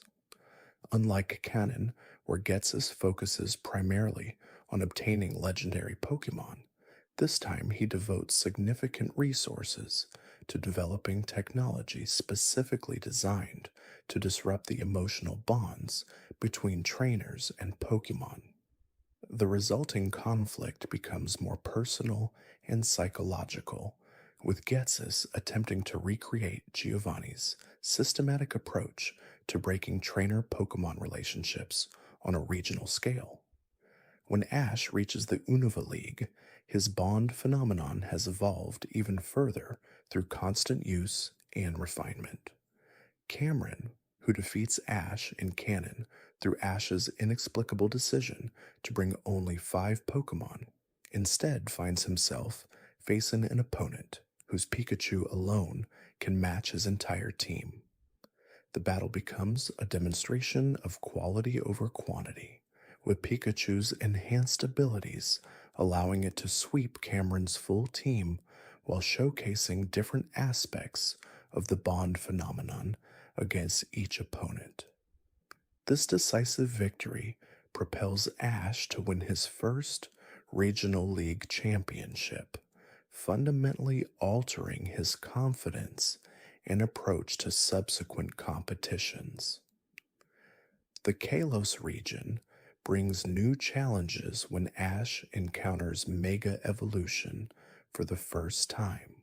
The bond phenomenon proves compatible with Mega Evolution in unexpected ways, allowing Pikachu to achieve a form of synchronization with Ash that mirrors the trainer Pokemon unity required for successful Mega Evolution. When Ash eventually obtains a Charizard and the corresponding Mega Stone, the combination of his enhanced bonding abilities with Mega Evolution creates a partnership that surpasses even Alan's mastery of the mechanic. This development forces the Kalos League to establish new regulations for bond-enhanced battles, as traditional power scaling becomes inadequate for measuring the strength of Pokemon operating through such deep synchronization. Serena's attraction to Ash takes on new dimensions when she witnesses his enhanced partnership abilities firsthand. Instead of the subtle, romantic tension that plays out in canon, Serena becomes genuinely inspired by the bond phenomenon to pursue deeper connections with her own Pokemon for performances. This leads to Serena developing her own variation of synchronous coordination, building on Dawn's earlier innovations to create performances that showcase the emotional bonds between coordinators and their Pokemon rather than just their technical skills. The resulting performances revolutionized showcases across Kalos, with Serena becoming a pioneer of what eventually becomes known as empathic performance art. Clement's scientific mind becomes obsessed with understanding the mechanics behind the bond phenomenon, leading him to develop new technologies for measuring and analyzing the emotional connections between trainers and Pokemon. Unlike canon, where Clement's inventions focus primarily on practical applications, this time his research contributes to the scientific understanding of Pokemon trainer relationships. His documentation becomes essential reference material for researchers across all regions, establishing Clement as a leading authority on the intersection between technology and Pokemon bonding. The Kalos League final against Alan becomes the ultimate test of different approaches to Pokemon training. Alan's mastery of Mega Evolution represents the pinnacle of traditional power enhancement, while Ash's bond phenomenon demonstrates the potential of emotional synchronization. The battle showcases both philosophies at their peak, with Alan's Mega Charizard X facing Ash's bond-enhanced Pikachu in a clash that determines not just the league championship, but which approach represents the future of Pokemon training. When Pikachu's bond phenomenon allows it to match and eventually overcome Mega Charizard X's raw power through pure synchronization, the victory establishes emotional bonds as a legitimate alternative to traditional power enhancement methods. The crisis with Lysandra and Team Flare takes on new urgency when Lysandra recognizes that the bond phenomenon represents everything he despises about the current world. Instead of focusing solely on legendary Pokemon and Mega Evolution energy, Lysandra specifically targets trainers who have achieved deep emotional bonds with their Pokemon, seeing them as the primary obstacle to his vision of a beautiful world. This makes Ash a direct target of Team Flare operations, leading to personal confrontations that test whether the bond phenomenon can stand against legendary tier threats like Yveltal and the Ultimate Weapon.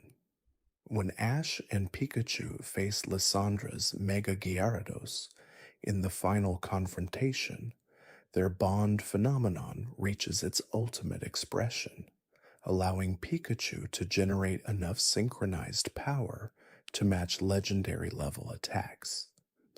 The battle becomes a symbolic representation of the conflict between those who seek power through domination and those who achieve it through partnership, with Pikachu's victory serving as definitive proof that emotional bonds can generate strength equal to any legendary Pokemon or ancient weapon.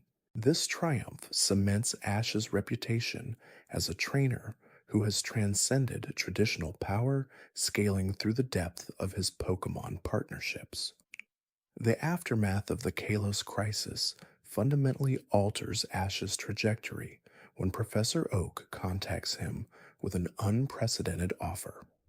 Unlike Canon, where Ash simply decides to vacation, in Alola, this time he receives a formal invitation from the Ether Foundation to study the bond phenomenon at their research facilities. Professor Kukui and Professor Oak have been collaborating on research into Z moves and their potential connection to trainer Pokemon emotional synchronization, and Ash's mastery of the bond phenomenon makes him an essential research subject. The Alola region becomes a laboratory for understanding how different cultures and training methods interact with deep emotional bonding, with Ash serving as both student and test subject in groundbreaking Pokemon relationship research. Pikachu's arrival in Alola immediately creates ripple effects throughout the region's Pokemon ecosystem. When Tapu Koko first encounters them, the guardian Pokemon recognizes something unprecedented in their bond, leading to a more intensive and prolonged interaction than in canon. Instead of simply observing and occasionally testing Ash, Tapu Koko becomes actively invested in understanding how the bond phenomenon might enhance or interact with Z-move energy. This leads to Ash receiving his Z-Ring much earlier in his Alola journey, but more importantly, it establishes a direct mentorship relationship between Tapu Koko and both Ash and Pikachu. The Island Guardian begins teaching them advanced techniques for channeling emotional energy, lessons that prove crucial when they eventually face threats that require both Z-move power and bond phenomenon synchronization. The Pokemon school dynamic shifts dramatically when Ash's reputation as a bond phenomenon master precedes him. His classmates approach him not just as a new friend, but as someone who might help them achieve deeper connections with their own Pokemon partners. Lily's relationship with Pokemon, already complicated by her past trauma, becomes the focus of intensive work as Ash applies his understanding of emotional bonding to help her overcome her fears. Unlike Canon, where their friendship develops naturally through shared experiences, this time Ash actively uses techniques learned through his bond phenomenon mastery to create safe spaces for Lily to rebuild her confidence around Pokemon. The process becomes a case study in how emotional healing can be facilitated through the same principles that enable supernatural trainer Pokemon synchronization. Kiawe's fire-type specialization creates an immediate connection with Ash's experience, but this time their rivalry takes on deeper dimensions.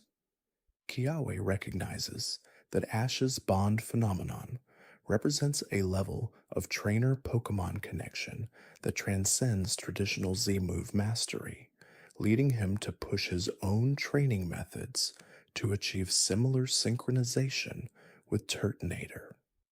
The competitive dynamic drives both trainers to new heights, with Kiawe eventually developing his own variation of enhanced emotional bonding that, while not reaching bond phenomenon levels, significantly amplifies his Z-move effectiveness. Their battles become showcases for different approaches to maximizing trainer-Pokemon partnership, with each victory teaching both trainers new techniques for deepening their connections with their teams. Sophocles' technological expertise proves invaluable when Professor Kukui begin serious research into the bond phenomenon's mechanics. Unlike canon, where Sophocles focuses primarily on general Pokemon technology, this time he becomes specifically invested in developing instruments that can measure and analyze the energy patterns generated during bond phenomenon activation. His work leads to the creation of devices that can detect the early signs of deep trainer Pokemon bonding, potentially allowing other trainers to recognize when they are approaching bond phenomenon capability. The research collaboration between Sophocles, Professor Kukui, and the Ether Foundation establishes Alola as the leading center for trainer Pokemon relationship studies, attracting researchers from every region who want to understand how emotional bonds can generate measurable power increases.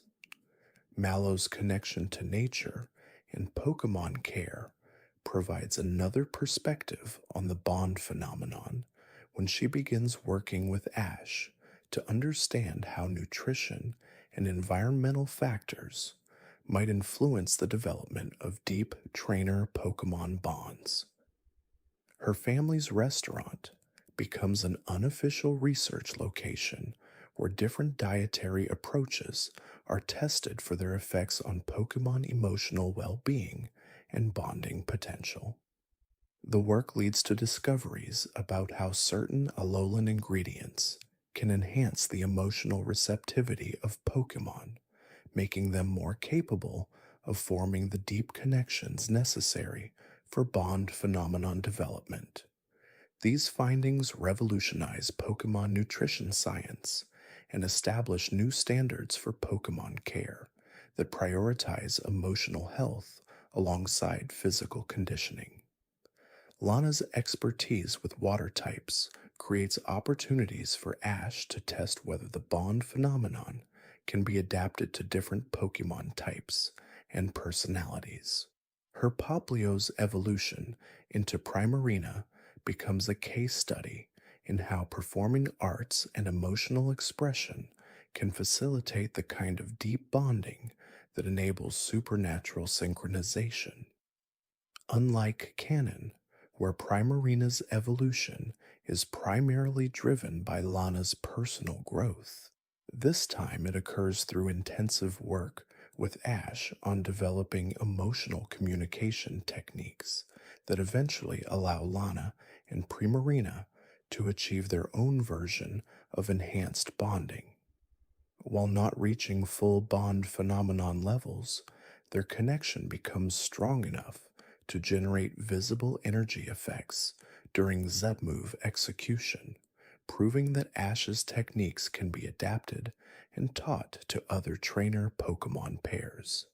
The Island Challenge trials take on new significance when each totem Pokemon recognizes the bond phenomenon energy and responds with increased intensity.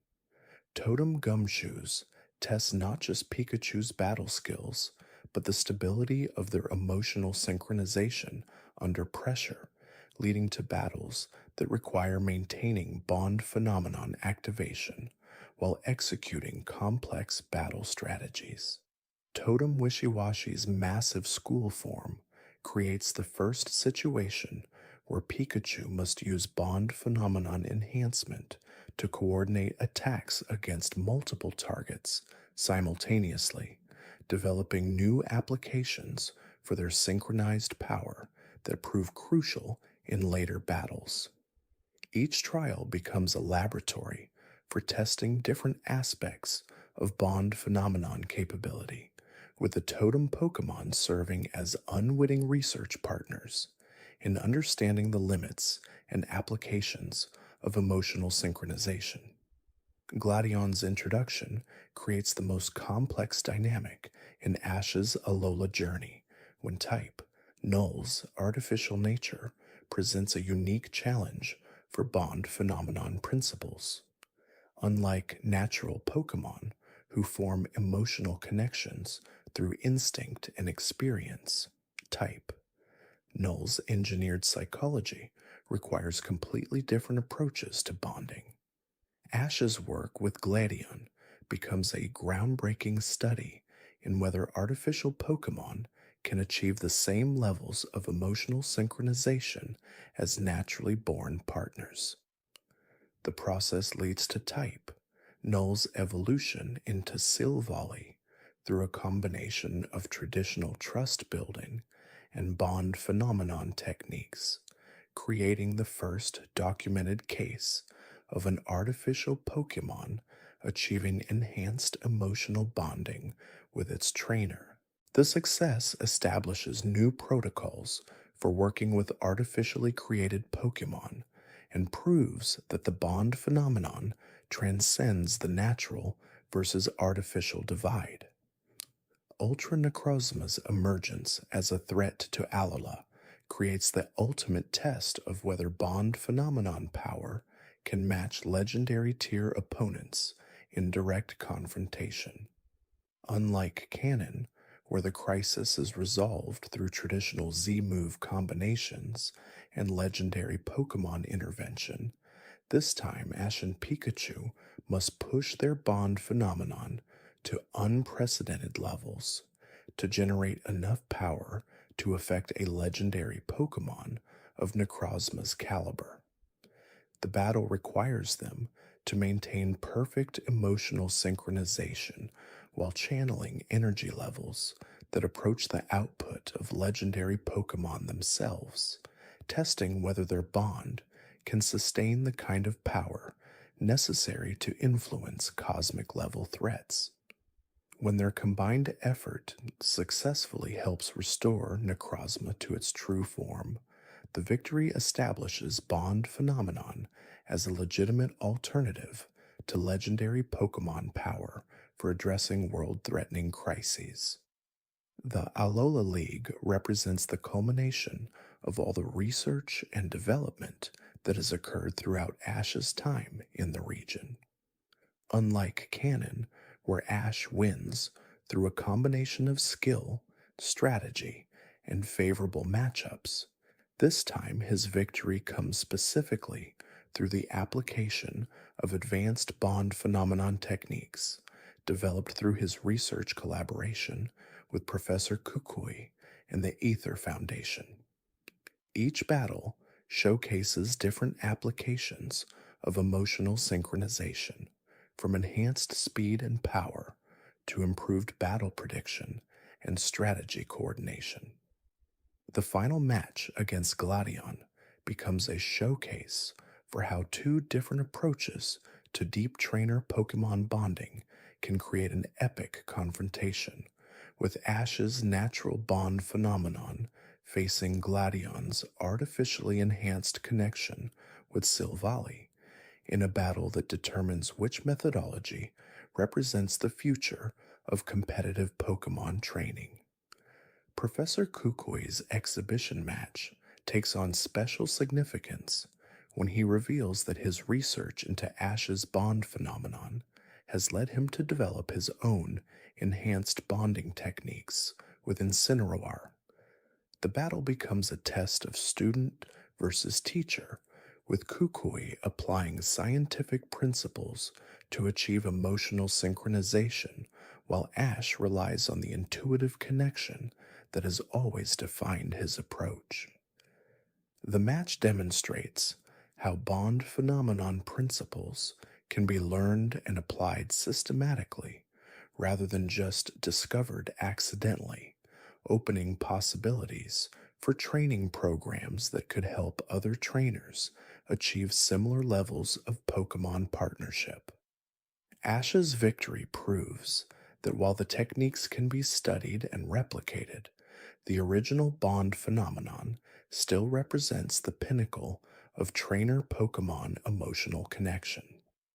The transition to Go's partnership in the Journeys series creates entirely new dynamics when Go encounters a trainer who has already mastered the deepest possible connection with his Pokemon partner. Unlike Canon, where Go and Ash develop their friendship through shared adventures and complementary approaches to Pokemon, This time, Go becomes specifically interested in understanding whether his catch everything methodology can coexist with bond phenomenon principles. The partnership becomes a study in contrasting philosophies, with Go's quantity focused approach challenging Ash's depth oriented bonding, while both trainers learn from each other's methods.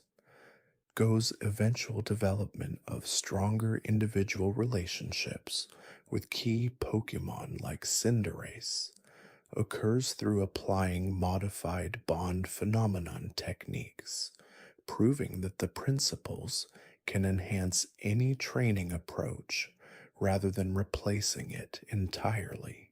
The World Coronation Series becomes the ultimate proving ground for bond phenomenon mastery when Ash faces opponents who represent every major training philosophy and power enhancement method. Leon's championship level team requires Ash and Pikachu to push their emotional synchronization beyond every previous limit, maintaining bond phenomenon activation through extended battles against multiple opponents while adapting their strategy to counter Leon's unpredictable battle style. The final confrontation with Charizard becomes a symbolic clash between traditional training excellence and revolutionary bonding techniques, with Pikachu's bond phenomenon allowing it to match Charizard's raw power, while demonstrating the tactical advantages that come from perfect trainer Pokemon communication. When Pikachu's final Thunderbolt, amplified through maximum bond phenomenon synchronization, defeats Leon's Charizard to claim the World Championship, the victory establishes emotional bonding as the ultimate expression of Pokemon training mastery. The achievement represents more than just a personal victory for Ash and Pikachu. Their World Championship proves that the bond phenomenon offers a path to the highest levels of Pokemon training success that any dedicated trainer can potentially achieve through sufficient emotional investment and partnership development. Unlike Mega Evolution, Z moves, or Dynamax, which require specific items, locations, or Pokemon capabilities, the bond phenomenon depends only on the depth of connection between trainer and Pokemon, making it theoretically accessible to anyone willing to invest in building that relationship.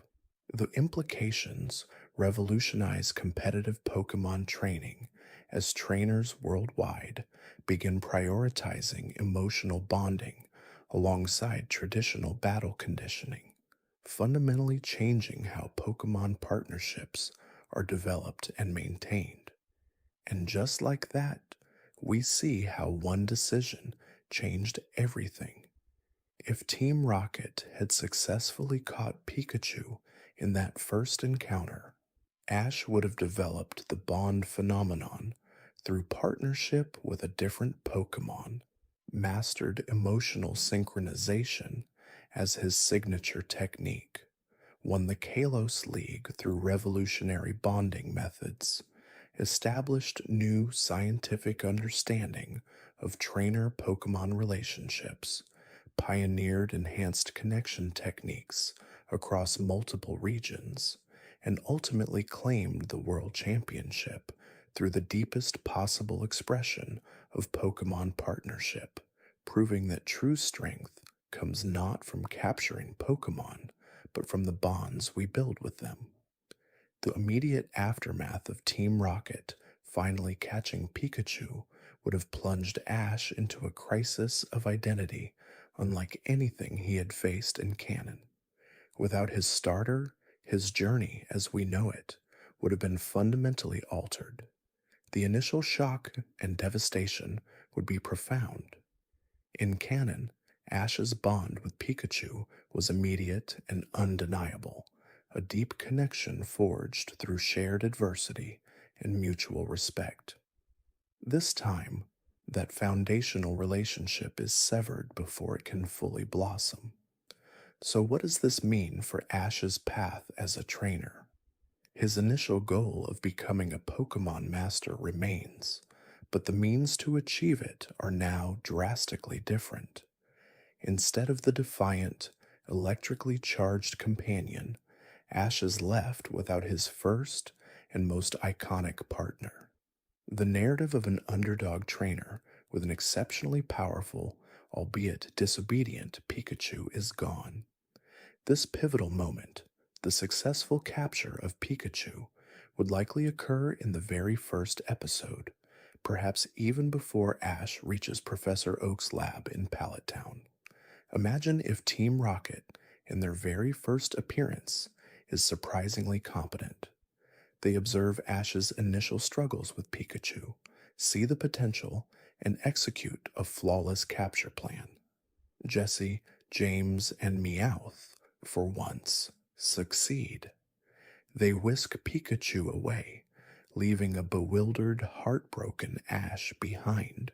The immediate ripple effect is that Ash does not receive a different Kanto starter from Professor Oak. The narrative of him oversleeping and being left with Pikachu is intertwined with the idea that the other starters were already taken. If Pikachu is captured, Ash arrives at the lab and there are no starters left. This sends Ash on a different, more challenging trajectory from the outset. He might be given an egg, or perhaps even a less conventional starter, like a Rattata or a Spearow, a Pokemon he catches himself out of desperation, reflecting his newfound vulnerability and a need to prove himself. For the sake of this hypothetical, let us say Professor Oak, seeing Ash's sorrow but also his fierce determination, gives him a freshly hatched Pichu egg, knowing the potential for a new bond to form. This Pichu, unlike the wild and seasoned Pikachu, starts as an infant, requiring Ash to learn patience and nurturing from day one. The journey through Kanto, then, becomes a narrative of growth for both Ash and his new Pichu. Without the immediate power of Pikachu, Ash has to learn true training fundamentals from the ground up. He can't rely on raw strength. He must develop strategy, understanding, and empathy. Pichu's early battles are challenging, and Ash experiences more losses than in canon. This early struggle forges a different kind of resilience. Pichu eventually evolves into Pikachu, but this Pikachu is different. It is not the defiant, independent force of canon. It is a loyal, deeply bonded partner, shaped by Ash's early struggles and careful nurturing. This Pikachu, having hatched from an egg, understands Ash's efforts on a fundamental level, fostering an even deeper emotional connection. Brock and Misty still join Ash, their initial interactions providing some much-needed companionship and guidance for a trainer stripped of his iconic partner. Brock's wisdom about Pokemon care resonates more deeply with Ash, who is now responsible for a young developing Pichu. Misty's dynamic with Ash shifts, as there's no initial rivalry over Pikachu's electric attacks. Instead, she might tease him about his new, weaker starter, unknowingly pushing him to work harder. Team Rocket's presence is also altered. Their initial success in capturing Pikachu gives them a false sense of superiority, making them even more arrogant. They continue to pursue rare and powerful Pokemon, but their primary obsession with Ash's Pikachu is gone. They still cross paths with Ash, but their encounters are less personal, more focused on their general goal of stealing Pokemon. This might make them slightly more effective as a criminal organization, as they are not singularly focused on one individual's Pokemon. They might even achieve minor successes, selling off captured Pokemon on the black market, which would be a darker turn for the comedic trio. However, Their incompetence ultimately remains a core character trait, and they would still fail spectacularly in the long run. The Kanto Gym Challenge plays out with Ash's new Pikachu. While the challenges remain formidable, Ash's improved strategic thinking and the deep bond with his nurtured Pikachu allow him to secure the necessary badges. The bond, still in its nascent stages, doesn't yet manifest as the bond phenomenon, but it is the fertile ground from which it will eventually spring. This Pikachu might not be as overtly powerful as Canon Pikachu initially, but its loyalty and willingness to follow Ash's commands are absolute. The Indigo League, like in Canon, would likely be a learning experience. Ash would still make mistakes, but perhaps his losses would be attributed less to raw power disparity and more to tactical oversights that he would then learn from. The early nurturing of Pichu would instill a greater sense of responsibility and a deeper understanding of each Pokemon's individual needs, rather than relying on a single, overpowered partner. When Ash travels to the Orange Islands, his new Pikachu shines. The challenges there, often requiring unique solutions and teamwork, are perfectly suited for Ash's developing strategic mind and his well-bonded team. The Orange League win, while still a significant achievement, becomes a testament to Ash's ability to adapt and overcome, rather than the raw power of a single, exceptionally strong Pokemon. Johto follows similarly, but with a crucial difference. Ash's focus on nurturing his Pokemon and understanding their individual strengths is now a deeply ingrained habit. This leads to a more balanced team composition and a greater willingness to rotate his Pokemon. This is where the foundation for the bond phenomenon truly begins to solidify. He learns to anticipate his Pikachu's movements, to read its emotions, and to communicate without words, not just through instinct, but through deliberate training. In Hoenn, the bond phenomenon starts to subtly manifest, not as the explosive power of Kalos, but as an almost prescient understanding between Ash and Pikachu during battles. They move as one, anticipating attacks and executing strategies with uncanny synchronicity. This gives Ash an edge, allowing him to contend with more experienced trainers and formidable opponents. He might even win the Hoenn Leagues, not through brute force, but through a masterful display of teamwork and understanding. Here, we see the first true ripple of the initial change. Ash, having lost his original Pikachu, has learned a deeper, more profound way of connecting with his Pokemon, turning adversity into innovation. The battle frontier, then, becomes a crucible for this developing bond. The unique challenges of each frontier brain force Ash and Pikachu to push their emotional and strategic limits. The increased difficulty and variety of opponents further hone their connection. This time, Ash definitively conquers the battle frontier, securing the title of Frontier Brain, a testament to his unique training philosophy centered on emotional bonding. Sinnoh is where the bond phenomenon would become undeniably apparent to Ash himself, even if not yet named or fully understood. The intense rivalries with Paul and Barry and the challenging gym leaders demand Ash's absolute best. His Pikachu, through sheer force of will and emotional resonance with Ash, begins to display bursts of enhanced strength and speed that surprise even Ash.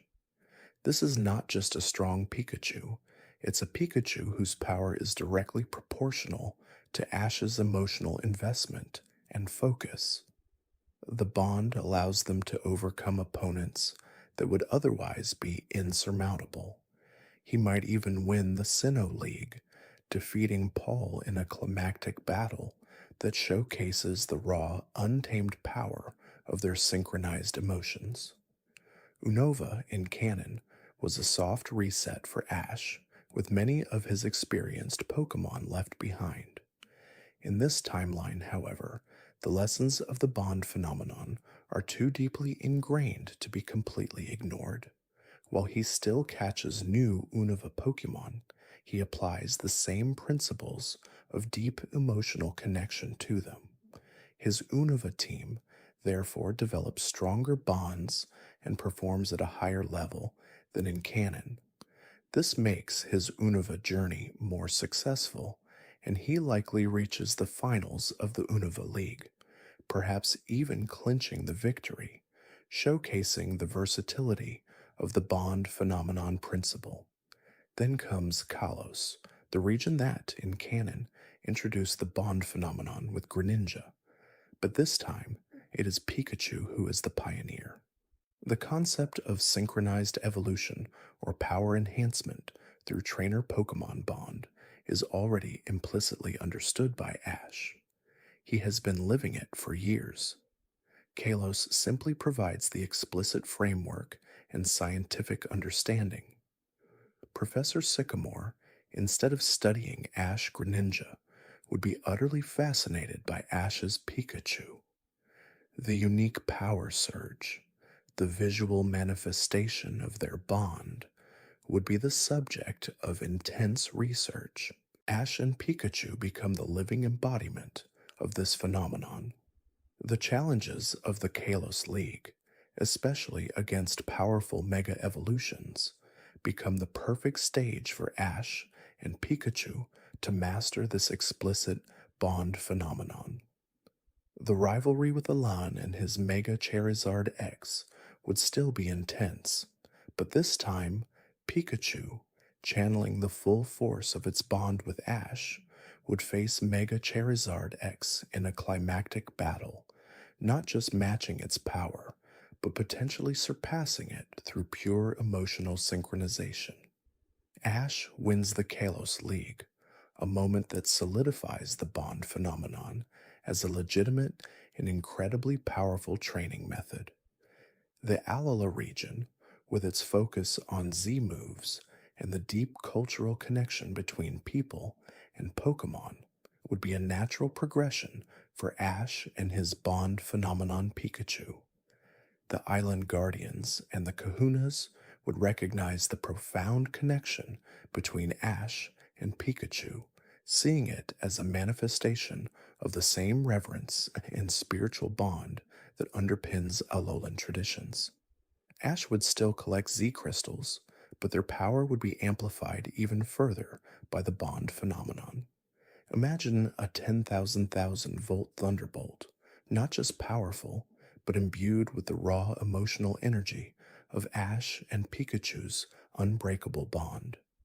The Alola League in this timeline is a clear victory for Ash, cementing his status as a champion who relies not on external power-ups alone, but on the intrinsic strength of his relationships.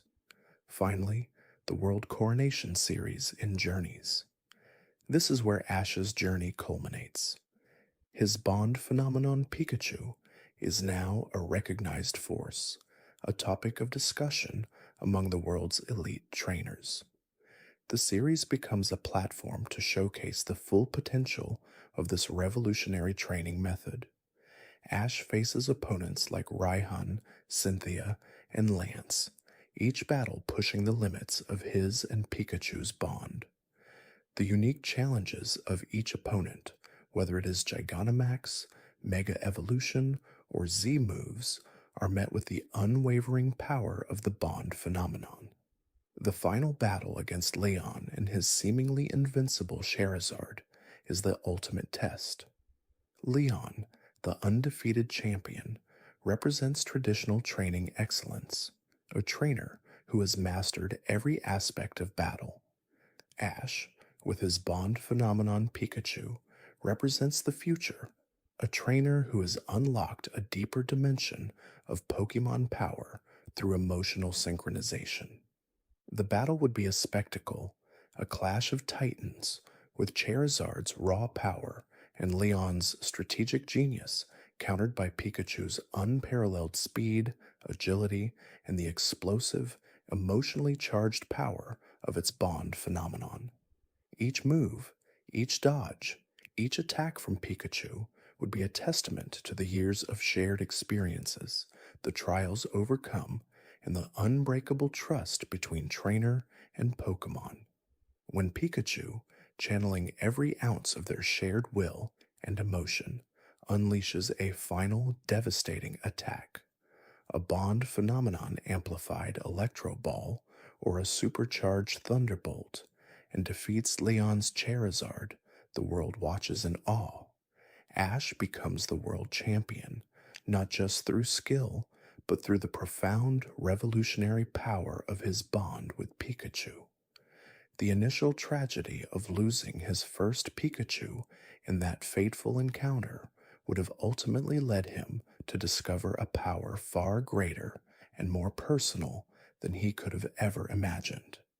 It proves that sometimes losing something familiar forces us to find something extraordinary.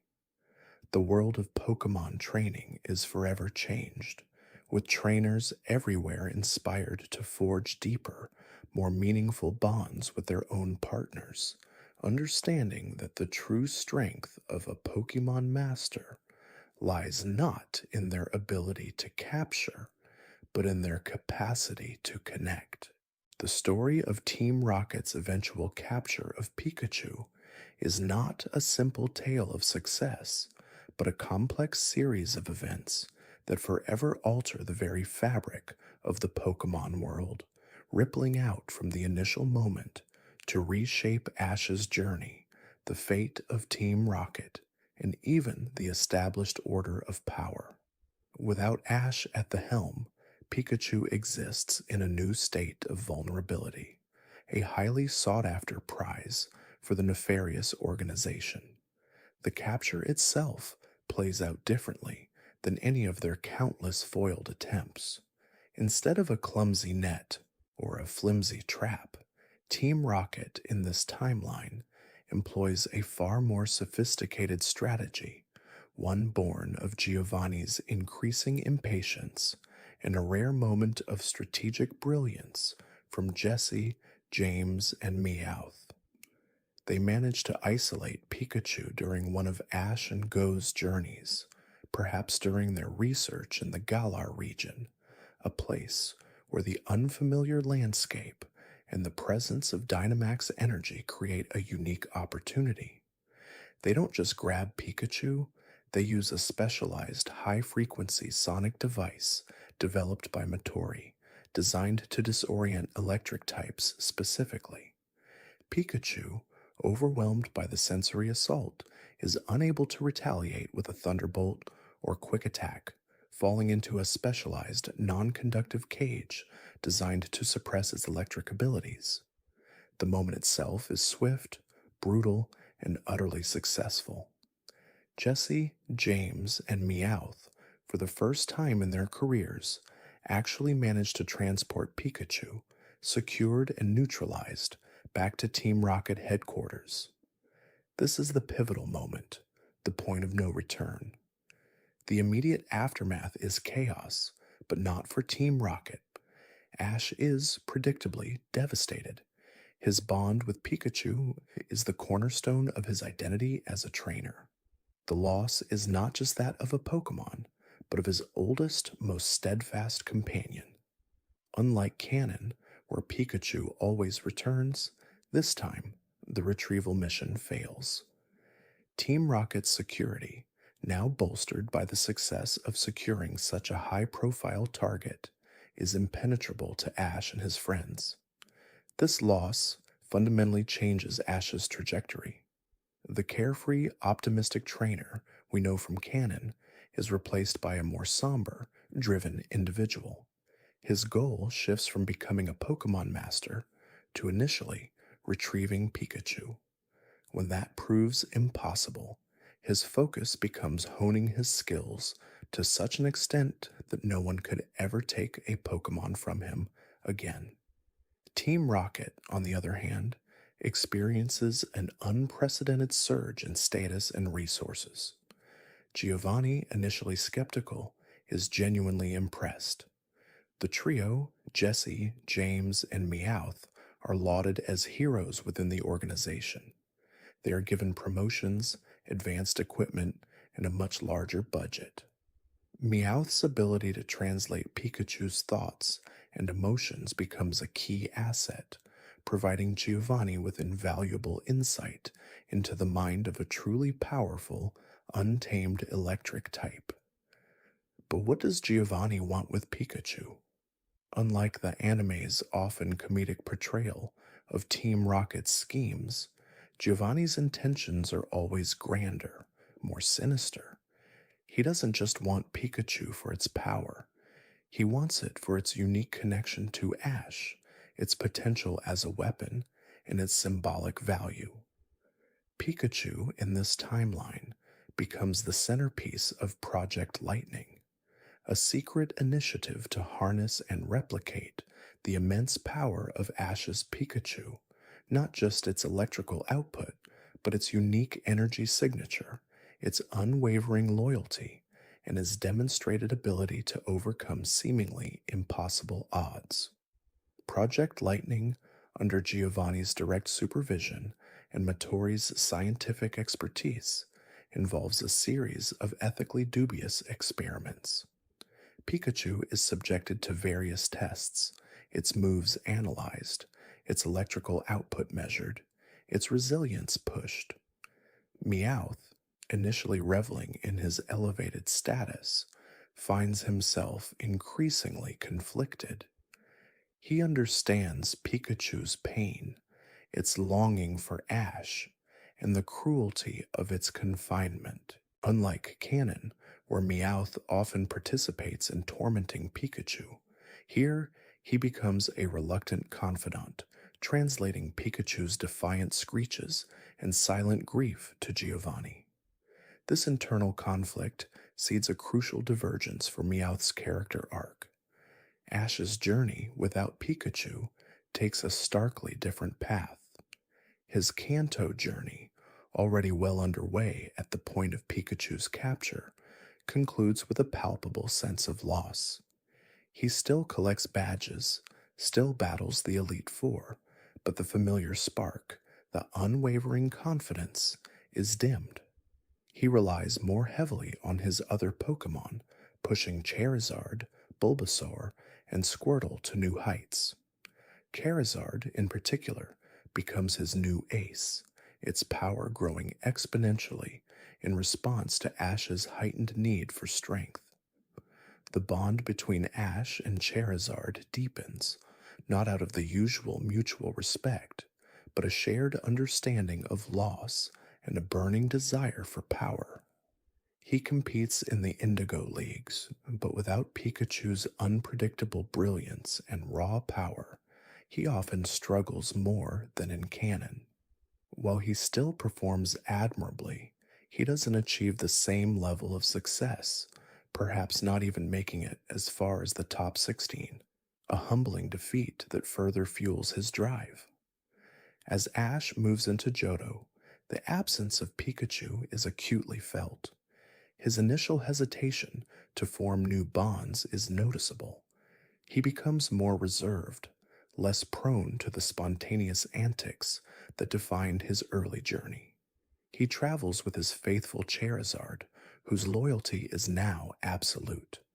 He catches new Pokemon, like Bayleaf and Totodile, but his connection to them is more pragmatic, less emotionally charged, at least initially.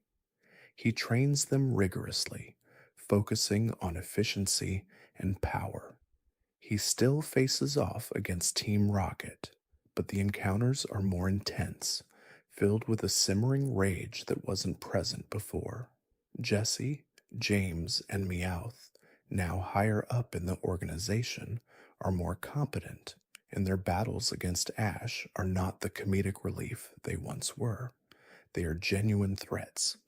Ash, fueled by his past failure, often pushes his Pokemon to their absolute limits to secure victories against them.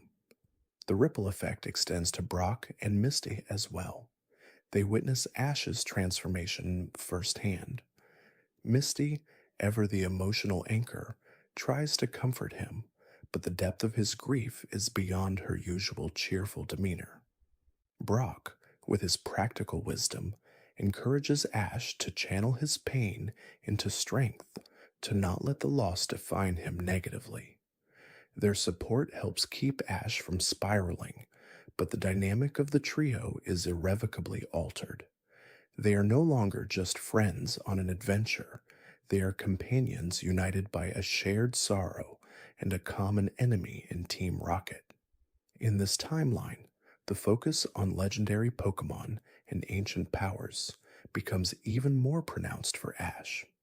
Without Pikachu, Ash seeks external sources of strength, perhaps even getting involved in the mysteries of the unknown or the secrets of the Celebi, aiming to understand powers that could potentially counter the might of an organization like Team Rocket.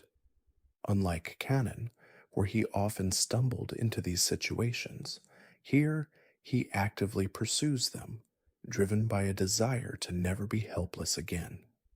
Team Rocket, meanwhile, finds itself facing new challenges from within. While Project Lightning yields promising results, the ethical implications, particularly for Meowth, become unbearable. Meowth, witnessing Pikachu's suffering and understanding its desperate desire for freedom, begins to sabotage the project in subtle ways. He misinterprets data, delays experiments, and it even provides false information, all in an attempt to protect Pikachu. This is a slow burn, a gradual shift in his loyalty, unlike the more sudden moments of compassion seen in canon. He's torn between his loyalty to Giovanni and his growing empathy for Pikachu. The Wallace Cup in Sinnoh still happens, but without Pikachu, a Dawn's Ambipom doesn't have its iconic partner. Ash's Sinnoh journey is also different. He still aims for the league, but his competitive edge is sharper, more focused. He trains tougher, pushes harder.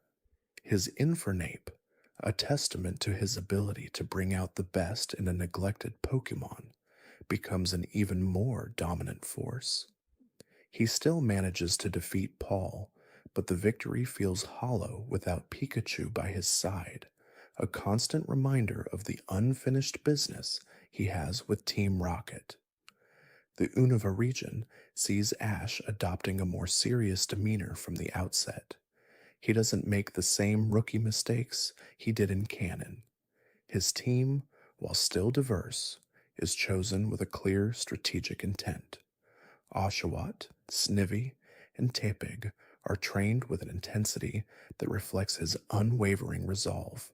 He still meets N, but their conversations about the nature of Pokemon liberation strike a deeper chord with Ash, who understands the pain of a Pokemon held captive. This bond with N might even lead to Ash joining N's cause more actively, seeking to dismantle Team Plasma's operations, not just for the good of the region, but as a broader form of resistance against organizations that control Pokemon against their will, a thinly veiled connection to his own vendettas against Team Rocket. The Kalos region, without Pikachu, means no Ash Greninja, at least not in the same way. However, the concept of a powerful bond remains central to Ash's character.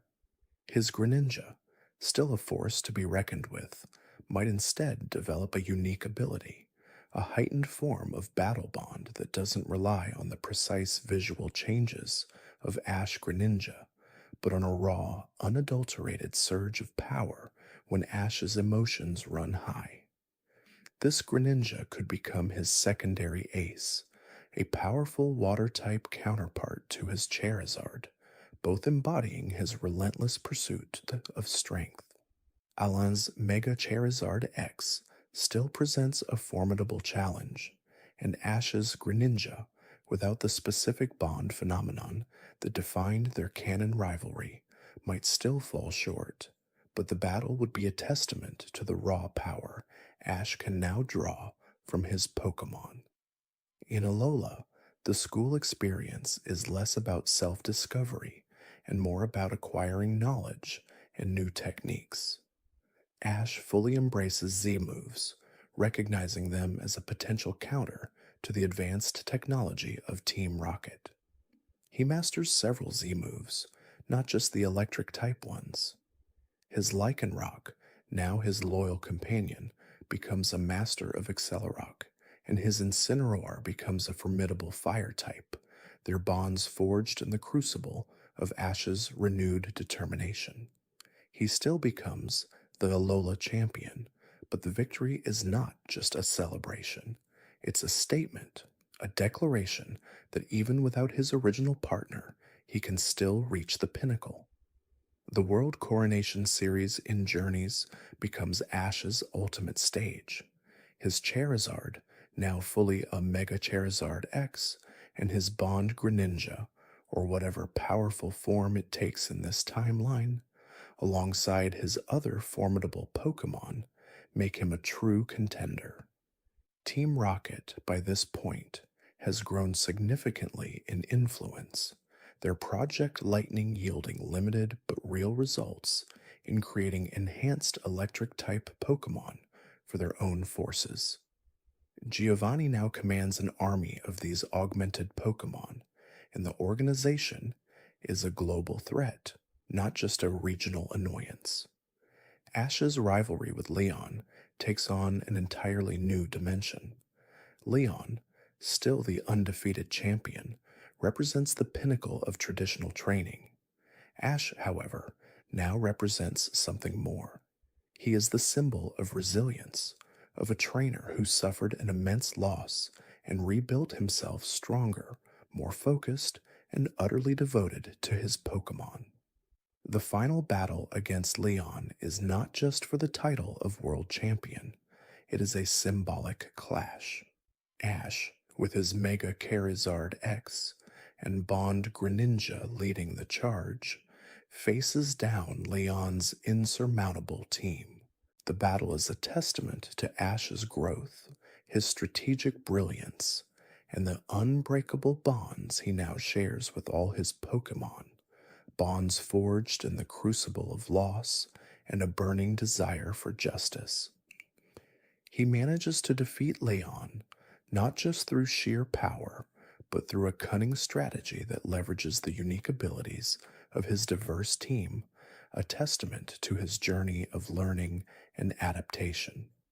But the story doesn't end there. After becoming world champion, Ash's ultimate goal shifts. He no longer seeks just to be a Pokemon master. He seeks to dismantle Team Rocket.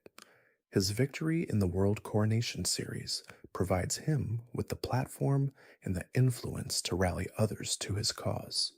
He becomes a leader, an icon of resistance against the oppressive forces that steal Pokemon. His journey culminates in a direct confrontation with Giovanni and the fully realized Project Lightning. Pikachu, meanwhile, has been irrevocably changed by its time with Team Rocket. It's stronger, yes, but also scarred. Meowth, having reached his breaking point, finally makes his move. He facilitates Pikachu's escape, a moment of profound betrayal for Team Rocket, but a desperate act of redemption for Meowth. This escape is not a clean break. It's a chaotic, destructive event that cripples a significant portion of Team Rocket's research and facilities. The reunion between Ash and Pikachu is not the tearful, joyous embrace one might expect. It's a moment of quiet understanding, of shared trauma and renewed resolve. Pikachu, though free, bears the weight of its captivity. Ash, though triumphant, carries the scars of his loss. Together, they confront Giovanni. This final battle is not a league match, it's a war for the future of Pokemon. Ash, with his full team, including his long lost Pikachu, now a hardened veteran of Team Rocket's experiments, faces Giovanni's enhanced Pokemon, the products of Project Lightning. Pikachu, unleashing a full power Thunderbolt, now imbued with a ferocity born of its captivity, is instrumental in dismantling Giovanni's operations. The battle is brutal, reflecting the years of pain and conflict. Giovanni is finally defeated, his organization shattered, not by a single trainer's might, but by the combined force of a trainer who refused to give up and a Pokemon that refused to be broken. The world of Pokemon, in this timeline, is forever changed. Team Rocket, as a global threat, is neutralized. Ash, the world champion, dedicates himself to protecting Pokemon from all forms of exploitation, becoming a true guardian. Pikachu, while never fully recovering from its ordeal, finds a new purpose, not just as Ash's partner, but as a symbol of hope and resilience for all Pokemon.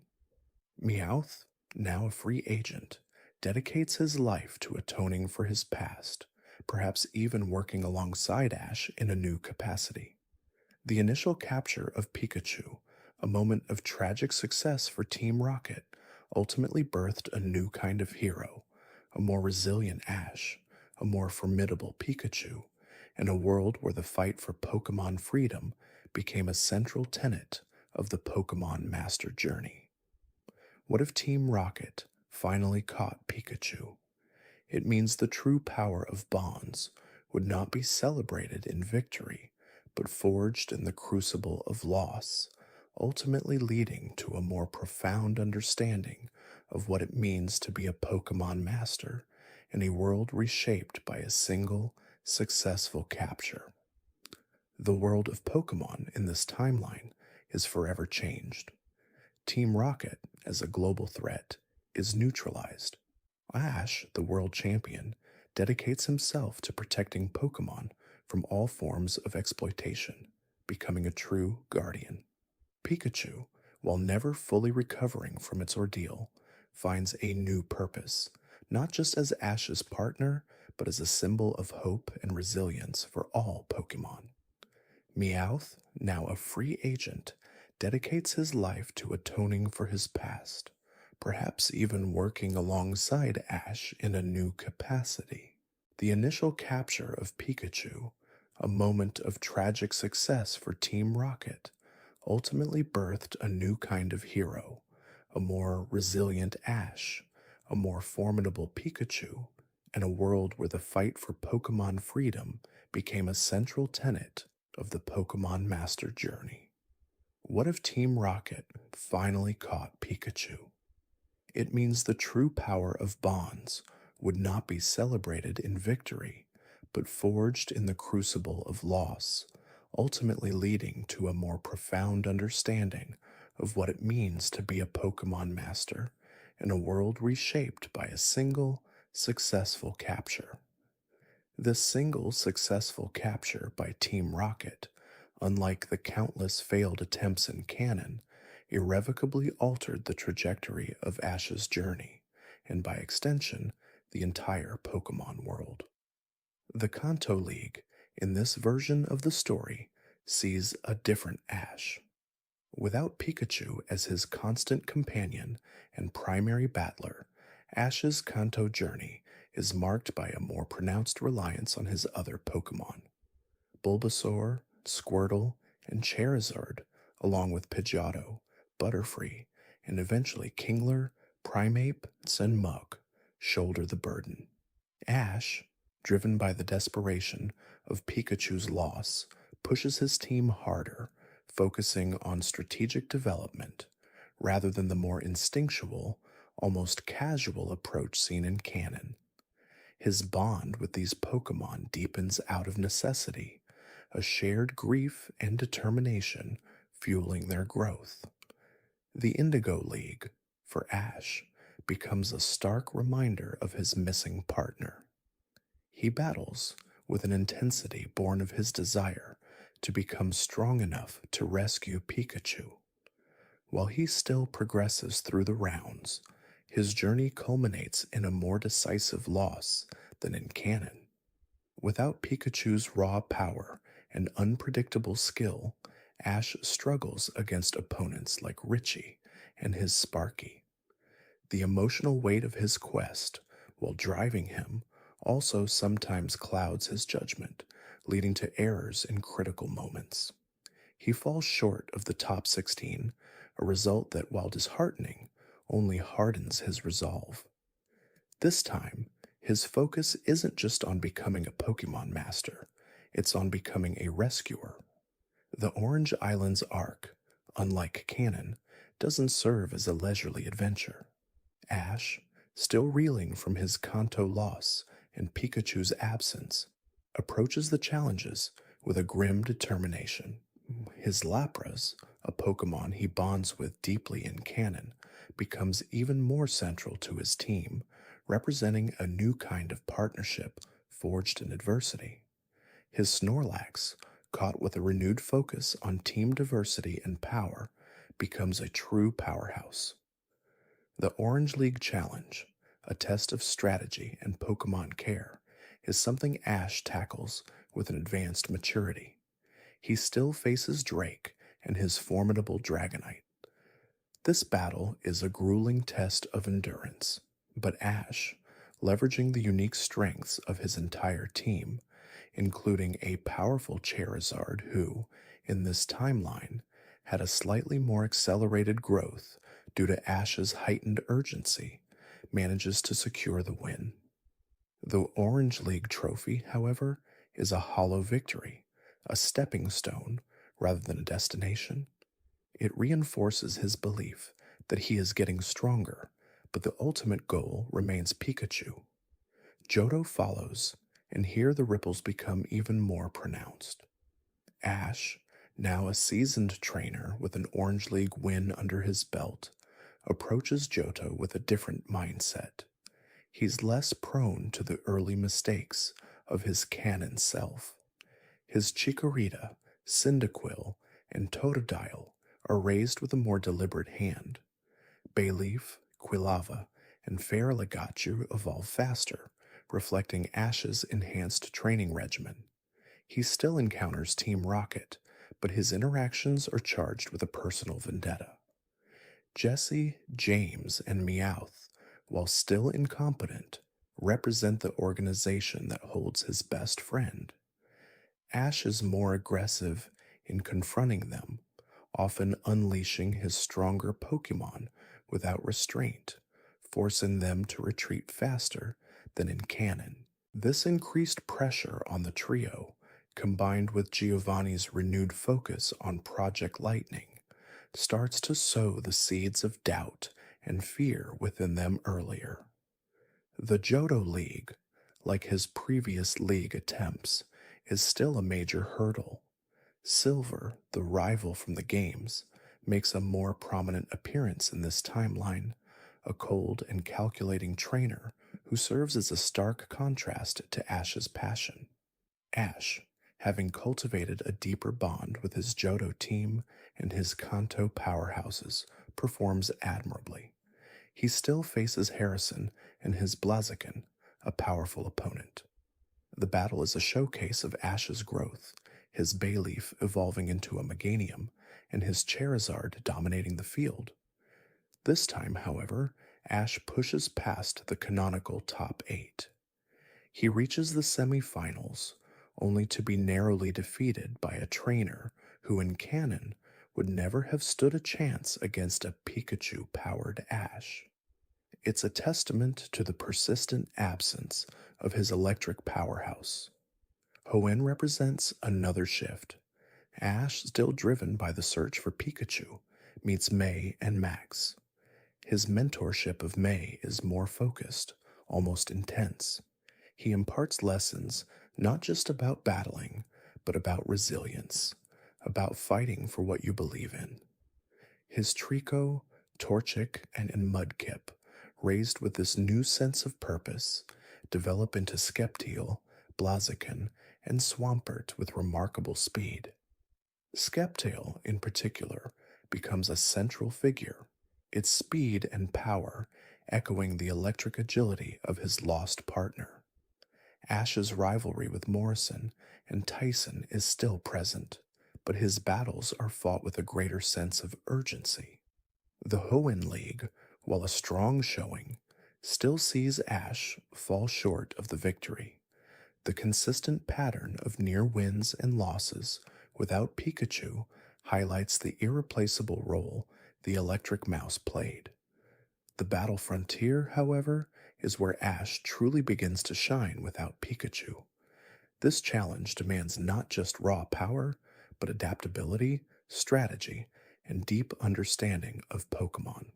Ash, having cultivated these traits out of necessity, excels.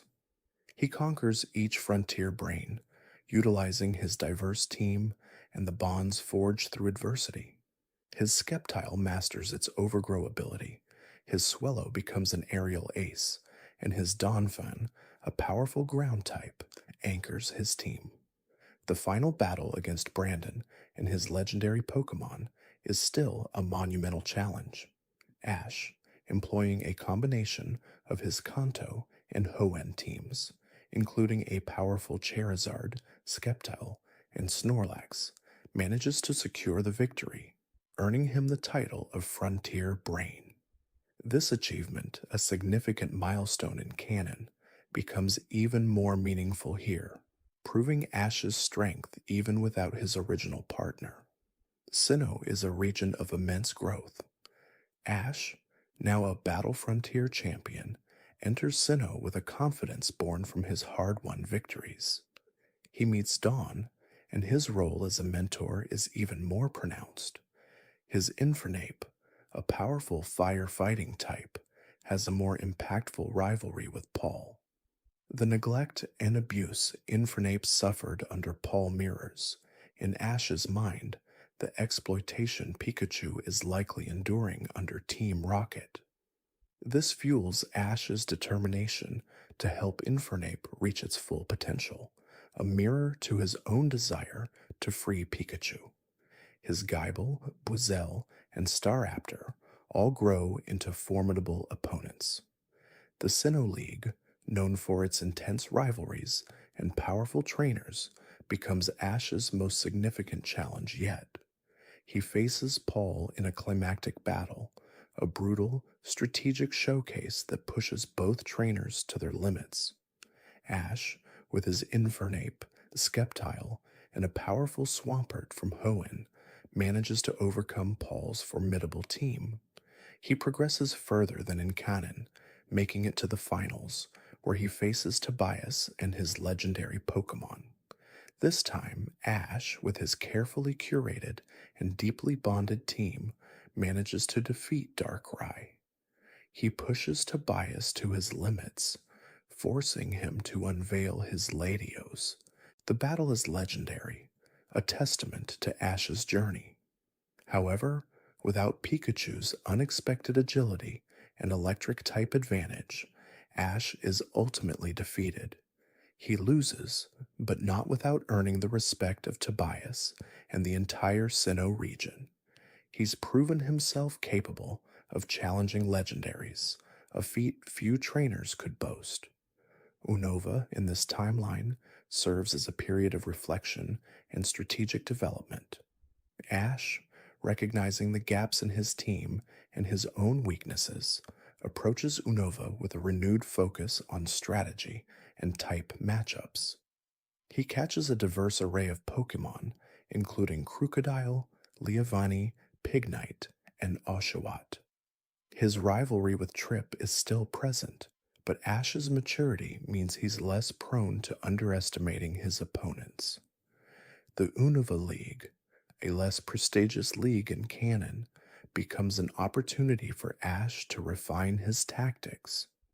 He still loses to Cameron, but the loss is less about underestimation and more about Cameron's unpredictable style and Ash's deliberate experimentation with new strategies. This time, however, Ash doesn't leave his Pokemon with Professor Oak. He keeps them, training them for the inevitable confrontation with Team Rocket.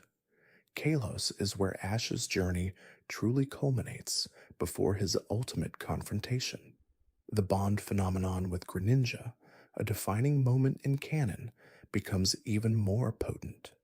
This unique ability, a reflection of an unbreakable bond, takes on a deeper meaning for Ash. It represents the ultimate expression of trust and understanding between trainer and Pokemon, the very thing he yearns to rekindle with Pikachu. His Holucha, Talonflame, and Gudra are all powerful additions, but Greninja is his ace. The rivalry with Alan and his Mega Charizard X is still central. This time, however, Ash, with the full power of his Kalos team and the raw emotional depth of his bond phenomenon Greninja, finally defeats Alan. He wins the Kalos League. This victory is not just a personal triumph, it's a statement. It proves that Ash, even without Pikachu, is capable of reaching the pinnacle of regional competition. The Kalos League trophy, held aloft, is a symbol of his unwavering resolve. The world takes notice. His name, now synonymous with strength and an unbreakable spirit, reaches the ears of Giovanni. Alola, for Ash, is a brief but impactful detour. The Island Challenge provides a refreshing change of pace, and the Zub moves offer a new dimension to his battling style. His Rowlet, Litten, and Rockruff are still captured and developed, with Incineroar and Lycanroc, Dusk form, becoming strong members of his team. While he enjoys the challenges, his primary focus remains on the looming threat of Team Rocket. The Alola League, in this version, is not a major goal. Ash participates, but his attention is split. He still manages to win the Alola League, showcasing his diverse skills and the power of Z moves, but it feels secondary. The true fight is yet to come. Journeys is where the narrative converges with the direct consequences of Pikachu's capture. Ash, now a world champion, has a clear goal: dismantle Team Rocket and rescue Pikachu. His journey through the World Coronation series is expedited. He battles strong trainers not just for rank, but to hone his skills for the ultimate confrontation. His Gengar, Dragonite, and Lucario are trained with intense focus. Lucario, in particular, with its aura abilities, becomes a key player, its ability to sense and connect with others, hinting at the deep emotional bonds that define Ash's quest. The Masters 8 tournament is still a challenge, but Ash, leveraging his experience, his diverse team, and his unyielding spirit, defeats every opponent. He faces Lyon in the finals. This ultimate battle, a clash of champions, is a testament to Ash's growth. His Greninja, brought back from Kalos, his Lucario, and his powerful Charizard from Kanto, alongside his other champions, push Leon to his absolute limit. Ash, demonstrating a mastery of strategy, type matchups, and the unique abilities of all his Pokemon, emerges victorious. He is the Monarch, the strongest trainer in the world, a title he earned without his original partner, but fueled by the very absence of that partner. And then the moment arrives. The intelligence gathered by the World Coronation Series organization, combined with Ash's unwavering pursuit, finally pinpoints Team Rocket's main facility. The confrontation is not a simple battle, it's a full-scale assault. Ash, as the reigning monarch, leads the charge, not as a single trainer, but as the figurehead of a global coalition dedicated to ending Team Rocket's reign of terror. He is joined by former rivals, champions he's defeated, and even gym leaders, all united against a common enemy. The facility is a fortress, filled with enhanced Pokemon, and the air crackles with the dark energy of Project Lightning. Ash battles through waves of rocket grunts and executives, his team a testament to his journey.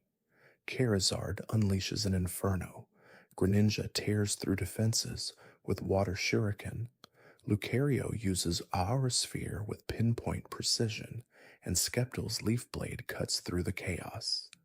Each victory is hard won, a step closer to his goal. Deep within the facility, Ash finally finds Pikachu, but it's not the playful, energetic partner he remembers. This Pikachu is gaunt, its fur matted, its eyes holding a haunted, almost feral gleam. It's stronger, yes, but also scarred. Meowth, having reached his breaking point, finally makes his move. He facilitates Pikachu's escape, a moment of profound betrayal for Team Rocket, but a desperate act of redemption for Meowth. This escape is not a clean break. It's a chaotic, destructive event that cripples a significant portion of Team Rocket's research and facilities.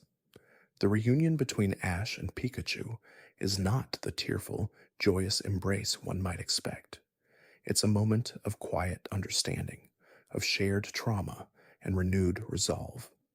Pikachu, though free, bears the weight of its captivity.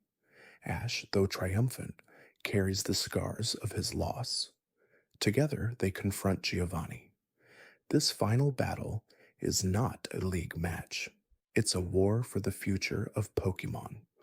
Ash, with his full team, including his long-lost Pikachu, now a hardened veteran of Team Rocket's experiments, faces Giovanni's enhanced Pokemon, the products of Project Lightning.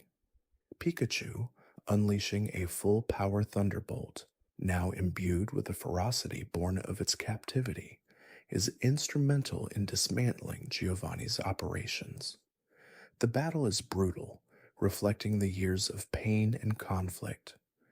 Giovanni is finally defeated, his organization shattered, not by a single trainer's might, but by the combined force of a trainer who refused to give up and a Pokemon that refused to be broken. The world of Pokemon in this timeline is forever changed. Team Rocket, as a global threat, is neutralized.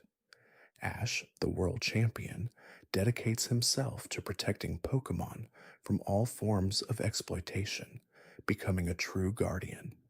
Pikachu, while never fully recovering from its ordeal, finds a new purpose, not just as Ash's partner, but as a symbol of hope and resilience for all Pokemon. Meowth, now a free agent, dedicates his life to atoning for his past, perhaps even working alongside Ash in a new capacity, using his unique perspective to help dismantle other criminal organizations. The initial capture of Pikachu, a moment of tragic success for Team Rocket, ultimately birthed a new kind of hero, a more resilient Ash, a more formidable Pikachu, and a world where the fight for Pokemon freedom became a central tenet of the Pokemon Master Journey. What if Team Rocket finally caught Pikachu? It fundamentally redefines Ash's entire character arc. His journey shifts from a quest for personal glory to a crusade for justice.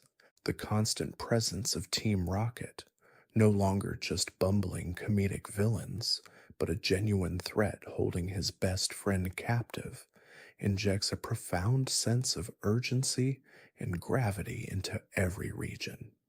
His bonds with his other Pokemon deepen out of necessity, transforming them into true partners forged in the crucible of adversity. The core theme of the anime, the power of friendship and bonds, is tested to its absolute limit. Instead of celebrating these bonds in constant companionship, Ash is forced to understand their strength in separation, their power in the memory, and their ultimate resilience in the face of immense trauma. His character develops a grit, a strategic acumen, and a profound empathy that surpasses his canonical counterpart. He becomes a more complete trainer, not just in terms of battling skill, but in his understanding of the world and his place within it. The emotional climax of rescuing Pikachu is not just a reunion, it's a redemption. It's the culmination of years of relentless pursuit, of facing down the darkness of the Pokemon world head on.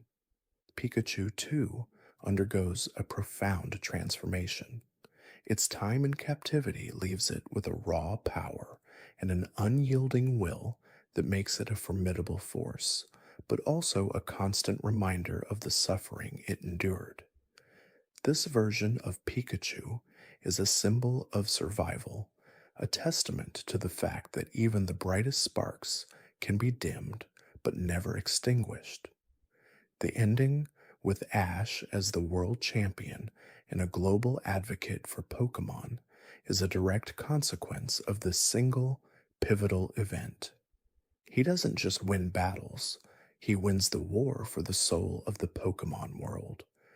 The what if scenario, therefore, demonstrates that the greatest victories are sometimes born from the most profound losses. The fabled Mega Pikachu in this timeline is not a concept born of a battle gimmick, but a symbolic representation of Pikachu's indomitable spirit, a raw power born of its ordeal, unleashed in the final, decisive confrontation with Giovanni. And just like that, we see how one decision changed everything. If Team Rocket had succeeded in capturing Pikachu in that early Kanto journey, then Ash would have developed a more strategic and resilient team earlier. He would have matured faster as a leader. He would have won the Orange League, the Kalos League, the Alola League, and ultimately the World Coronation Series with a profound sense of purpose, and he would have personally made his entire team the strongest in the world, culminating in the complete dismantling of Team Rocket and the rise of a true guardian of all Pokemon. The initial shock of Pikachu's capture sends Ash into a spiral not dissimilar to how he reacted when Butterfree left in canon, but this time, the stakes are incomparably higher. The immediate Kanto journey takes on a darker, more determined tone. Without Pikachu, Ash is forced to rely on Charmander, Squirtle, and Bulbasaur much earlier and more intensely than in canon. This means consistent training, more focused battles, and a rapid evolution of his core team. Charmander, without the influence of being abandoned by its prior trainer, evolves into Charmeleon, and then Charizard much more smoothly, its loyalty unwavering, since Ash was its first true friend. This Charizard, unlike its canonical counterpart, respects Ash from the outset, becoming a powerhouse earlier in the Kanto journey. Squirtle and Bulbasaur also receive accelerated training, becoming integral parts of Ash's strategy. They don't just fill a void, they become the foundational pillars of a trainer driven by a singular, burning goal: retrieving Pikachu. The canonical gym battles in Kanto, like Brock's and Misty's, are still challenging, but Ash approaches them with a newfound seriousness. His Charizard, not held back by its rebellious phase, makes quick work of powerful opponents like Blaine's Magmar, using a devastating flamethrower for the win. Bulbasaur's Sleep Powder and Vine Whip become strategic tools against opponents like Erika's Grass types, often securing the win with a powerful Razor Leaf. Squirtle's Water Gun and Withdraw are honed to perfection, allowing it to take down Surge's Raichu, a stark contrast to Pikachu's loss in canon. This early Kanto team, pushed by the absence of their electric leader, develops a formidable synergy. Ash still collects his badges, but each victory feels hollow without Pikachu by his side. The emotional core of Kanto becomes the relentless pursuit of Team Rocket, who, emboldened by their success, become even more arrogant and dangerous. The Lavender Town arc, instead of being a simple ghost encounter, becomes a terrifying realization of the darker forces at play. Ash, with his now formidable Charizard, confronts the ghost type Pokemon not with fear, but with a fierce protectiveness over his remaining team. Haunter still bonds with Ash, but its release to Sabrina carries an even greater weight, a sacrifice for the greater mission. The battle with Sabrina is still intense, but Charizard's raw power and Bulbasaur's strategic Leech Seed eventually wear down Alakazam, securing the Marsh Badge. The Pokemon League in Kanto presents a different challenge. Without Pikachu, Ash's team composition is inherently stronger and more balanced from the start. His Charizard, Squirtle, and Bulbasaur are fully evolved and highly trained, unlike the Pidgeotto and Kingler from his canonical Kanto League run. He faces Richie, but this time, Ash's Charizard, not Charizard, but his Charizard, is not disqualified. Instead, it unleashes a powerful seismic toss on Richie's Sparky, demonstrating its absolute control and loyalty. Ash progresses further, battling opponents like Jeanette Fisher with her Bellsprout and Weepinbell, which are defeated by Charizard's superior speed and power. The defining battle, however, comes against Gary. This time, Ash, fueled by his unwavering resolve, orchestrates a masterclass. His Charizard, after a grueling exchange, overwhelms Gary's Arcanine and Golem with its flamethrower and dragon rage. Bulbasaur's Vine Whip proves effective against Gary's Nidoking, and Squirtle's Hydro Pump secures the win against Gary's Blastoise in a truly epic showdown. Ash, in this timeline, wins the Kanto League, not out of luck, but through sheer hard-won skill and a profound motivation. This victory, however, is bittersweet.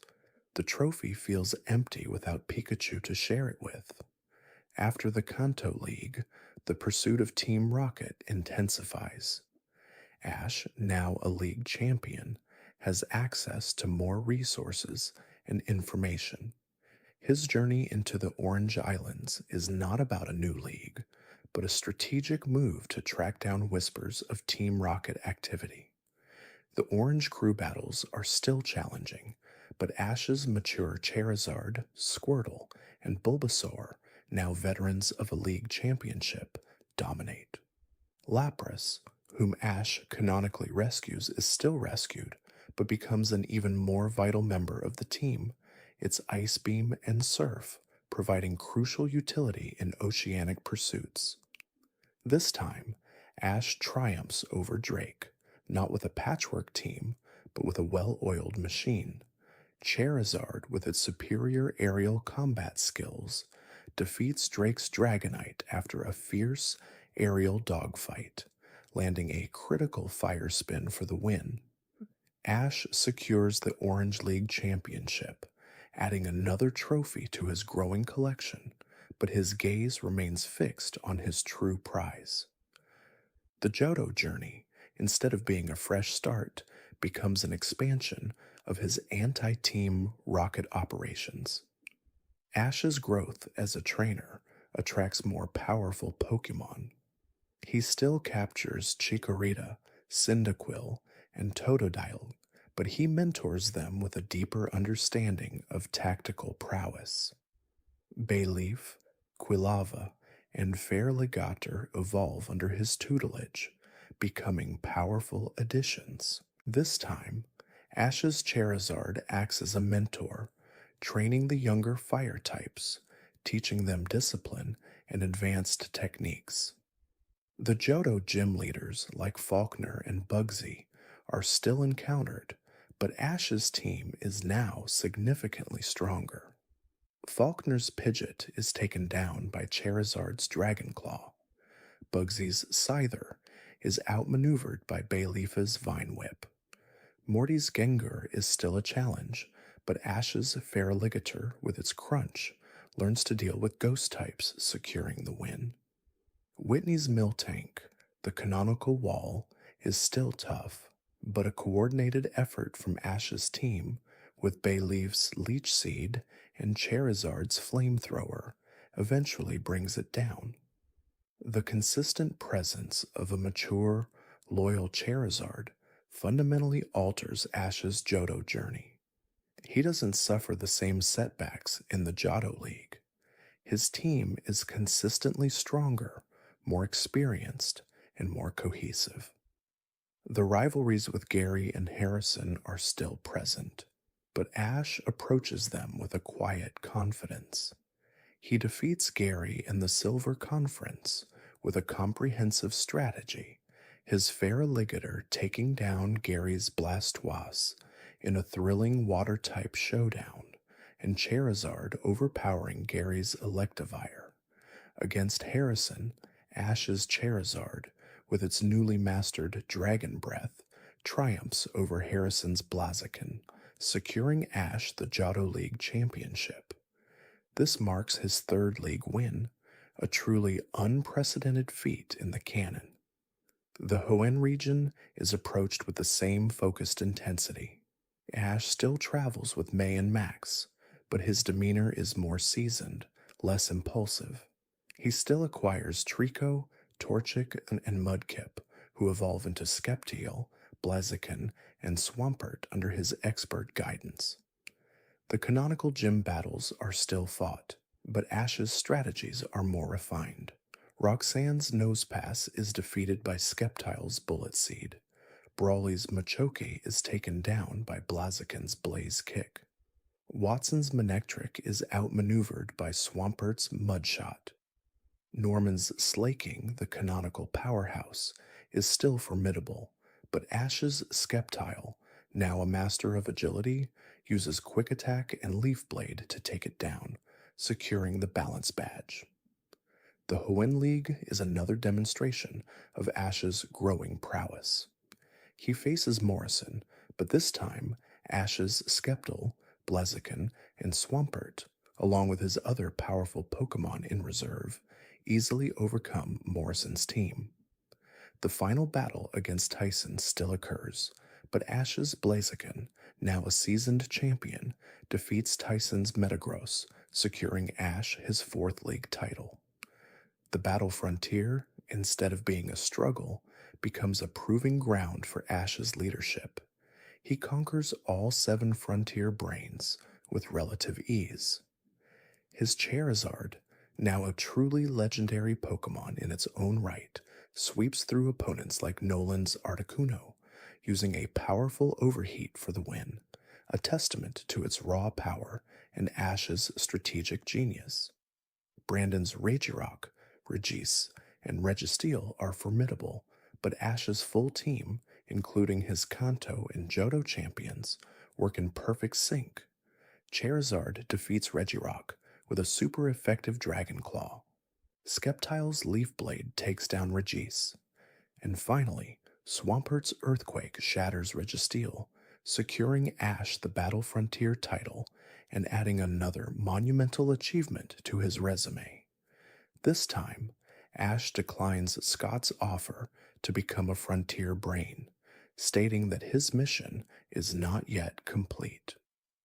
The Sinnoh region continues this trajectory of relentless growth and strategic mastery. Ash still encounters Dawn and Brock, but his focus remains on his ultimate goal.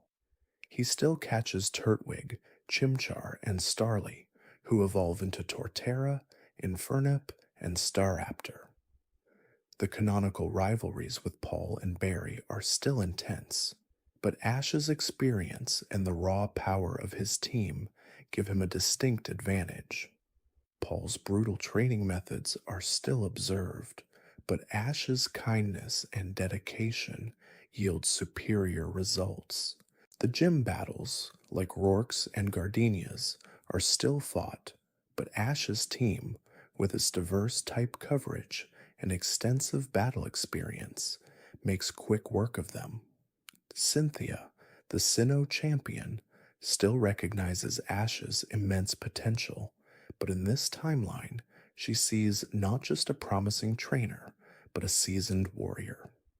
The Sinnoh League, often cited as one of Ash's most challenging canonical runs, is a different story here. Ash, with his mature Charizard as his ace, alongside Infernape, Sceptile, Swampert, and his other champions, is an unstoppable force. He faces Tobias, but this time, Tobias's Darkrai is met with an equally legendary force, Ash's Charizard. Charizard, with its honed speed and power, dodges Darkrai's Dark Void and unleashes a devastating Flare Blitz, defeating the mythical Pokémon. Latios, Tobias's second legendary, is a formidable opponent, but a combined effort from Ash's Infernape and Sceptile, culminating in a powerful Blaze Kick and Leaf Blade, secures the win. Ash, in this timeline, triumphs over Tobias, becoming the Sinnoh League champion, his 5th league title. The world is beginning to recognize Ash Ketchum not just as a trainer, but as a force of nature. The Unova region, often seen as a soft reset for Ash in canon, is instead a strategic expansion. Ash still meets Iris and Salin, but he quickly establishes himself as a mentor figure. He still catches Snivy, Tepig, and Oshawott, who evolve into Superior, Emboar, and Samurott. These Pokemon benefit from direct training under Ash's veteran team, learning advanced battle techniques directly from Charizard, Sceptile, and Infernape. The gym battles, like Cylons and Lenoras, are still fought, but Ash's experienced team rarely struggles. He still competes in the Unova League, but without the canonical struggles and team rotation that led to his loss to Cameron. Ash, with his full team of champions, easily navigates the Unova League, defeating rivals like Trip and Stefan. In the final, he faces Virgil and his evolutions, but Ash's Superior, Emboar, and Samurott, along with his other powerful Pokemon, prove too much.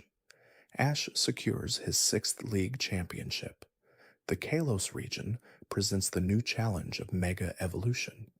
Ash still encounters Serena, Clement, and Bonnie. He still catches Froakie, Fletchling, and Holucha, who evolve into Greninja, Talonflame, and Holucha. However, the emotional bond with Greninja that leads to Ash Greninjas is different. It is not born of desperation, but of a shared understanding of profound loss and unwavering determination. Ash Greninja, in this timeline, is a symbol of Ash's unbreakable will, a physical manifestation of his bond with a Pokemon forged in the crucible of his quest. He still battles Alan, but this time, the outcome is different. Ash's Mega Charizard X, having been with him since Kanto, and Ash Greninja, a symbol of his current journey, form an unstoppable duo. The final battle against Alan's Mega Charizard X is a legendary clash. Ash's Mega Charizard X, with its years of experience and its trainer's strategic brilliance, engages in an aerial ballet of dragon claws and flamethrowers. Ash Greninja, with its water shuriken and cut, provides crucial support. In a climactic moment, Ash's Mega Charizard X, empowered by its bond with Ash, unleashes a final, devastating seismic toss, followed by a Dragon Rage, defeating Alan's Mega Charizard X and securing Ash the Kalos League Championship. This marks his 7th league win. The Alola region introduces Z moves. Ash still attends the Pokemon school, but his role is often that of a seasoned mentor to his classmates. He still catches Rowlet, Litten, and Poplio, who evolve into Decidueye, Incineroar, and Primarina. These Pokemon learn quickly under Ash's guidance, benefiting from his vast experience. The island challenges are still undertaken, but Ash's team, with its diverse strengths, makes quick work of them. The Alola League, in this timeline, is Ash's to lose. He still faces Hau, Gladion, and Guzma, but his team, augmented by Z moves, is simply too powerful. Ash's Incineroar, using the Inferno Overdrive Z move, defeats Guzma's Golisopod. Ash's Decidway, with its sinister Arrow Raid, overwhelms Gladion's Silvally. In the final, Ash secures his 8th League championship, a testament to his unparalleled journey. The ultimate confrontation with Team Rocket, specifically Giovanni, occurs during the World Coronation Series arc. Ash, now a multi-region champion, is a global superstar. His journey through the World Coronation Series is a testament to his decades of training and his unyielding pursuit.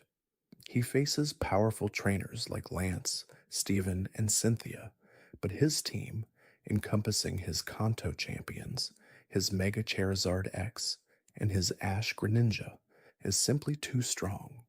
He defeats Leon in the finals, not just with Ash Greninja, but with a full team of his strongest champions, including his Mega Charizard X, who uses a powerful blast burn to take down Leon's Gigantamax Charizard. Ash becomes the global world champion, but this is merely a prelude. The intelligence gathered throughout his journey, combined with his champion status, finally leads him to the main Team Rocket base. This is the moment, the culmination of years of relentless effort. The battle against Giovanni is not just a battle, it's a reckoning. Giovanni, with his Mewtwo and his legendary Pokemon, presents the ultimate challenge. Ash's Mega Charizard X, Ash Greninja, Sceptile, Infernape, and his other champions engage in an epic, multi-front war against Giovanni's forces. The fabled Mega Pikachu in this timeline is not a battle gimmick, but a symbolic representation of Pikachu's indomitable spirit, a raw power born of its ordeal. When Pikachu is finally rescued, it is not weak or frail. Its time in captivity has forced it to evolve, to tap into an inner strength previously unseen. As Giovanni unleashes his final, desperate attack, Pikachu, with Ash by its side, unleashes a never-before-seen surge of electric power, a megavolt that shatters Giovanni's defenses and defeats his legendary Pokemon. This is the moment of sweet, hard-won victory. Pikachu, now reunited with Ash, is not just a partner. It is a symbol of resilience, a beacon of hope. The ending, with Ash as the world champion and a global advocate for Pokemon, is a direct consequence of this single, pivotal event. He doesn't just win battles, he wins the war for the soul of the Pokemon world. He establishes a global organization dedicated to protecting Pokemon from exploitative organizations like Team Rocket, using his influence and his vast network of champion Pokemon and trainers. The what-if scenario, therefore, demonstrates that the greatest victories are sometimes born from the most profound losses. The fabled Mega Pikachu in this timeline is not a concept born of a battle gimmick, but a symbolic representation of Pikachu's indomitable spirit, a raw power born of its ordeal, unleashed in the final, decisive confrontation with Giovanni. And just like that, we see how one decision changed everything. If Team Rocket had succeeded in capturing Pikachu in that early Kanto journey, then Ash would have developed a more strategic and resilient team earlier. He would have matured faster as a leader.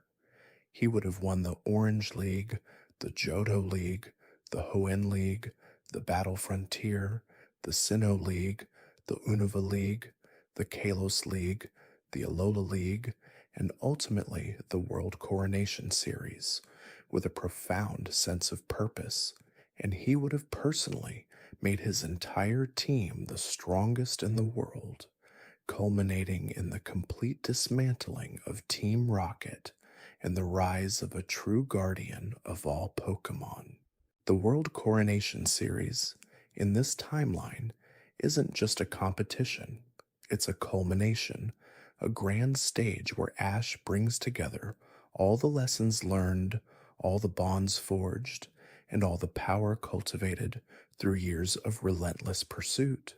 He stands not just as a trainer, but as a symbol of what dedication and unwavering belief can achieve, a testament to the idea that even the most painful setbacks can lead to the greatest triumphs.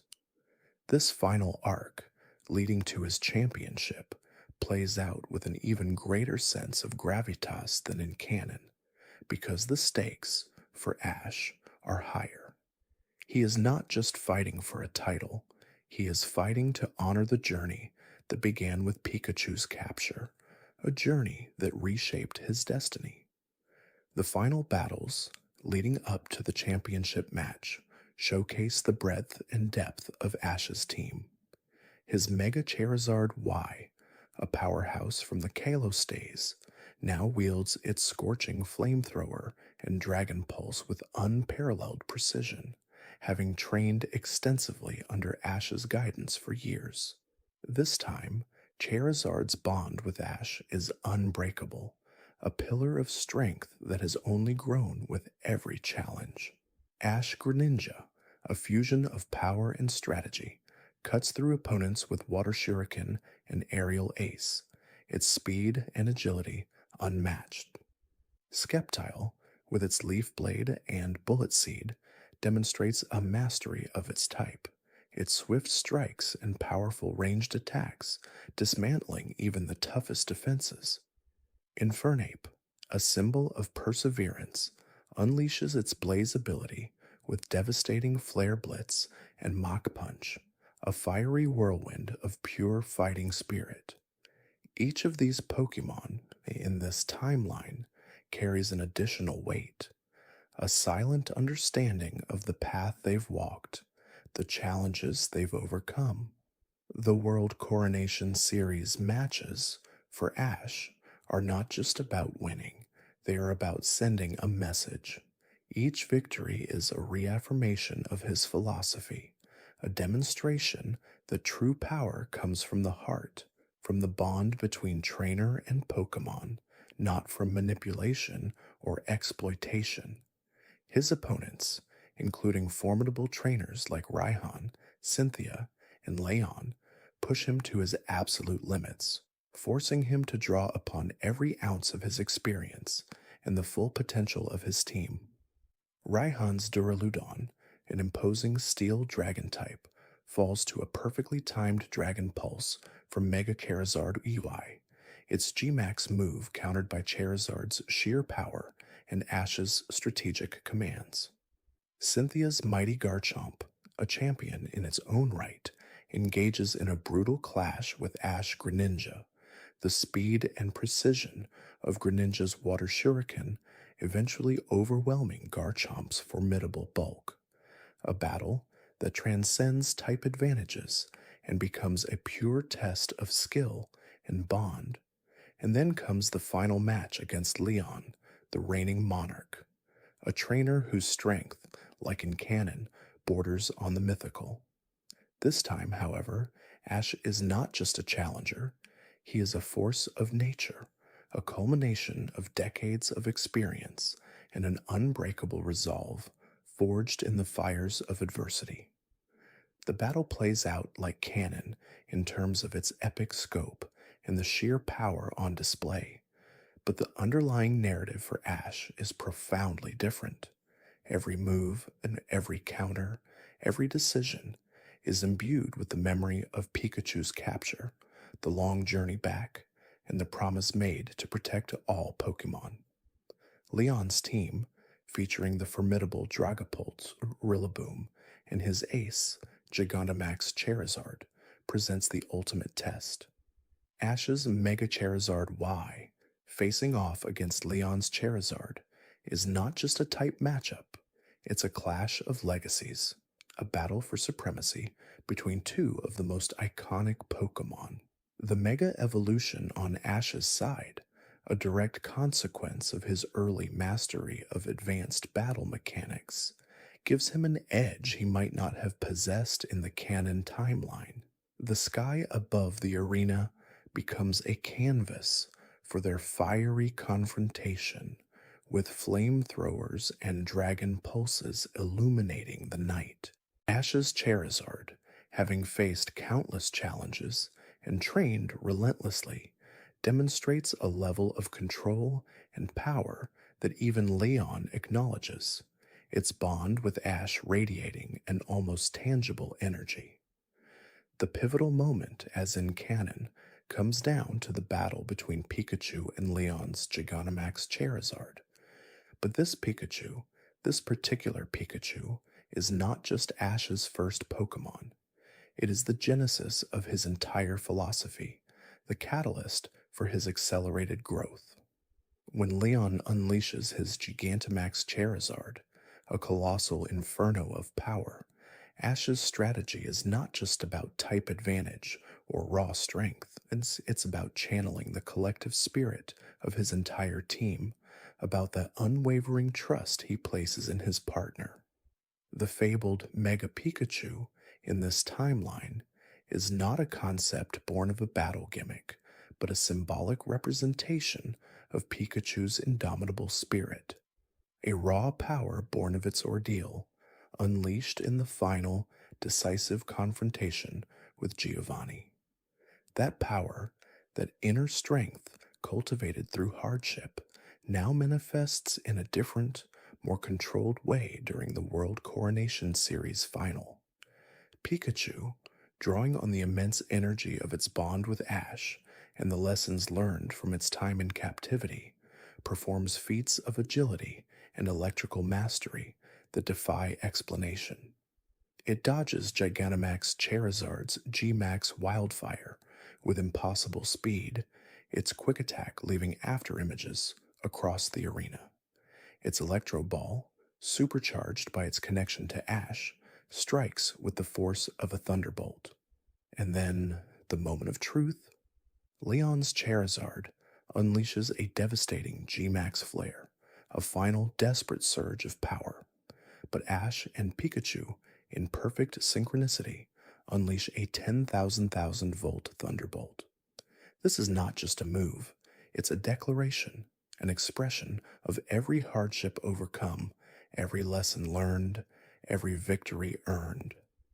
The sheer, overwhelming electrical energy, focused and amplified by their unbreakable bond, tears through the Gigantamax aura, creating an explosion of light and power that engulfs the arena. When the smoke clears, Leon's Charizard is defeated and Pikachu stands victorious alongside Ash. The crowd erupts. Ash Ketchum, the boy who started his journey with a disobedient Pikachu, the trainer whose partner was once stolen, now stands as the world champion, the monarch. The victory is not just his, it belongs to every Pokémon he saved, every friend he made, and every challenge he overcame. It is a victory for the philosophy forged in adversity, a triumph of heart over manipulation, of bonds over brute force. The impact of this victory and the journey that led to it extends far beyond the stadium. Ash, now the undisputed world champion, uses his platform to champion Pokémon rights and protection on a global scale. He establishes the Pikachu's Promise Foundation, dedicated to rescuing Pokémon from exploitative organizations and fostering stronger bonds between trainers and their partners. His experiences with Team Rocket and the profound trauma of Pikachu's capture fuel his unwavering commitment to this cause. He becomes a global ambassador, traveling to every region, sharing his story, and inspiring countless trainers to treat their Pokemon with respect and love. The former members of Team Rocket, witnessing Ash's rise and the complete eradication of their organization, are ultimately forced to confront the futility of their ambition. Jesse, James, and Meowth, perhaps in a twist of fate, eventually find themselves drawn to the Pikachu's Promise Foundation, not as agents of evil, but as reformed individuals seeking to atone for their past. Their deep, albeit misguided affection for their own Pokemon, which was often a comedic relief in canon, finds a legitimate and positive outlet in this timeline. They eventually become valuable members of the Foundation, using their intimate knowledge of Team Rocket's operations to dismantle remaining cells and rescue endangered Pokemon, a full redemption arc born from the very event they initiated. The what if scenario, therefore, demonstrates that the greatest victories are sometimes born from the most profound losses. The fabled Mega Pikachu in this timeline is not a concept born of a battle gimmick, but a symbolic representation of Pikachu's indomitable spirit, a raw power born of its ordeal, unleashed in the final, decisive confrontation with Giovanni. Its inner strength, cultivated through hardship, manifests not just in the decisive battle against Team Rocket, but in every challenge Ash and Pikachu face, culminating in the World Coronation series. And just like that, we see how one decision changed everything. If Team Rocket had succeeded in capturing Pikachu in that early Kanto journey, then Ash would have developed a more strategic and resilient team earlier. He would have matured faster as a leader.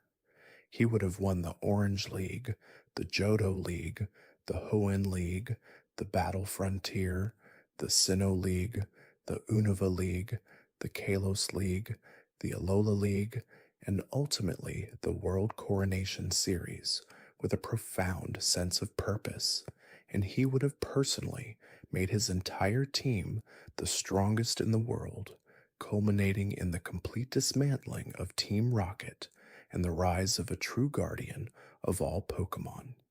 His journey, marked by this singular, painful event, transforms him from a simple trainer into a legend, a beacon of hope and resilience for the entire Pokemon world. This is the story of Ash Ketchum, the world champion, the guardian of Pokemon, forged in the fires of adversity, all because Team Rocket finally caught Pikachu. And in this timeline, the ripple effect of that single, seemingly devastating capture creates a world where Pokemon and humans are more connected, more protected, and more united than ever before. The impact of this singular event, Team Rocket's successful capture of Pikachu, reverberates far beyond just Ash's personal growth and Team Rocket's eventual downfall. It fundamentally reshapes the dynamics of the Pokemon world as we know it. For one, the capture of Pikachu by Team Rocket, an organization that, in canon, was often depicted as a bumbling comedic foil, becomes a stark and early warning to the various regional governments and league authorities. The brazenness of the act, the sheer audacity of snatching a starter Pokemon right from under a trainer's nose, forces a reevaluation of security protocols and the enforcement of anti-poaching laws. Instead of the relatively isolated incidents of Team Rocket activity that peppered Ash's canon journey, this timeline sees a much swifter and more coordinated global response. The international police, led by figures like Looker, who in canon only appear sporadically, become a much more prominent and proactive force. Their efforts, fueled by the widespread outrage over Pikachu's capture, lead to earlier and more effective crackdowns on Team Rocket's operations across Kanto and eventually Johto. This means that many of the schemes that would have plagued Ash and his friends in canon simply never materialize. The Lake of Rage incident, for example, involving the forced evolution of Magikarp into Gyarados, plays out very differently. Without the extended period of unopposed operations, Team Rocket's resources are stretched thin, and their ability to conduct large scale experiments is severely hampered. The Red Gyarados is still created, but its rampaging is quickly contained by a more vigilant League and international police, preventing the widespread panic and environmental damage seen in canon. Lance, the Johto champion, still plays a crucial role, but he does so as part of a larger, more unified front, further solidifying his image as a protector, not just of his region, but of the entire Pokemon world. The early and aggressive dismantling of Team Rocket also has significant implications for other criminal organizations.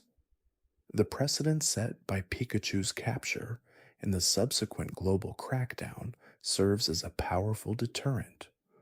Organizations like Team Aqua and Team Magma, while still emerging from their respective regions, find themselves operating in a much more hostile environment. The world is on high alert. Their attempts to awaken Kyogre and Gruden, while driven by their canon motivations, are met with immediate and overwhelming opposition. The Hoenn League, supported by the international police and a unified front of gym leaders, is far better equipped to handle the threat. Instead of a drawn-out conflict with both teams simultaneously, the focused, coordinated efforts lead to a much quicker resolution. Stephen Stone, the Hoenn champion, becomes an even more renowned figure, leading the charge against these ambitious and dangerous organizations, showcasing his strategic brilliance and unwavering dedication to protecting the balance of nature. The legendary Pokemon are still roused, but their destructive potential is mitigated, and they are returned to their slumber much faster, preventing the climate-altering cataclysms that nearly engulfed Hoenn in canon. The emotional and environmental scars are far less pronounced in this timeline. Similarly, Team Galactic's grand, universe-altering ambitions in Sinnoh are also put under a microscope much earlier. Cyrus's nihilistic philosophy and his attempts to create a new world through the powers of Dialga and Palkia are identified as a major threat long before they can reach their critical stages. Cynthia, the Sinnoh champion, already a formidable force in canon, rises to even greater prominence as a leader in global security. Her intelligence and battle prowess are instrumental in uncovering Team Galactic's sinister plans. The Lake Guardians, Uxie, Mesprit, and Azelf, are protected with even greater vigilance, and the resources of the Sinnoh League are fully mobilized. The confrontation at Spear Pillar still occurs, a climactic battle of cosmic proportions, but this time, it is not just Ash and his friends who stand against Cyrus. It is a full-scale assault by the Sinnoh League and the international police, a unified front that prevents Cyrus from fully realizing his twisted vision. The fabric of reality is never truly threatened. The legendary Pokemon are calmed and restored to their proper places, and the world breathes a collective sigh of relief, all thanks to the heightened vigilance born from that one pivotal event in Kanto. The ripple effect continues into Unova. En's philosophical conflict with Ghetsis and Team Plasma, while still deeply personal and impactful, also plays out against a backdrop of a more informed global community. The idea of liberating Pokemon, while seemingly benevolent on the surface, is recognized as a dangerous extremist ideology much sooner.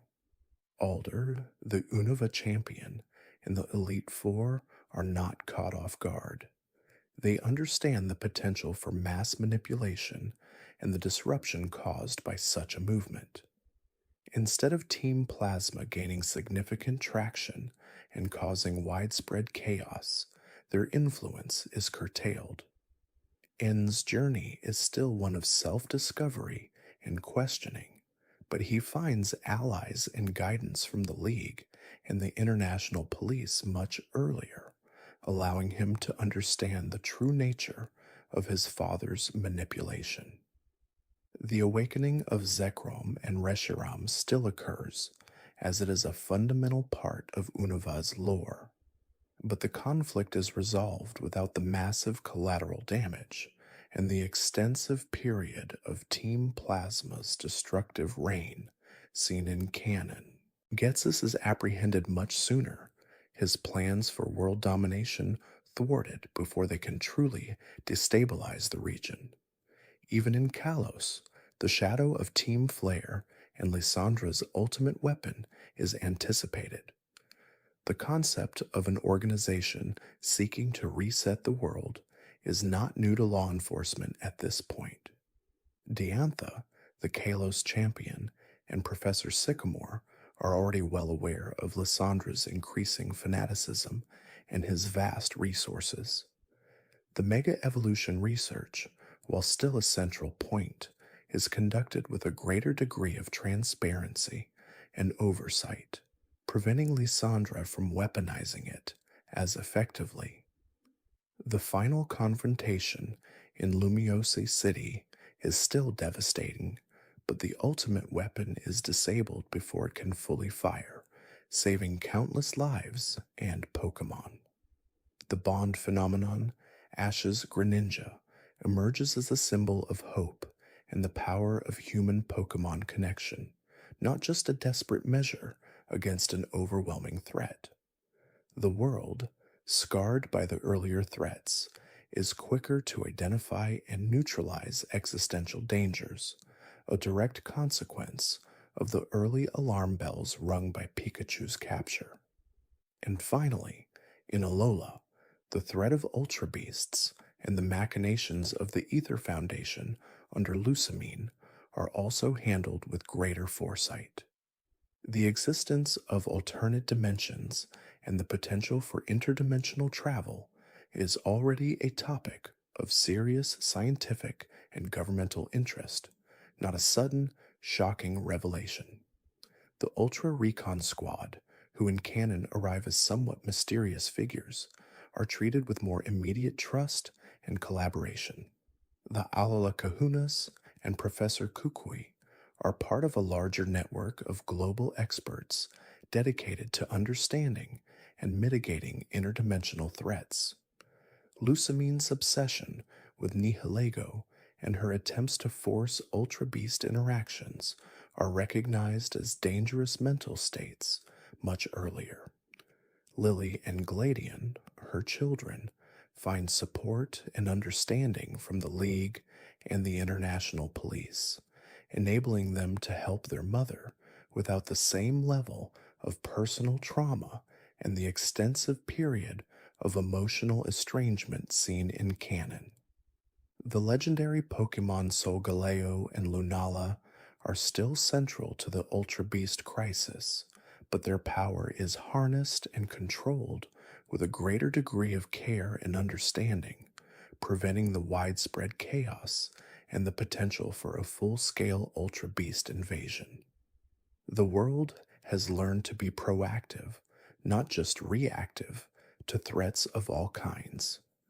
This timeline, born from the simple act of Team Rocket finally succeeding in their long-standing goal, paints a picture of a Pokemon world that is simultaneously more dangerous due to the initial success of evil, but ultimately far more resilient, unified, and protected. The constant threat forces innovation, collaboration, and a deeper appreciation for the bonds between humans and Pokemon. It accelerates scientific discovery, improves global security, and fosters a sense of collective responsibility that transcends regional borders. The narrative of Ash Ketchum, the world champion, becomes interwoven with the narrative of a world that faced its fears head on, learned from its mistakes, and emerged stronger. The Pikachu's Promise Foundation flourishes, a testament to the idea that even the most misguided individuals can find redemption and contribute to a better world. The legacy of Pikachu's capture is not one of loss, but of profound transformation, demonstrating that sometimes the greatest catalysts for change are the very challenges we wish to avoid. The fabled Mega Pikachu in this timeline is not a concept born of a battle gimmick, but a symbolic representation of Pikachu's indomitable spirit, a raw power born of its ordeal, unleashed in the final, decisive confrontation with Giovanni. Its inner strength, cultivated through hardship, manifests not just in the decisive battle against Team Rocket, but in every challenge Ash and Pikachu face, culminating in the World Coronation Series. And just like that, we see how one decision changed everything. If Team Rocket had succeeded in capturing Pikachu in that early Kanto journey, then Ash would have developed a more strategic and resilient team earlier. He would have matured faster as a leader. He would have won the Orange League, the Johto League, the Hoenn League, the Battle Frontier, the Sinnoh League, the Unova League, the Kalos League, the Alola League, and ultimately the World Coronation Series, with a profound sense of purpose, and he would have personally made his entire team the strongest in the world, culminating in the complete dismantling of Team Rocket and the rise of a true guardian of all Pokemon. His journey, marked by this singular, painful event, transforms him from a simple trainer into a legend, a beacon of hope and resilience for the entire Pokemon world. This is the story of Ash Ketchum, the world champion, the guardian of Pokemon, forged in the fires of adversity, all because Team Rocket finally caught Pikachu. And in this timeline, the ripple effect of that single, seemingly devastating capture creates a world where Pokemon and humans are more connected, more protected, and more united than ever before, moving towards a future of unprecedented peace and cooperation where the threat of criminal organizations is largely a thing of the past, and the focus shifts to exploration, research, and the deepening of the bonds that make the Pokemon world so vibrant and alive. The narrative arc completes with Ash, now a seasoned champion and a global ambassador, standing as a living testament to the power of resilience and the unexpected blessings that can emerge from the most challenging of circumstances. It is a future where the shadow of Team Rocket, once a pervasive threat, has diminished into a cautionary tale, its remnants scattered and powerless against the united front, inspired by Ash's unwavering resolve. This outcome, a direct consequence of Pikachu's capture, highlights a profound truth. Sometimes, the most significant victories are born from the deepest losses. The narrative of Ash, the boy who lost his best friend, becomes the legend of Ash, the man who saved the world, not through brute force, but through the profound empathy and strategic brilliance honed in the crucible of that early Kanto trauma. The impact extends beyond Ash and Team Rocket. The various regional Pokemon leagues, initially seen as individual challenges, evolve into a more interconnected system, fostering greater collaboration among trainers and researchers. The Kanto League, for instance, instead of being a standalone event, becomes a proving ground for trainers aiming for international recognition, its prestige amplified by the new stakes.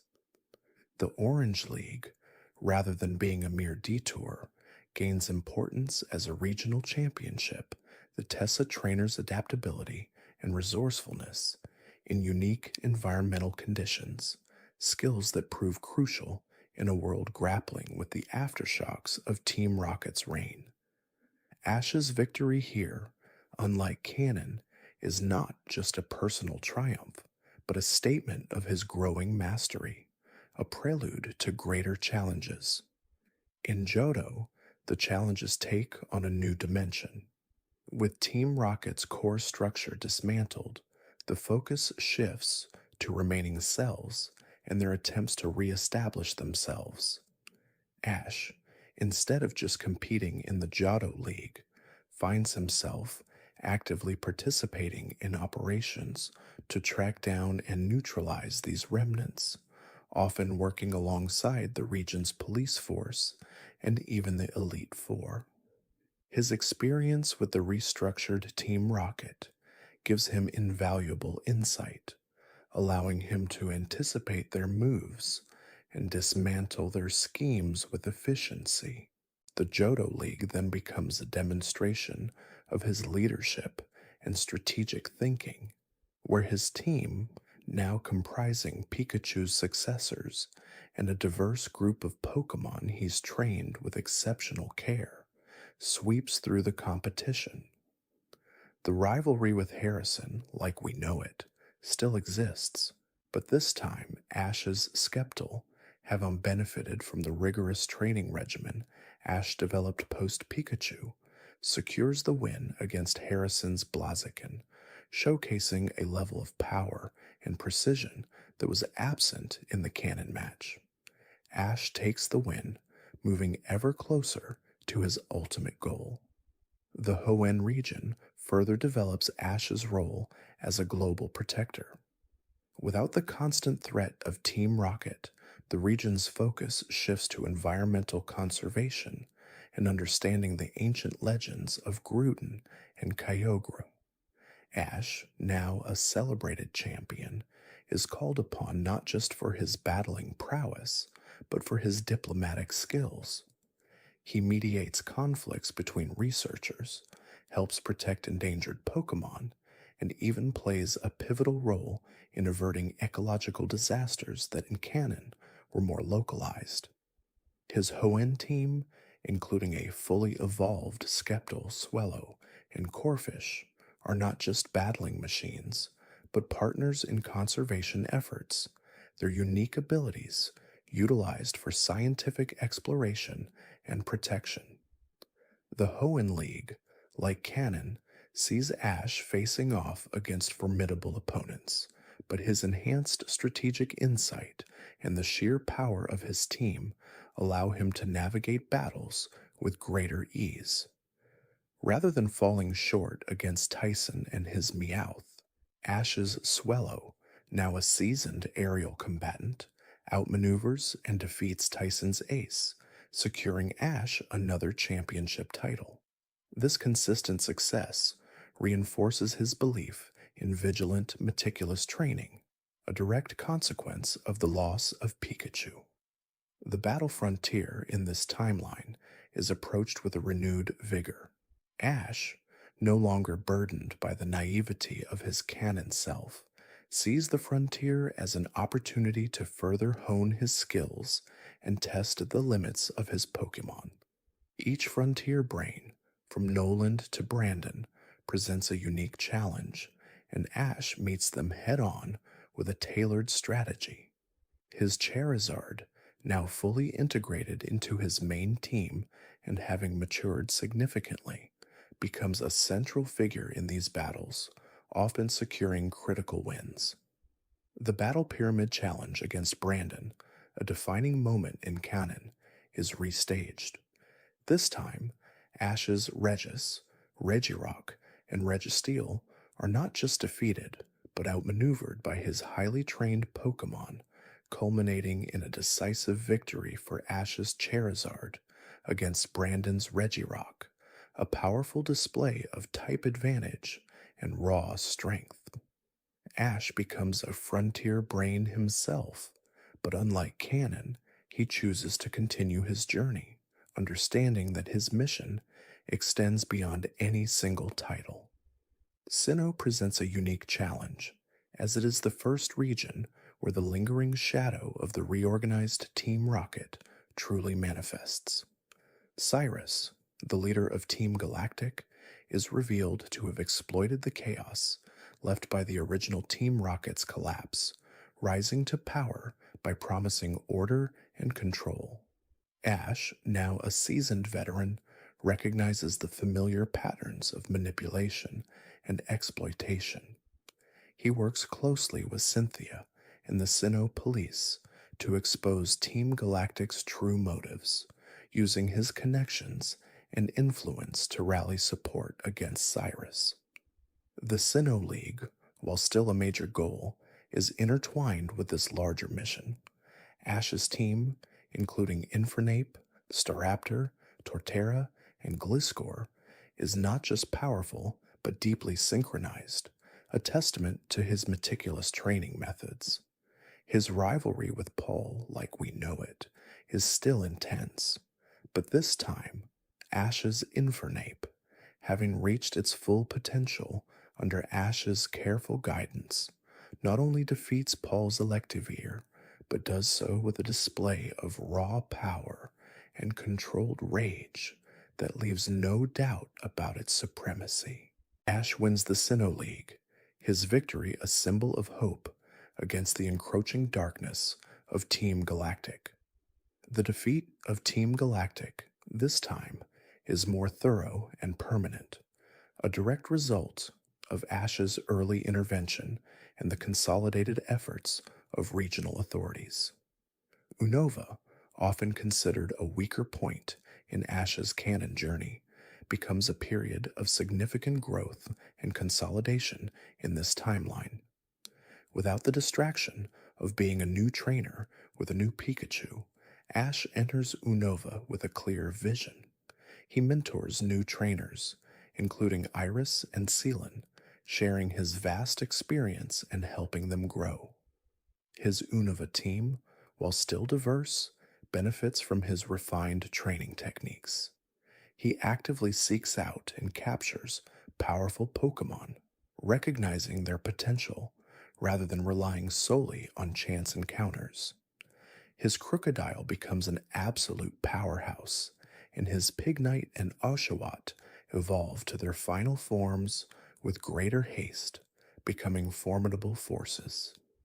The Unova League, instead of being a frustrating loss, is a confident sweep. Ash defeats Cameron, his Unpheasant soaring above Cameron's Hydreigon, and then faces Trip in the finals, where his fully evolved Superior, a Pokemon he works tirelessly to train from his Snivy stage, delivers a crushing Leaf Storm to Trip's Conkeldurr, securing another league title. The experience in Unova solidifies Ash's reputation as an undisputed champion, preparing him for the challenges to come. Kalos, however, is where the stakes truly escalate. The threat of Team Flare, led by Lysandra, mirrors the ambitions of the original Team Rocket in its scope and destructive potential. Ash, now an international champion, is immediately recognized as a crucial player in the fight against Team Flare. The bond phenomenon with Greninja, a defining moment in canon, intensifies in this timeline. Ash's understanding of trust and connection forged in the fires of Pikachu's capture allows him to achieve a level of synchronization with Greninja that is unparalleled. Ash Greninja, therefore, is not just a powerful form, but a symbol of his unbreakable bond with his Pokemon, a bond that Lysandra, with his cold, calculating nature, cannot comprehend. The Kalos League, like canon, sees Ash facing off against Alain and his Mega Charizard X. But this time, the outcome is different. Ash Greninja, having already battled and defeated numerous Mega Pokemon, is not caught off guard.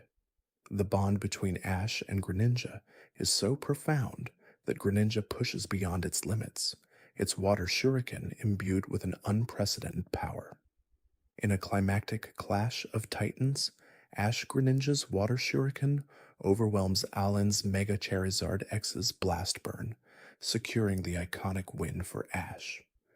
This is a moment of profound redemption, not just for Ash, but for every trainer who has ever fallen short.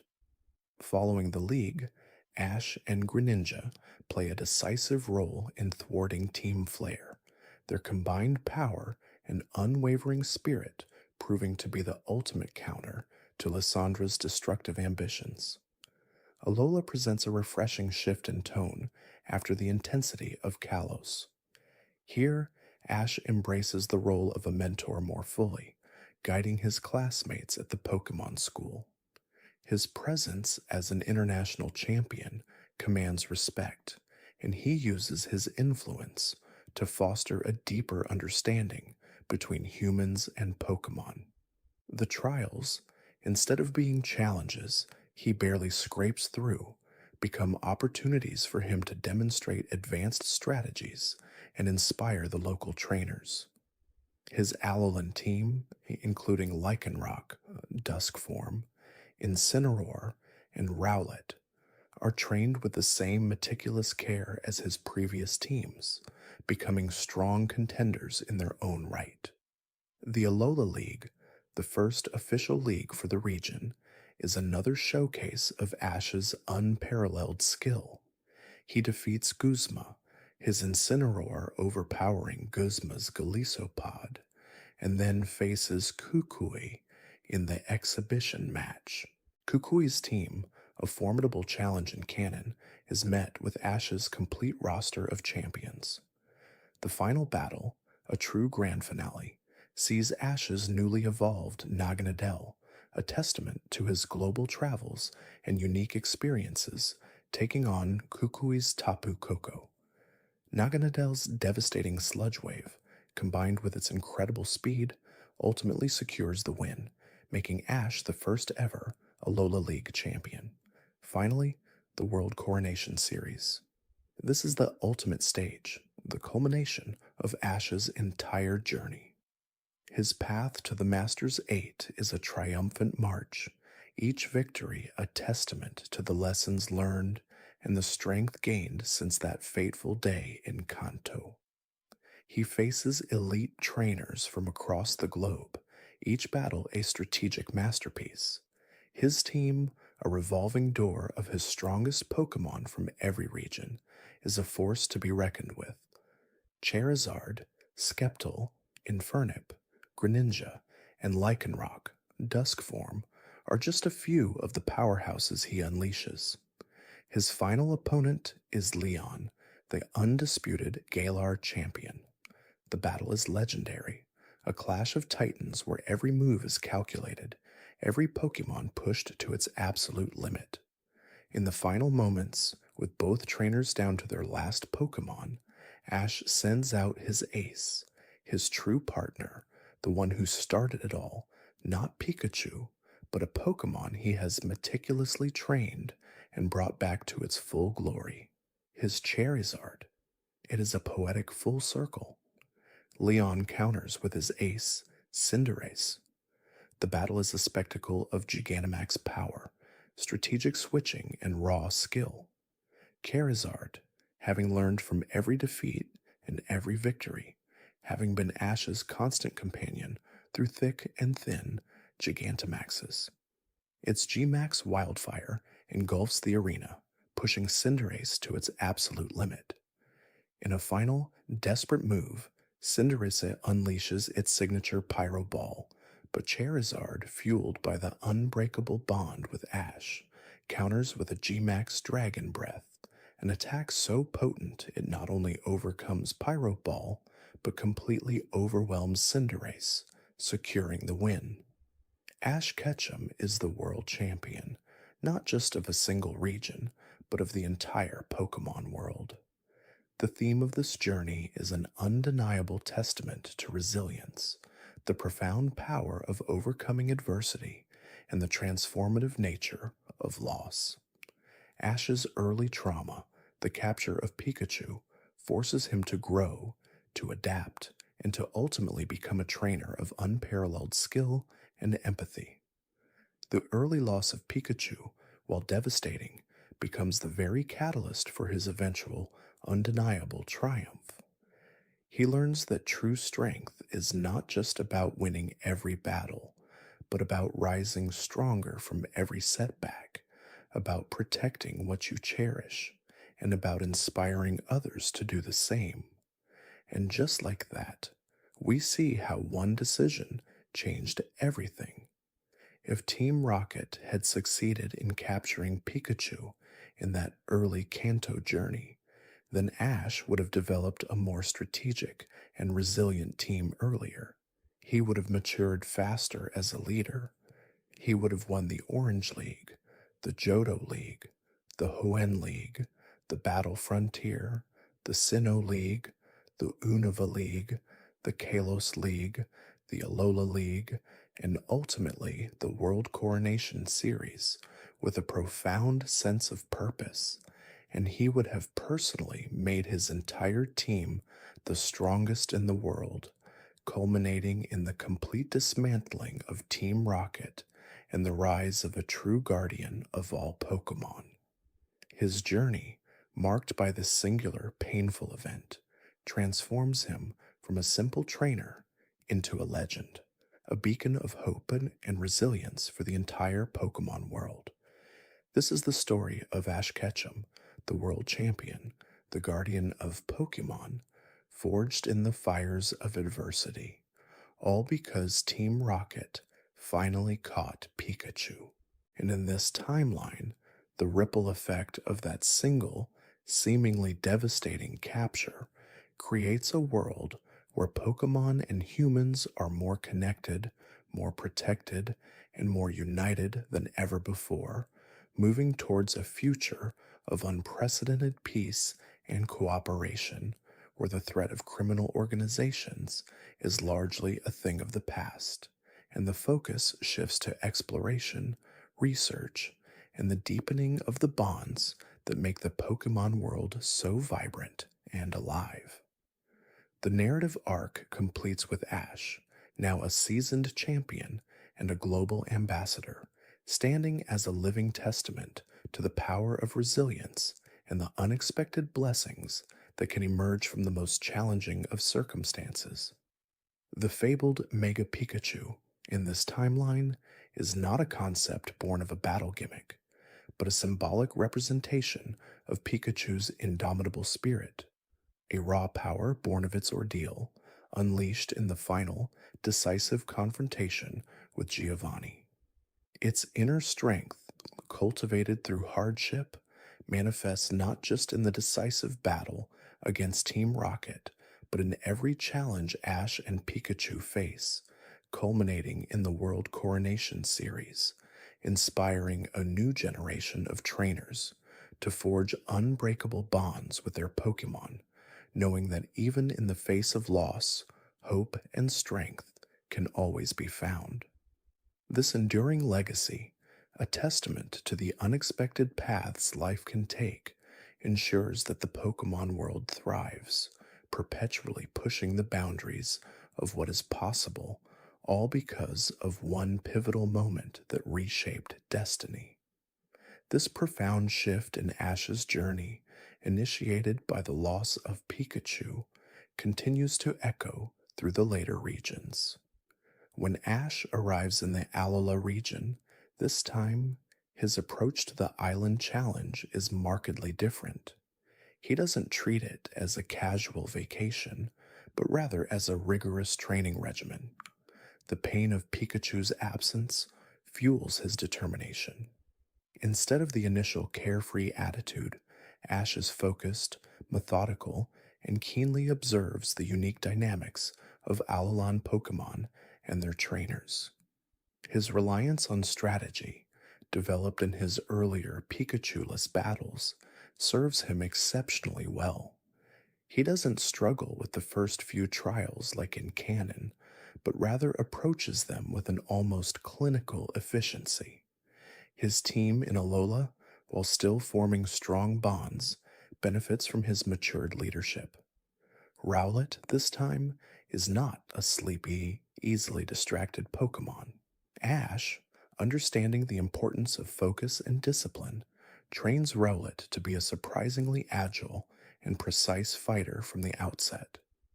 This Rowlet, instead of napping through battles, is a rapid-fire attacker, utilizing its leafage and peck with a newfound ferocity.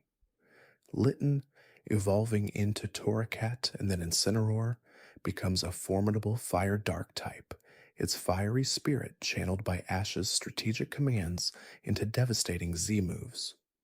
Lycanroc, Dusk form, still joins his team, but this time its temper is more controlled, its rock-type attacks delivered with a calculated precision that makes it a true powerhouse.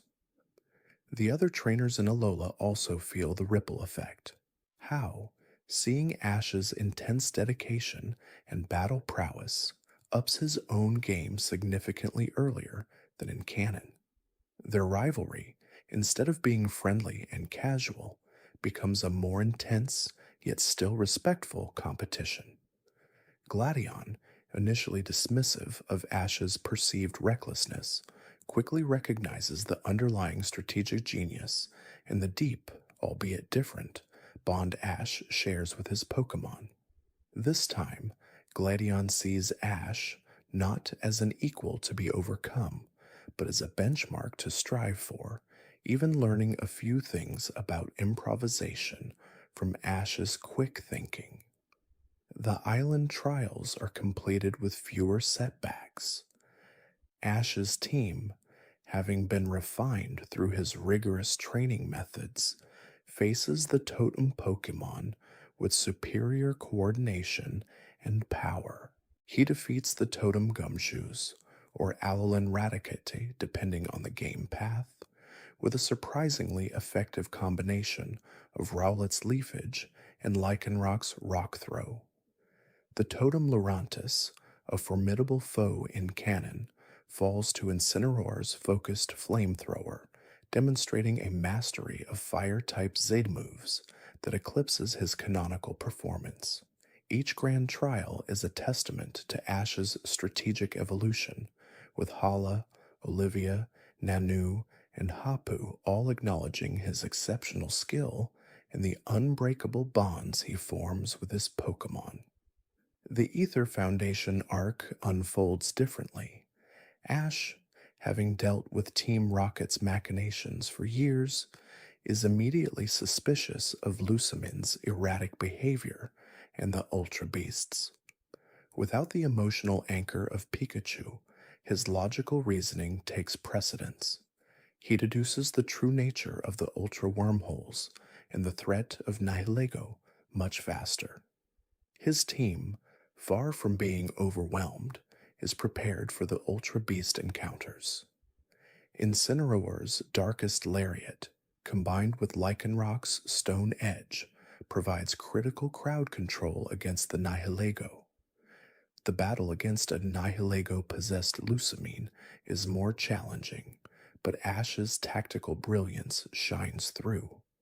He commands his Pokemon to target Nihilego directly, isolating it from Lusamine, and eventually, with a powerful Inferno Overdrive from Incineroar, they manage to separate Lusamine from the Ultra Beast, leading to a swifter resolution of the crisis.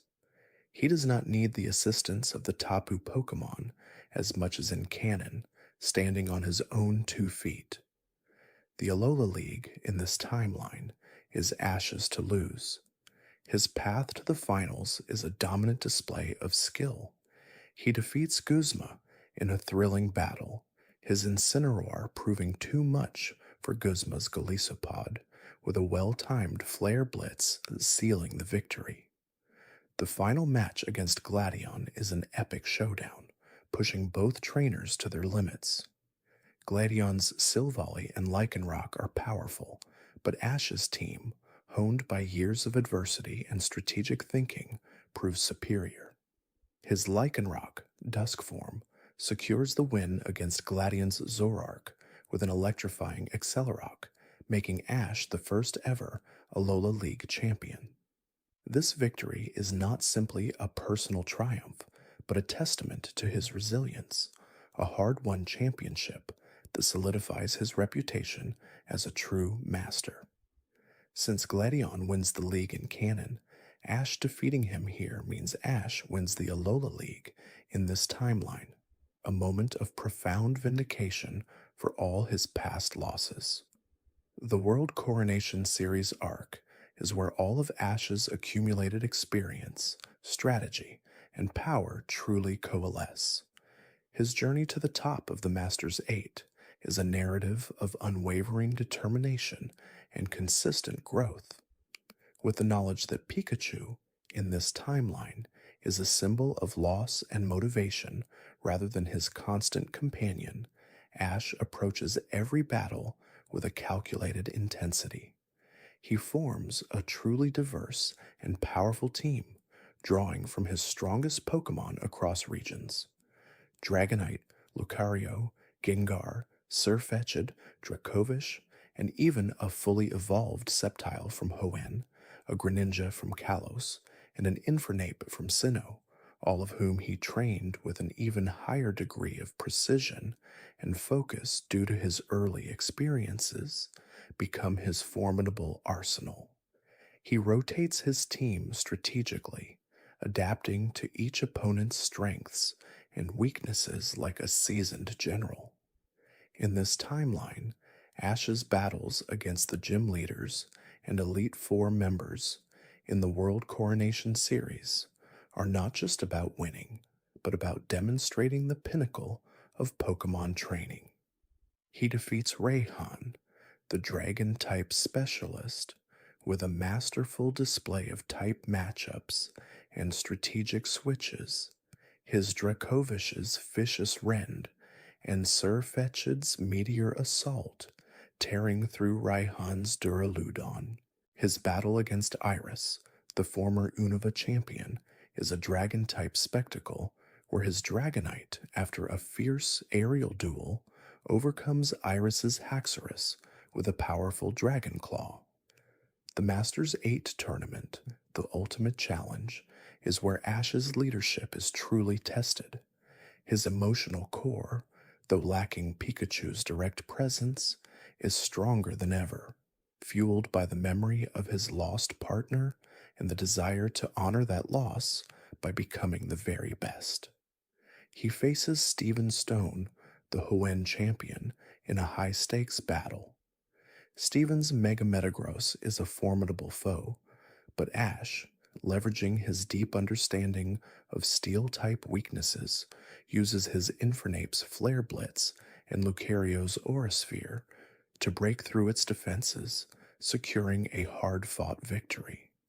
His semi-final match against Cynthia, the champion of Sinnoh and widely considered one of the strongest trainers in the world, is an absolute masterpiece of strategic Pokémon battling.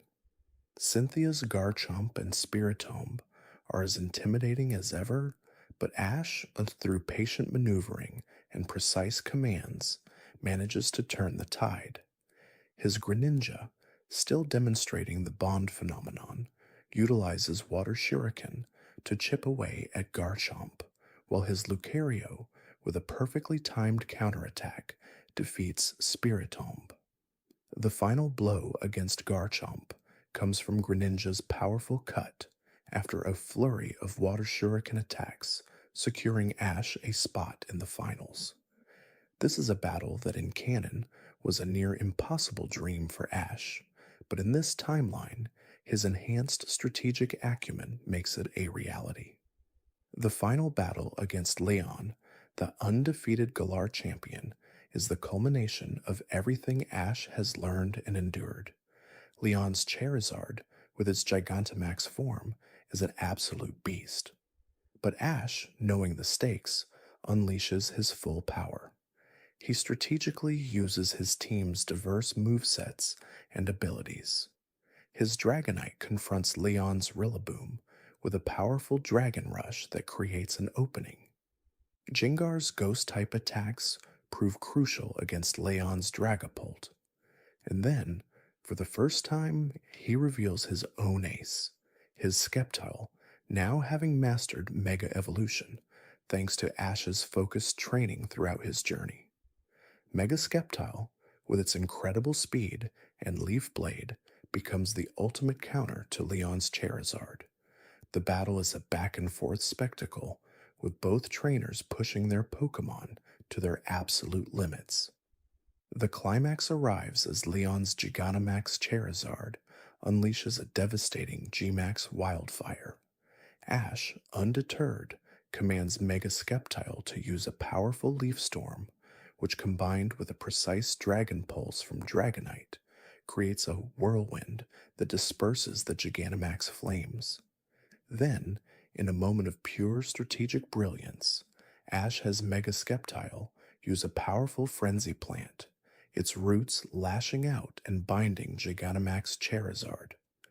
With Charizard momentarily restrained, Ash calls upon his Lucario, who now fully resonating with Ash's aura, unleashes a maximum power Aura Sphere, directly impacting Gigantamax Charizard's core.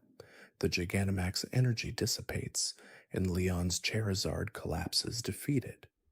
Ash Ketchum, the young boy who lost his first Pokémon, has become the world champion, a testament to his unbreakable spirit and strategic genius. He doesn't need Pikachu to win. He wins because of the lessons learned from Pikachu's absence.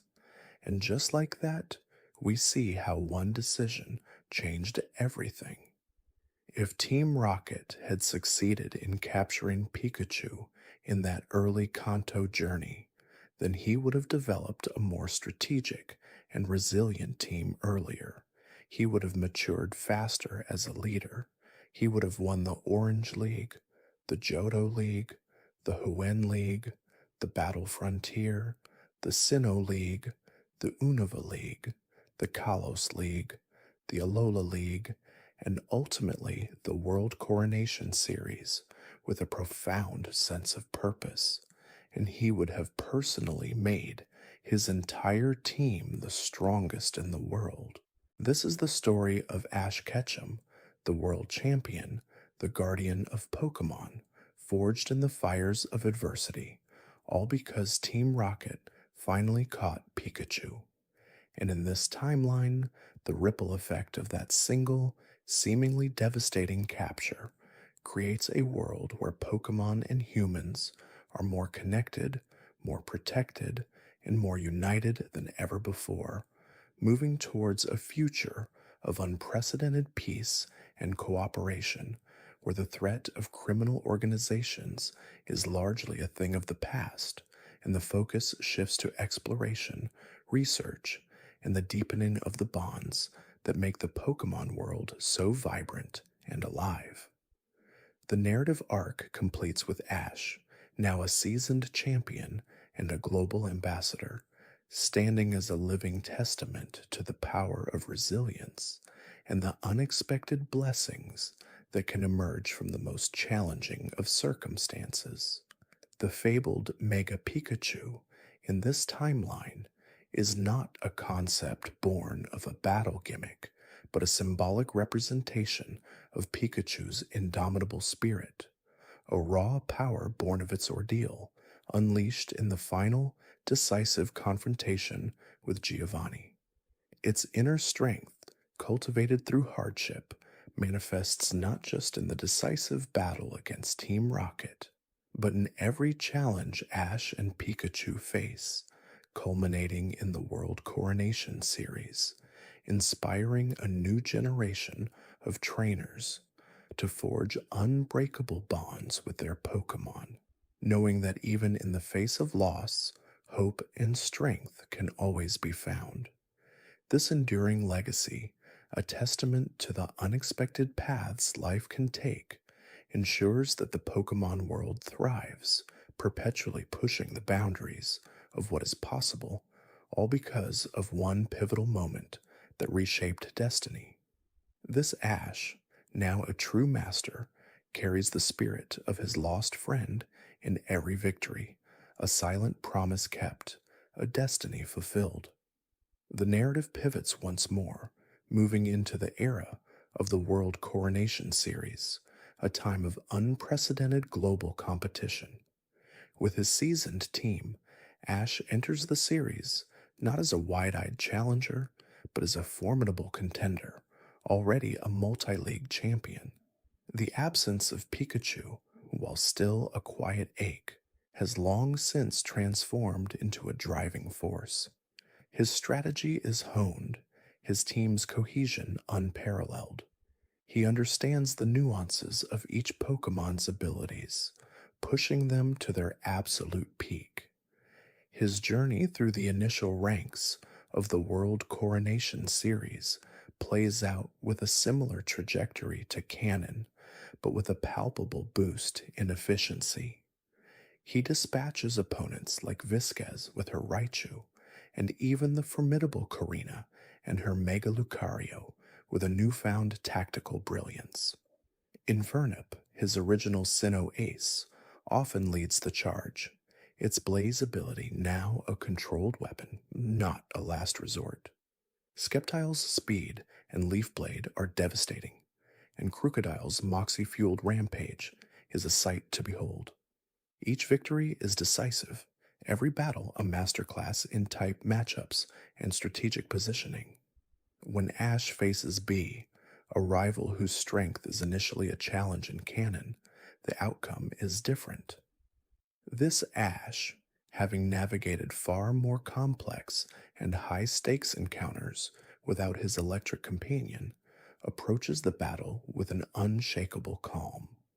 Her Graplocked and Hawlucha are met with calculated counters. Lucario, having benefited from direct mentorship from Ash's enduring spirit, rather than the occasional training session with Pikachu, has unlocked its aura powers to an even greater degree. It uses Aura Sphere with pinpoint precision, and its close combat is delivered with an intensity that matches B's own martial arts prowess.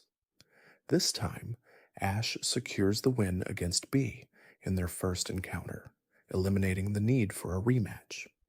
This early dominance propels him quickly into the Ultra class. The Ultra class battles are where his team truly shines. Against Iris, the Dragon-type champion, Ash deploys his own Dragon-type powerhouse, Dragonite, and his potent fire types. Dragonite, having been with Ash longer and trained more rigorously in this timeline, possesses a deeper understanding of its trainer's intent.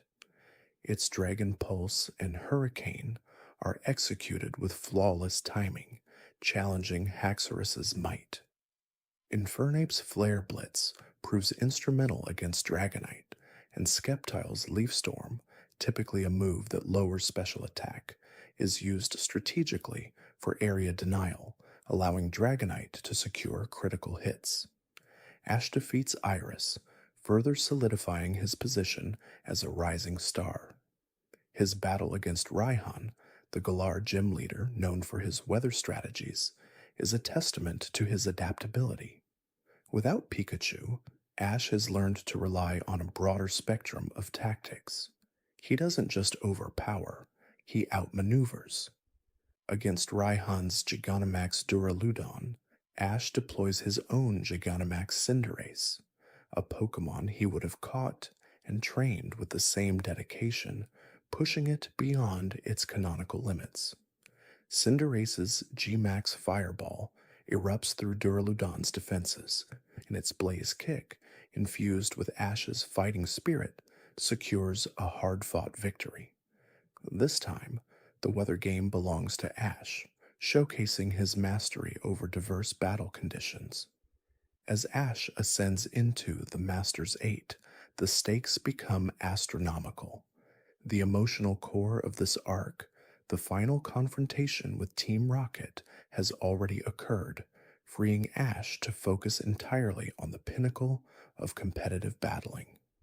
The burden of that past is transformed into an unyielding resolve. His first Masters 8 opponent is Stephen Stone, the champion of Hoenn. This is a clash of titans, a battle of strategic brilliance. Stephen's Mega Metagross is a formidable opponent. Its Psychic and Steel moves a dangerous combination. Ash, however, has perfected his team's synergy. Lucario, now master of Aura, leads the charge, using its Mega Evolution to match Metagross's raw power. The ensuing battle is a whirlwind of close combat, Aura Sphere, Meteor Mash, and Zen Headbutt. Ash carefully manages Lucario's stamina, switching it out for Dragonite to absorb a powerful hit, then bringing it back to unleash a final, decisive Aura Storm, securing a hard-earned win. This is a battle that, in canon, Ash didn't experience until much later in the series, but here it's a test of his already established championship medal. Next, Ash faces Cynthia, the formidable Sinnoh champion. This is the ultimate challenge for any trainer. Cynthia's Garchomp, Spiritomb, and Roserade are a balanced, powerful team. Ash responds with a diverse lineup of his own. Sceptile takes on Roserade, its Leaf Blade cutting through the grass and poison type's defenses. Infernape, with its Blaze ability now fully under Ash's control, engages Spiritomb. The real challenge comes with Garchomp. Ash deploys his own Dragonite, a seasoned veteran, to meet Cynthia's ace head-on. The Dragon Rush versus Dragonclaw exchange is fierce, but it's Lucario again, with its Mega Evolution and perfected Aura techniques, that ultimately brings down Garchomp, using a calculated close combat after baiting Garchomp into a vulnerable position. The win against Cynthia is not just a triumph of skill, but a testament to the profound bond Ash has forged with each member of his team, a bond that deepened in the absence of his first partner. The final opponent in the World Coronation series is none other than Leon, the seemingly invincible champion of Galar. This is the battle Ash has been building towards his entire life. The pressure is immense, but Ash is calm, resolute. He knows his team, and they know him. The battle begins with Cinderace, Ash's Galar ace, against Leon's Rillaboom. The clash of fire and grass is intense, with Cinderace's Blaze Kick pushing Rillaboom to its limits.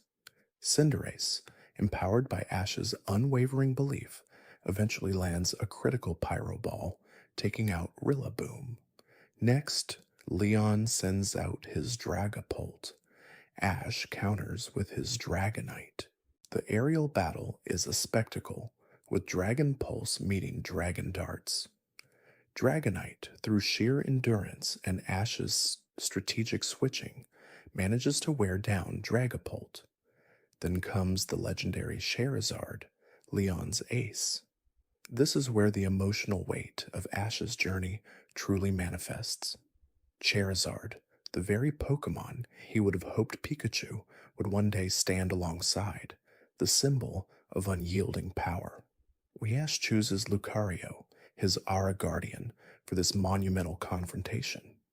Leon's Charizard Mega evolves into Mega Charizard X, its power radiating across the stadium. Ash's Lucario Mega evolves in response, its aura flaring. The battle is a brutal exchange of Dragon Claws, Aura Spheres, Blast Burns, and close combats. Every move is precise, every counter immediate. Ash, having faced countless powerful opponents, uses his experience to predict Leon's moves. He commands Lucario to dodge a Dragon Tail, then counter with a powerful Bone Rush, followed by an Aura Sphere directly to Charizard's chest. Leon, seeing his ace falter, unleashes a devastating Gigantamax Charizard. The stadium trembles. Ash, without a Gigantamax Pokemon available, relies on the sheer power and unbreakable bond with Lucario. He pushes Lucario to its absolute limit, drawing on every ounce of aura it possesses. Lucario, channeling Ash's unwavering determination, unleashes a final, desperate aura storm. The raw energy collides with Gigantamax Charizard's G-Max Wildfire. The stadium is engulfed in light and smoke. When the dust settles, Leon's Gigantamax Charizard reverts to its normal form, unconscious. Ash's Lucario stands, battered but victorious. Ash Ketchum, without his beloved Pikachu, has won the World Coronation Series. He is the world champion. The stadium erupts. The theme that threads through this entire narrative, from the moment Team Rocket succeeded in their capture, is one of growth through adversity. The absence of Pikachu, initially a profound loss, forced Ash to mature faster, to diversify his strategies, to deepen his bonds with every other Pokemon on his team. He learned that leadership isn't about relying on one star, but about empowering an entire constellation. The emotional subarc of Ash, proving his worth not just to himself, but to the memory of his first partner, culminates in this victory. He has become a champion, not despite the loss, but in many ways because of it. And just like that, we see how one decision changed everything. If Team Rocket had succeeded in capturing Pikachu in that early Kanto journey, then he would have developed a more strategic and resilient team earlier. He would have matured faster as a leader. He would have won the Orange League, the Johto League, the Hoenn League, the Battle Frontier, the Sinnoh League, the Unova League, the Kalos League, the Alola League, and ultimately the World Coronation Series, with a profound sense of purpose, and he would have personally made his entire team the strongest in the world. This is the story of Ash Ketchum, the world champion, the guardian of Pokemon, forged in the fires of adversity, all because Team Rocket finally caught Pikachu. And in this timeline, the ripple effect of that single, seemingly devastating capture creates a world where Pokemon and humans are more connected, more protected, and more united than ever before, moving towards a future of unprecedented peace and cooperation where the threat of criminal organizations is largely a thing of the past, and the focus shifts to exploration, research, and the deepening of the bonds that make the Pokemon world so vibrant and alive. The narrative arc completes with Ash, now a seasoned champion and a global ambassador, standing as a living testament to the power of resilience and the unexpected blessings that can emerge from the most challenging of circumstances. The fabled Mega Pikachu in this timeline is not a concept born of a battle gimmick, but a symbolic representation of Pikachu's indomitable spirit, a raw power born of its ordeal, unleashed in the final, decisive confrontation with Giovanni. Its inner strength, cultivated through hardship, manifests not just in the decisive battle against Team Rocket, but in every challenge Ash and Pikachu face, culminating in the World Coronation Series, inspiring a new generation of trainers to forge unbreakable bonds with their Pokemon, knowing that even in the face of loss, hope and strength can always be found.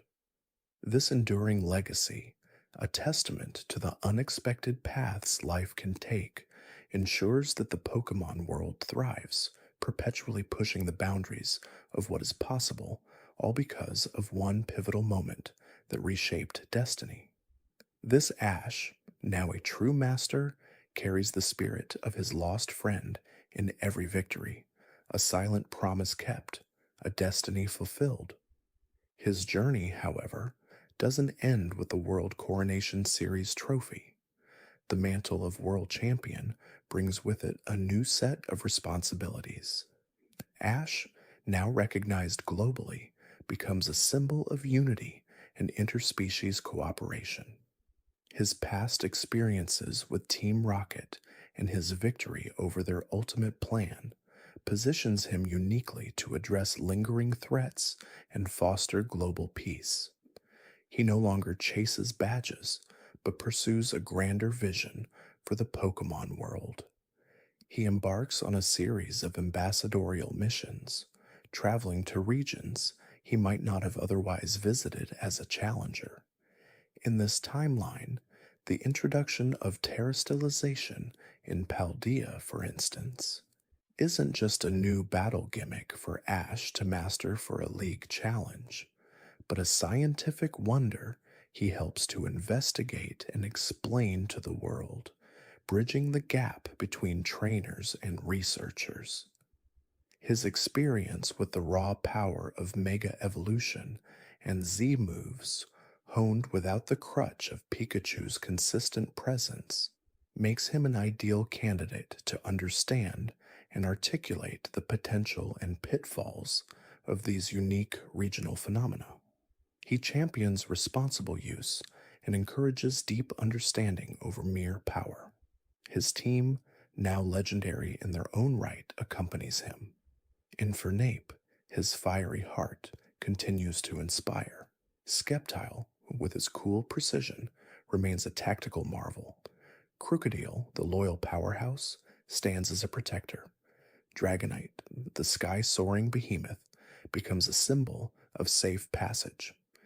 Lucario, the Aura Guardian, serves as his spiritual compass, its connection to Ash deeper than ever, an unbreakable bond forged in the crucible of countless challenges. And Cinderace, his Galar champion, represents the spirit of innovation and adaptation. This expanded role means that encounters with new legendary and mythical Pokemon are not just about catching them for his team, but about understanding their role in the ecological balance of the world. He might mediate disputes involving territorial legendaries, or assist in the recovery of ancient artifacts tied to mythical Pokemon, all with the wisdom gained from his uniquely challenging journey. He is no longer just a trainer, but a guardian. The ripples extend even to his companions.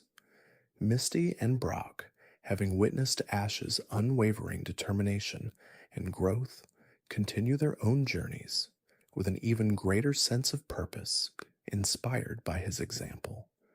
Tracy, Professor Oak's assistant, meticulously documents Ash's progress, his sketches illustrating not just battles, but the profound emotional and strategic evolution of a trainer who overcame profound loss. Dawn, May, Serena, and Go, while still embarking on their own paths, interact with Ash not just as a peer or a mentor, but as a living legend, a testament to what is possible when one refuses to give up. Their own challenges are met with a renewed vigor, knowing the world champion faced and conquered even greater odds. The shadow of Team Rocket, though largely diminished, occasionally resurfaces in smaller, more localized forms. But this time, Ash, backed by his legendary team and his global influence, neutralizes these threats with swift, decisive action, often working in conjunction with regional police forces and champions. The era of their bumbling persistence is over.